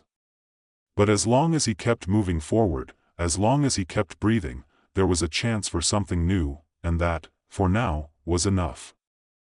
Julian Fisher had never wanted to be a hero. He was, by nature, a man of precision, of numbers, equations, and absolute control. There was a certain comfort in that, a tranquility to knowing that if he could just focus hard enough, every problem had a solution. But that comfort had long since evaporated. And now, as the streets of New York buckled under the weight of a strange, invisible force, Julian found himself staring at a disaster of his own making. It all began with a simple experiment. Julian had been working on a theoretical model, one that could bend gravitational fields in ways humanity had only dreamed about. The theory was sound. The tests, at first, went as planned. And then, it happened. A miscalculation. A tiny error in the calculations. A shift in the force that should have been impossible. Gravity, it seemed, was no longer something humans could predict or control. In the middle of Manhattan, skyscrapers suddenly started rising into the sky. Cars were yanked off the roads, spinning like toys caught in a cyclone. Pedestrians screamed, stumbling as the ground beneath them buckled and twisted. The very laws of nature were being shredded. Not again, Julian muttered, his face pale with the realization that his attempts to correct the anomaly were going to be much harder than he had anticipated. He was standing in the middle of the chaos now, still wearing the lab coat he'd never bothered to take off. His hands were shaking slightly, but he clenched them into fists. He couldn't afford to panic, not now. Not when the city was literally falling apart around him. The world had turned upside down, and only Julian had the power to fix it. The power, ironically, to manipulate gravity. Okay, think, Julian muttered to himself, scanning the swirling devastation. His gravity-manipulating device, a small, sleek orb attached to his wrist, was the only tool he had left. But the gravity field was so volatile now that he could barely stabilize himself. He would need to focus all of his energy into just one thing, fixing the rift he had caused. As he concentrated, he felt it, a pulse of energy coursing through him. The device on his wrist hummed with the faintest whir. Time seemed to slow as he bent the gravity field around him, trying to pull the buildings back into place. It was working, he thought. The skyline was beginning to settle, the buildings returning to their upright position. The chaos was subsiding, but then, crack. The sound was like thunder. The air rippled in waves, and suddenly, Julian felt something shift within him. Something unnatural. He stumbled, his mind reeling, unable to keep up with the sudden influx of energy. For a brief, terrifying moment, he lost all sense of where he was. One moment, he was in the city, holding the gravity field in place. The next, he was no longer in the present at all. The streets of New York faded from view, and Julian found himself standing alone in a vast, empty void. The ground, if it could even be called that, was a swirling blur of abstract shapes, like the universe itself had forgotten how to hold together time. That was what was wrong. He wasn't in the present anymore. He wasn't even in the past. Julian had slipped out of time itself. The sudden realization hit him with full force. He wasn't just manipulating gravity anymore. He had become part of it. Julian gasped for air, though there was no need to breathe here. It was as though the concept of physical existence had stopped making sense altogether. He had no body, just a consciousness, floating in a sea of shifting time. "What is this?" he whispered. The voice that responded was not his own. "Time is a river, Julian. But now, you are the current," it said. The voice was calm, ethereal, but undeniably ancient. The words swirled around him like smoke, intangible yet unyielding. Who are you?" Julian demanded, his voice louder now, trying to grasp some semblance of control in the madness. "You already know me. You just can't remember yet," the voice answered, its tone filled with a strange, knowing sympathy. "But you will, in time." He didn't understand. But in a way, he did. His mind was fragmented, but there was a certainty growing inside him, something he had never experienced before. He was more than human now. More than just a scientist. He had become an infinite part of the universe's design, but that didn't mean he had lost everything. "No," Julian whispered to himself, blinking back the strange sensation that threatened to overwhelm him. "I'm not done. I have to fix this. I have to go back." It took only a moment for Julian to realize that the more he tried to focus, the more distant the present became. It was as though each thought he had sent him further and further into this space. He was losing himself, not to death, but to something far worse, to becoming the very thing he sought to control. He stretched out his mind, pulling at the threads of time, trying to force the past and the future into a shape he could understand. He reached for the device on his wrist, but it was gone. In its place, he found only the raw, untamed power of gravity. He could feel it, as if it were woven into the very fabric of the universe. His fingers twitched. He wasn't sure if he was moving his body anymore, but something told him that if he concentrated, he could change the course of history itself. That's when the images began to appear. Snapshots of moments, fragments of time, snippets of his life and others' lives flashing before his eyes. Julian saw himself, years ago, sitting in a laboratory, scribbling notes in a feverish hurry. He saw the first time he tested the gravity manipulation device. He saw the city, his city, before the disaster had struck, and then he saw the future. A future in which he had successfully repaired the anomaly, only to witness the world growing darker. The power he'd wielded, in his attempt to control gravity, had caused ripples that would echo across time, sending shockwaves of chaos into every corner of reality.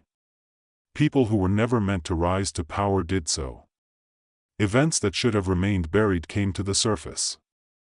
Julian's manipulation of the laws of gravity had torn the world apart in ways he could never have foreseen. The future Julian watched was a dystopia, one where the very people he had tried to save had been crushed under the weight of his own mistakes. "No," he whispered, his voice hollow. This can't be the answer." The voice returned, this time louder, more insistent. "You are the answer, Julian. You are the bridge between the past and the future. But you are not just a man anymore. You are the force that drives time itself." His mind raced. "This is too much. I can't handle it. I need to go back. Fix this. Find a way out of this, whatever this is." But as Julian reached for the threads of time once more, he felt a pull, a deep, gravitational tug from somewhere far off. A force stronger than anything he had ever known. He was being drawn forward into something, someone, from a future that had yet to come. Before he could even react, Julian was swept into the current of time, his entire being consumed by the cosmic pull. He had no control, no way to stop it. His consciousness stretched across the fabric of time, faster and faster, until, when Julian's consciousness snapped back into focus, there was no sense of time. The world around him was silent, unnaturally so. The usual hum of life, the background noise of existence, had disappeared. He could feel gravity, though. It was there, as constant as ever, pulling at him, holding him in place. But something had changed. He had changed, but he was still not in the present. In fact, he couldn't tell where he was at all. The surroundings were dim, blurry, fuzzy, like a dream half forgotten. The air was thick, pulsing with a strange energy, and his own body seemed almost foreign, as if he no longer fully inhabited it. The usual sensations, the weight of his body, the pressure of his feet on the ground, were absent. He was drifting, weightless, as though he were both everywhere and nowhere at once. "Where am I?" he asked aloud, though his voice felt disconnected from his body. It was a thought more than an utterance, as if his words themselves were being pulled from him by some external force. The voice that answered him seemed to come from nowhere, a whisper carried by the very air itself. "You are between worlds, Julian," the voice said, familiar in a way he couldn't place. It wasn't the same voice from before, calm and distant, like a universal hum. This one felt different. It had weight to it. It was as if it had always been there, waiting to be heard. "You have crossed the threshold." He had no reply to that. No understanding. All he knew was that something in him, the very essence of who he was, had shifted. He wasn't just a man anymore. Not just a scientist who had meddled with forces beyond comprehension.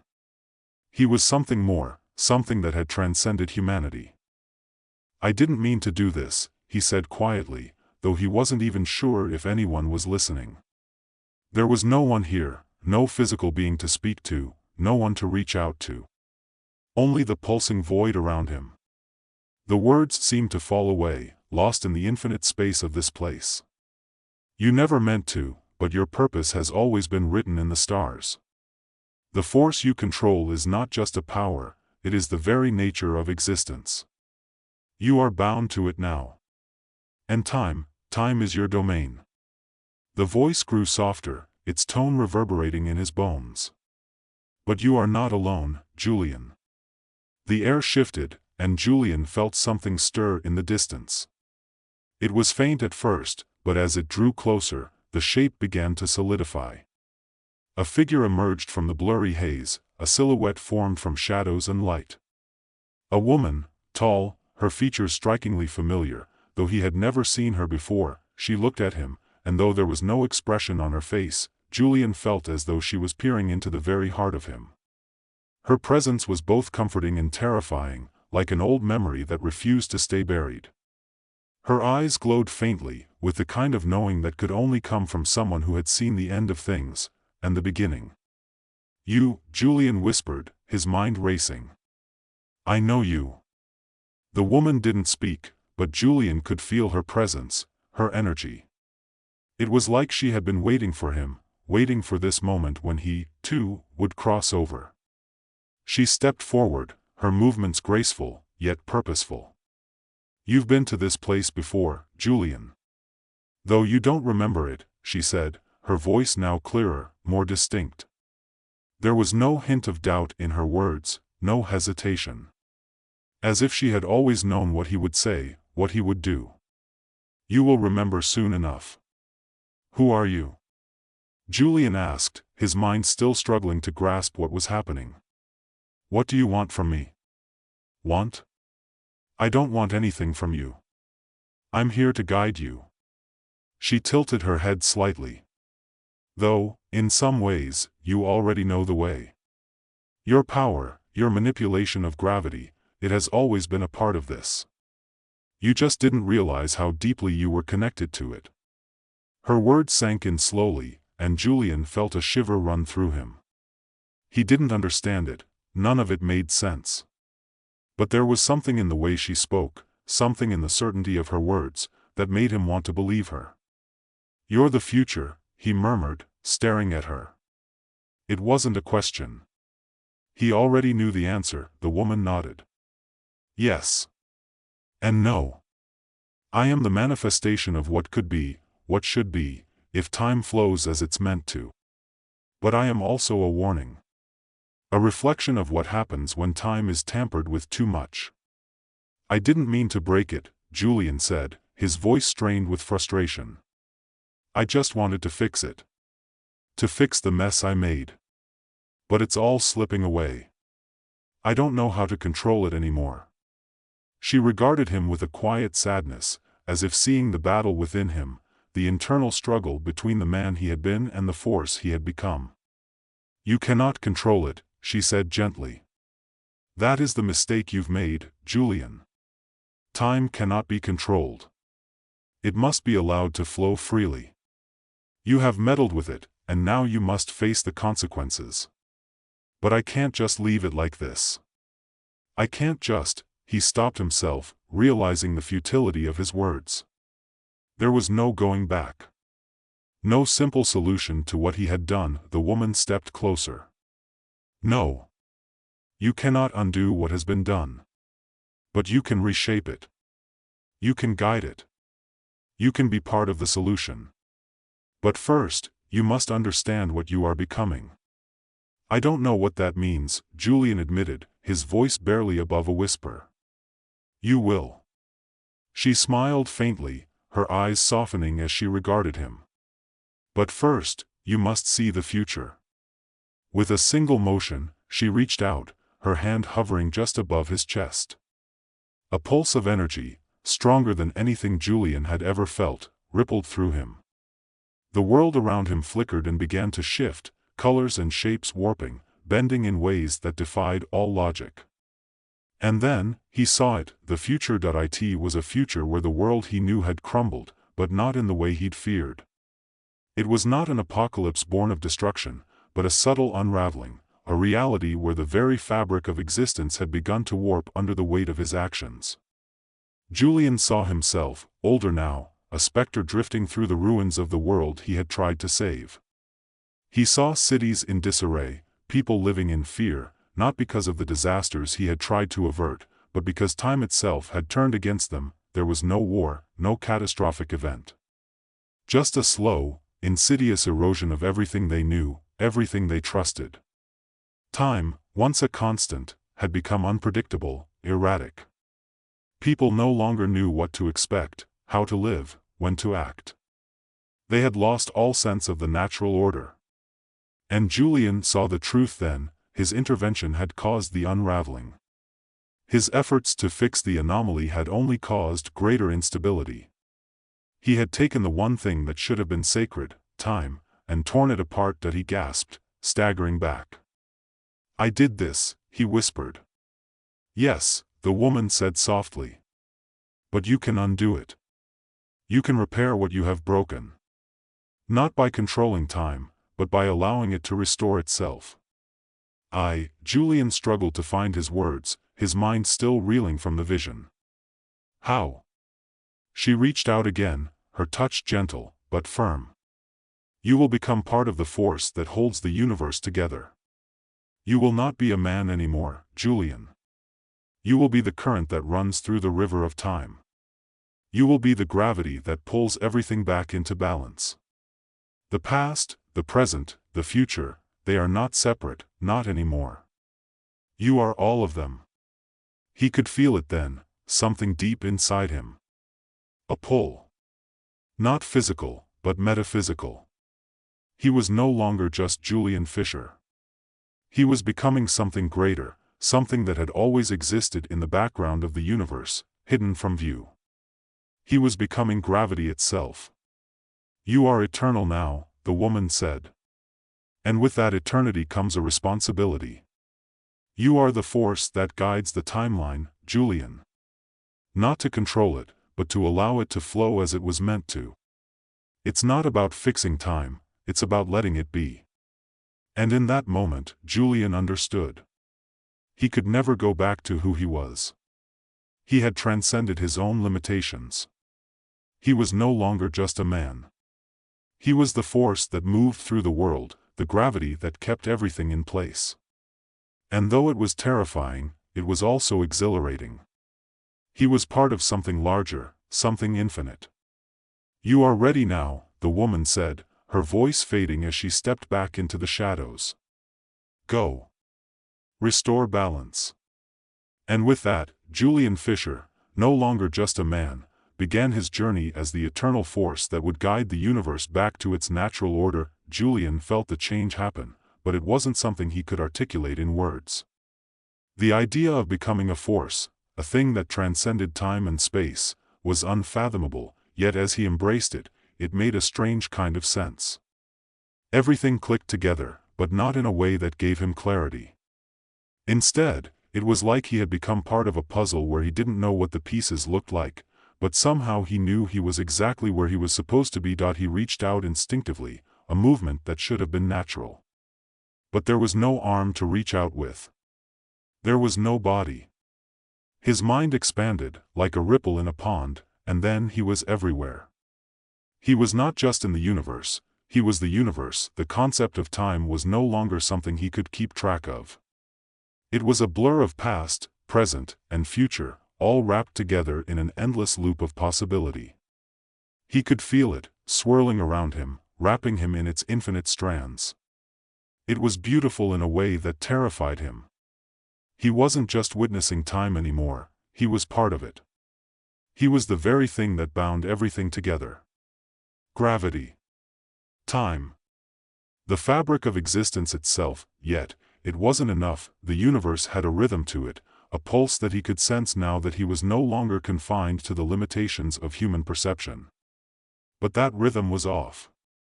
There was a discord, a sharp, jagged edge cutting through the flow of time. A fracture, a tear in the cosmic fabric, one that he had caused by trying to fix the anomalies that had started it all. Julian could see it, like a shadow over the landscape of existence, a break in the natural order, where things were not where they were supposed to be. The past was colliding with the future, and both were struggling against the pull of the present. The future had started to bleed into the past, creating a loop, an endless cycle that twisted back upon itself. People who had not yet been born were remembering the dead, and the dead were living memories of people who had yet to make their mark.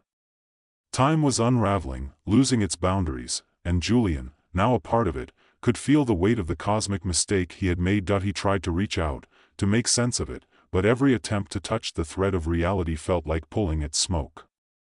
The future and the past collided, and with it, he felt the fragility of existence. If the balance wasn't restored, it would all come apart, everything would fold into itself, and there would be no past, no future, no present. Only an endless loop of nothing. But he wasn't helpless. Not anymore. He could feel it, deep inside him, a surge of energy that rose from the core of the universe itself. A pull, a direction. He wasn't just a part of the timeline now, he was its force. He could bend it. He could reshape it. He could realign the flow of time, but he had to do it carefully. He had to remember that time wasn't something to be controlled, it was something to be guided, something to be allowed to return to its natural course. Julian focused on the tear, trying to ease it, to restore the flow. He reached into the swirling fabric of existence, pulling at the strands of time. It wasn't easy. There was resistance, a force that fought back against his touch, as if the universe itself was pushing him away. But Julian, no longer a man, but something far beyond that, was determined that I can't fix everything. I can only guide it. The thought came to him as a whisper, a reminder from some place deep within. The universe shifted. The tear began to close, but not completely. The ripples continued to spread, but the strain lessened. The timeline, now more pliable under his touch, started to bend back into its proper place. Things that had been displaced slowly began to right themselves. The events that had spiraled out of control began to line up, one by one, like the pieces of a broken glass that were slowly being reassembled. But it was not enough. The universe was still fractured in ways he couldn't fully comprehend. His actions had done more than just change time, they had altered the very fabric of the multiverse. The ripple effect of his mistakes was still there, lingering like a shadow, waiting to burst forth again if he wasn't careful. The voice returned. You cannot save everything, Julian. Some things are meant to break. Julian faltered at that. The words sent a chill through what remained of his consciousness. What do you mean? What do I have to let go of? The past. The future. The things you cannot control. You will see it, in time. He resisted the pull of the voice. No. I can fix this. I have to. No. You can guide it. But you cannot fix everything. It was an impossible realization. A sobering one. Julian had never understood what it meant to let go. To trust. He had always been the one to fix things, to control, to set things right. But the voice, whoever or whatever it was right. There was no perfect fix. Not for this. Not for what he had done. Time was not something to be controlled. It was something that had to be allowed to move, to flow freely. He could nudge it, guide it, but he could never dominate it. The friction of resistance faded, and Julian felt something else. A calm. A clarity. He could feel the timeline begin to smooth out. Not perfectly, but enough. Enough to know that his actions, while they had caused harm, were also part of the larger pattern. Everything had a place, even his mistakes. His interference had set off a chain of events, but the chain was now complete. The universe had begun to heal itself. The woman appeared again. Julian didn't have to see her face to know it was her.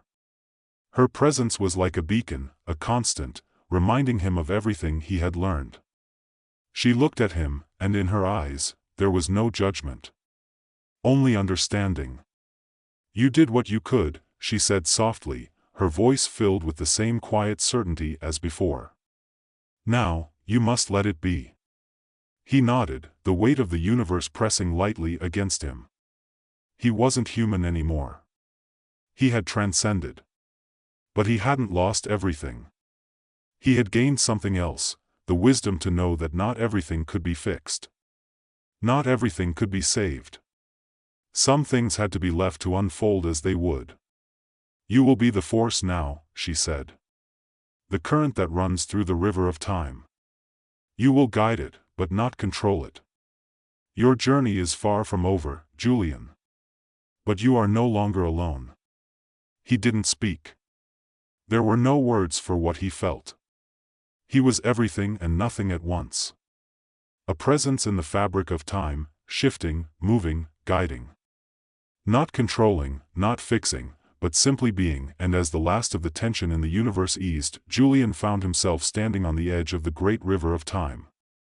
The past, the present, and the future rippled before him. He could feel them, each moment in perfect alignment. Everything, for the first time, felt right. Not perfect, but right. With a final breath, or perhaps it was a thought, Julian Fisher allowed himself to drift. He was no longer just Julian. He was time itself. And in that vast, eternal moment, he knew that whatever came next, he would be there to guide it, and time, eternal, unyielding, and free, flowed onward.